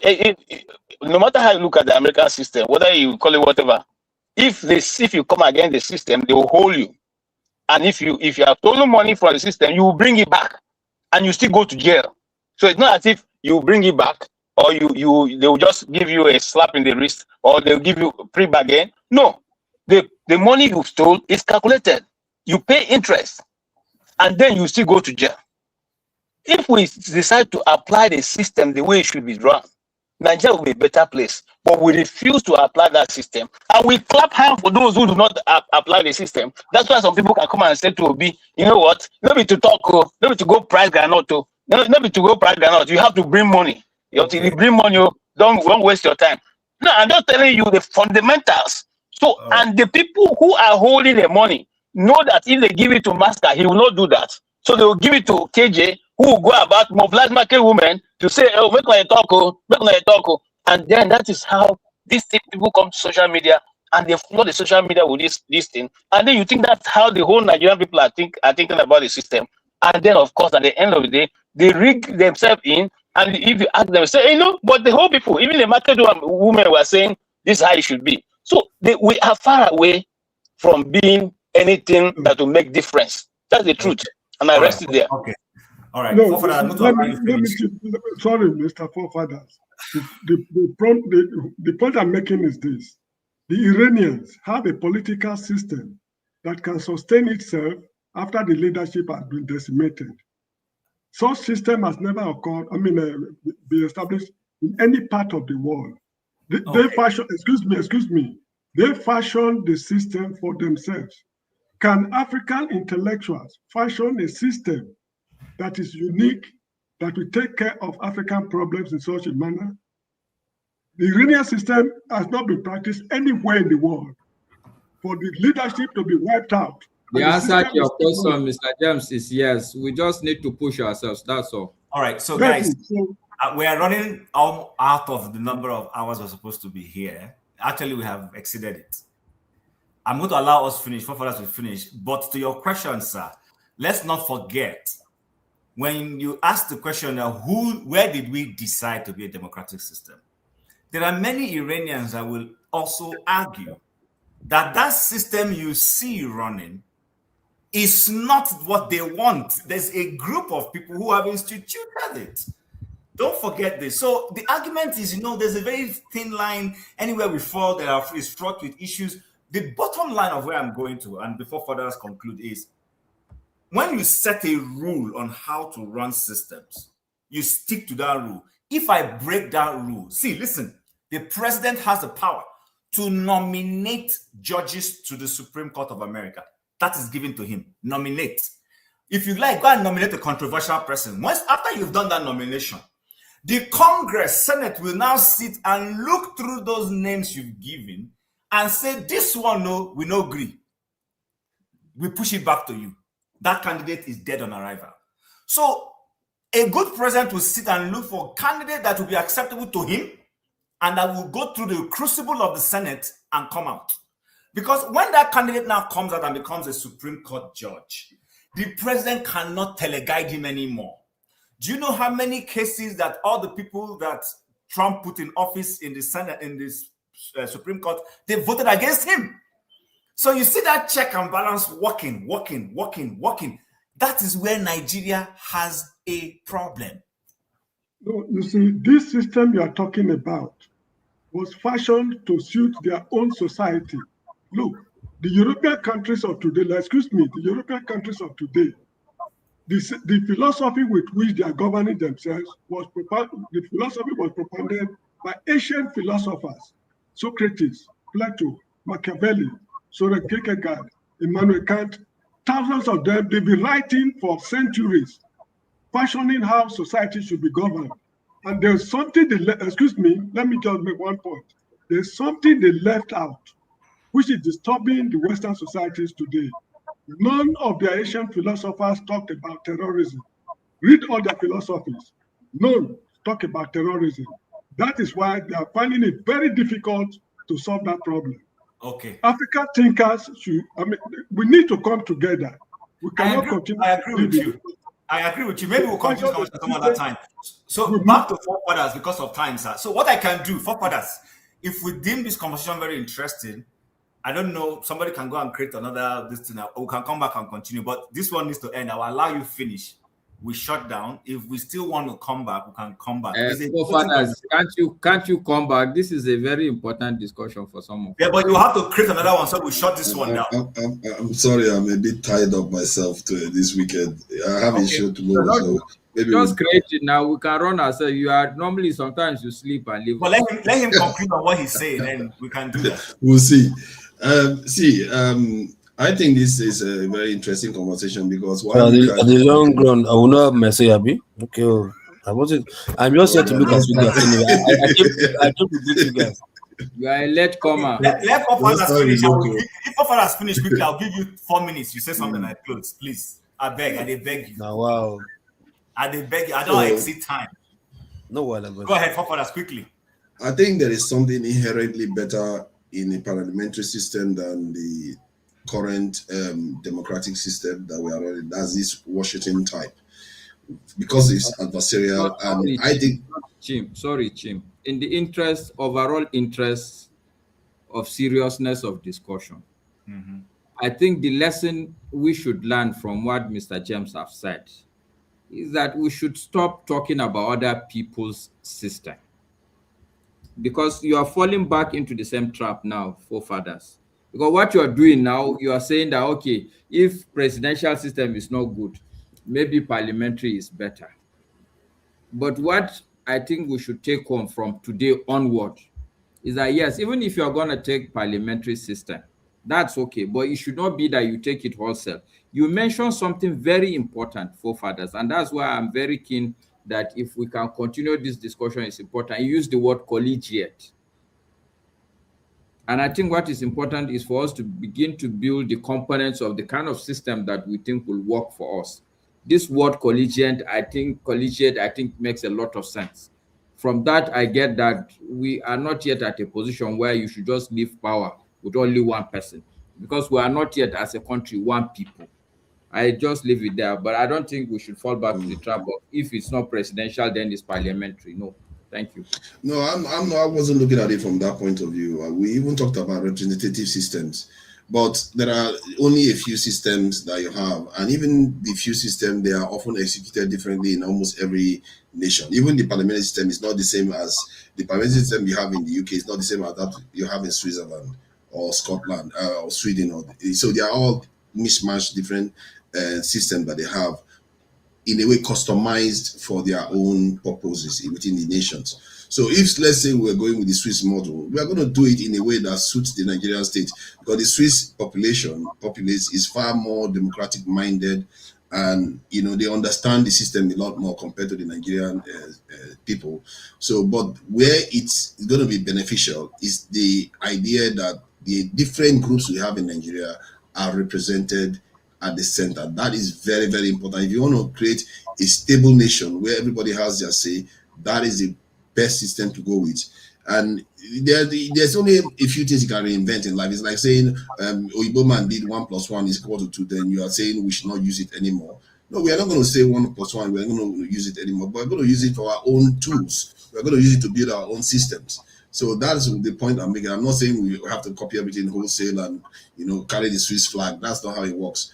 And it turns out that even among the OECD countries, which is most of the developed countries, 77% or up to 77% of them are actually parliamentary. They are not this American system of government. And why it is actually better, the reason why it makes it even more responsive to the people is because it forces the leader all the time to confront the opposition all the time. And the opposition has power in those countries. They have what they call, like in the case of the UK, they have what they call shadow government that are actually recognized by the state as an official position. And the head of the opposition is paid a salary from the treasury. Yes, they have an official position within the state. If you are the largest second party in the country, you become the official opposition because you are likely to make it into office, so you become official. So in a way, just sorry for that. Now that if you are talking something, I just can't imagine Tinubu every day in the parliament. you might be answering questions. Arguing every day. He's not, just for that alone, he's not going to run because he'll be like, I can't take this. This is going to kill me before my time.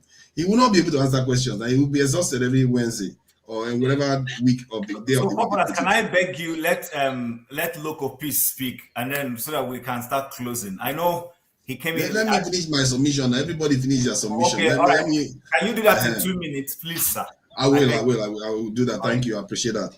So we have to. I strongly believe that if we are going to go with democracy, we have to go for the one that gives us stability. I'm tired of Nigerians complaining about this one does this one, that one is the president. This one, no. We want stability, and Africa needs it. And Nigeria is one of the most powerful countries in Africa. If you want to create a system, you decide on a system that gives you stability, which is the Swiss model. In terms of who decided whether we should be a democracy, I think it was obvious when Abiola ran for an election and he was denied the mandate. And when he paid with his blood, it was inevitable that Nigeria has, because Nigeria just had enough with the military. It was inevitable we had to have a democratic system. And it led to the democratic system we have now, that is the longest system of government Nigeria has ever had without interruption of a coup or something else occurring. So we chose it. If that's the question James is asking, we actually chose it, and for better or for worse, it's lasted the longest in the Nigerian history so far. I think it's about 26, 27 years now, straight system. So thank you for that. The time, Chem. Thank you very much for that. So, Loco P, I will give you 4 minutes. Loco, are you there? Wow, Adisa. You don't come early now. All you people will go church late or go party late. This is what happens when you come late. Thank you, sir. Okay, so I'm going to give you 4 minutes so that we can shut down, please. For the way you laugh, close your teeth. Sorry. You are supposed to organize something. You and Jagun, you people, you can criticize government. Small thing, the two of you can't do. But why you see now? You see how? Black man. Black man. Do you know? Wait now. You ask question. You didn't even wait to like, oh, what happened? Or did you or did you not? You just shoot me. Small thing. You just like continue with your. You know what happened? Black people, yeah. Okay, anyways, look, for me, it's not rocket science, it's simple. You understand? Like what Pa James said, everything that works for that people must not work for you. The way I sleep in your wife, it's not the same way you sleep with your wife now, and they'll feel the same thing. Abi? So you are just a nation. The way the number of tribes we have in Nigeria, some other countries do not have it.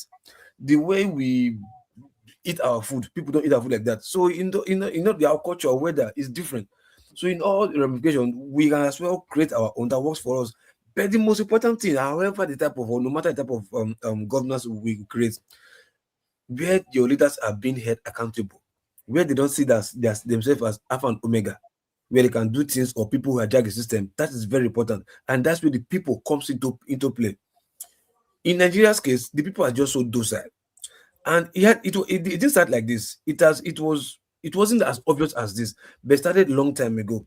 Ignorance, leave them. God will punish them. Leave them for God. God will answer them. God will answer them. Now they now become to a monster that is so powerful that we are now used to it. That anything that happens flies. If somebody like Bwala in those days do this kind of stuff, the next day, shame no let him carry head come out. He go shame go enter house. But these days he can put his chest and tell you nothing they happen. And talk about nothing that happened because they understood that over time they will only say for 1 or 2 weeks and it will fly and to pass, something else will happen. You understand? So any kind of government can work for us, but the most important thing is that the people who are voting this into power should hold their ground and are ready to die for the country. To no, if you can't hold you accountable, there's no need for you to be there. There's no point for you to be there. So our people have to learn that look, I put you to office, I have to come for your head if you fuck up. If you do anyhow, you see anyhow. So our people have to have that in their mind, and they are really willing to do that for their country, but they are not yet ready. And they don't want to. Do you know why?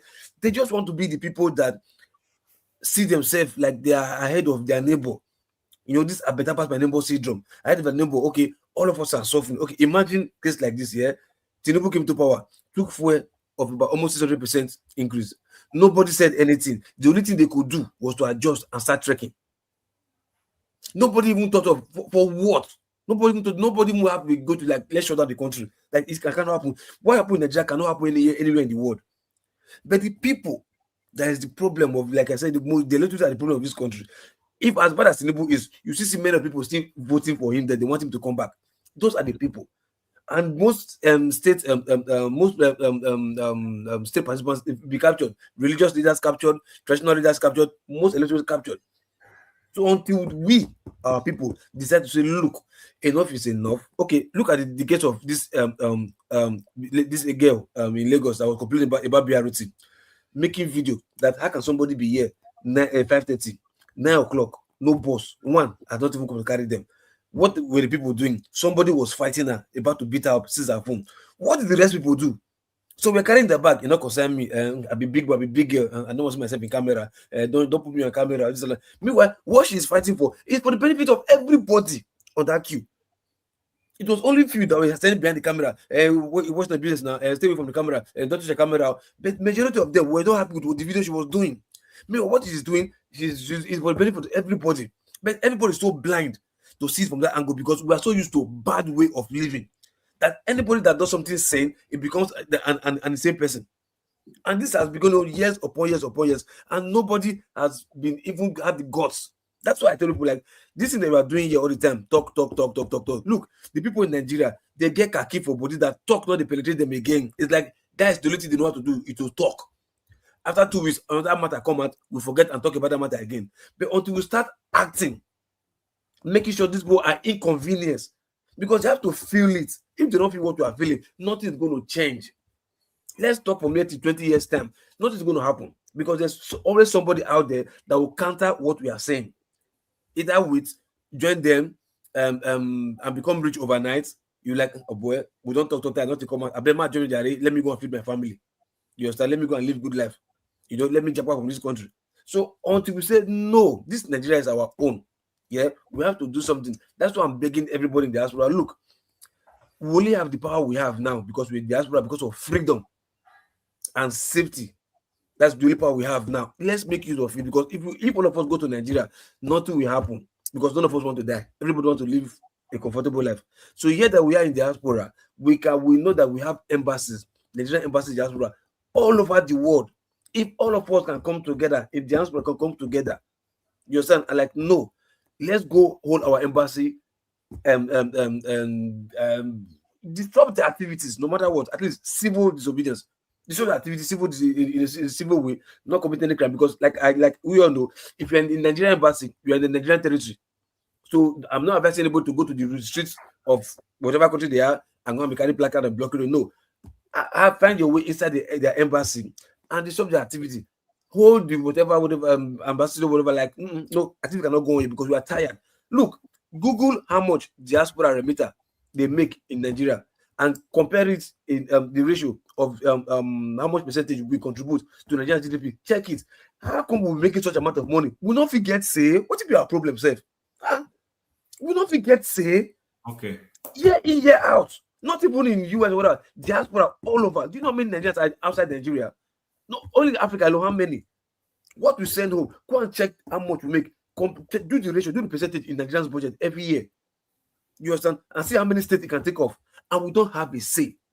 KJ is telling me that we are writing, people are writing. This kind of time, this situation, people are writing. My brother, come on now. My brother, come on. You understand? We are in a situation whereby, look, confrontation is only what will resolve this issue.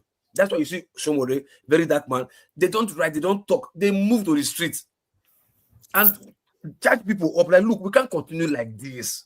My brother will not go fit. Nigeria has been in that place since how many months now? Everybody, Nana is somebody carrying placard. We're like, come on, why should we wait till you get to how many months or 3 months before we start marching? Why? We be any man. Why? There's somebody tell me say, I think don't be what's it called? Tony say his daughter before she get residency from US to get the passport to Tanzania, they not give them. Yeah, because they see us like savage because we treat ourselves like animals to ourselves. How you want to make foreigners treat us? I don't understand. You just say they don't see. Or after the rubbish that Daniel Bwala put out there, then tomorrow somebody will not see me. I put my Nigerian passport. The man after watching and a message destroy Daniel Bwala, government official. The man you can't respect me. See me get sense. No, because for we to allow people like Bwala and Tinubu did there and nobody do anything, it's like we accept them. And for we to accept them, that means we do not get sense for accepting people like that. That is just literally how it means. Because it's not by coincidence. All the whole country for this world, they treat Nigerian passport like rubbish. South Africa did it, they don't go down. Morocco did it, they don't go down. Ghana did it, they don't do only Nigerians. Something is wrong somewhere. Something is wrong somewhere. I beg everybody. I'm not joking with this. I agree with you, but your points are valid. The whole country is right now. They are talking about immigration. They are going somewhere. We think we know because we think we are in their country. Okay, everything is safe. You understand? They are going somewhere with this immigration wala. I've seen people that they've revoked their passport. That's most when they start. A time will come. They will say to everybody, but go your country. UK, we are with them now. UK, the economy, they die every day. The economy is shit. You understand? A time will come like, oh, because the economy is shit, oh yeah, you people go back to your country. I bet let us handle our shit. A time will get to that place because the economy right now is dead. Not today for this economy, for this UK. So by that time, if it happens, where we want to go? Okay, the same place. So now that we have the power now and we are safe to do this from diaspora, please, let's do it. Look, we need to go. Your points are very valid. Please, let's do it. We don't have enough time. If I did, we would have continued. Gentlemen, I want to thank you for keeping a date with the show today. At the end of the day, the whole conversation was all about how we can run a system that is functional and is beneficial to every Nigerian. That's basically whether it is from the critic to insider we're talking about, or to now that we narrowed it down to what particular type of system can work for us. Listen, if Nigeria better, many of us don't go there where we did. Let me speak it in pidgin. They live as slaves. They do slaves. They go like slave for you.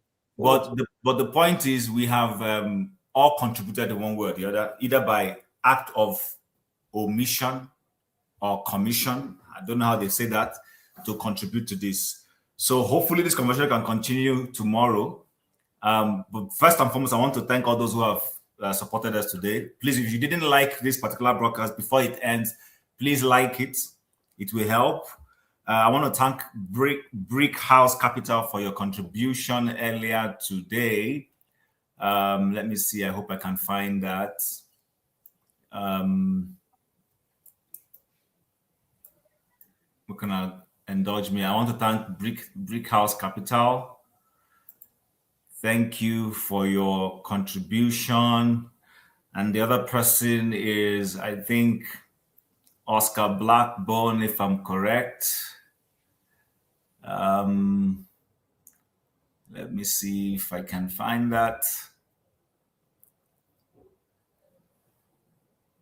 Yes, Oscar Blackbone, thank you very much. And of course, the last but not the least is Kulata. Thank you very much for contributing to the platform. We appreciate that. We hope you will keep a date. Tomorrow is the real Have Your Say. We had another Our Say in a different way, but tomorrow is Have Your Say. Rudolph will be back.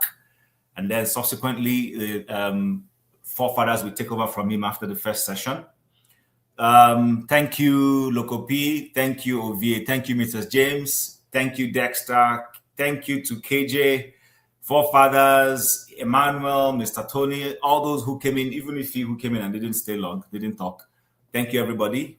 It's been a wonderful show, and I hope you would keep a date with us tomorrow as we come back to continue to have these conversations.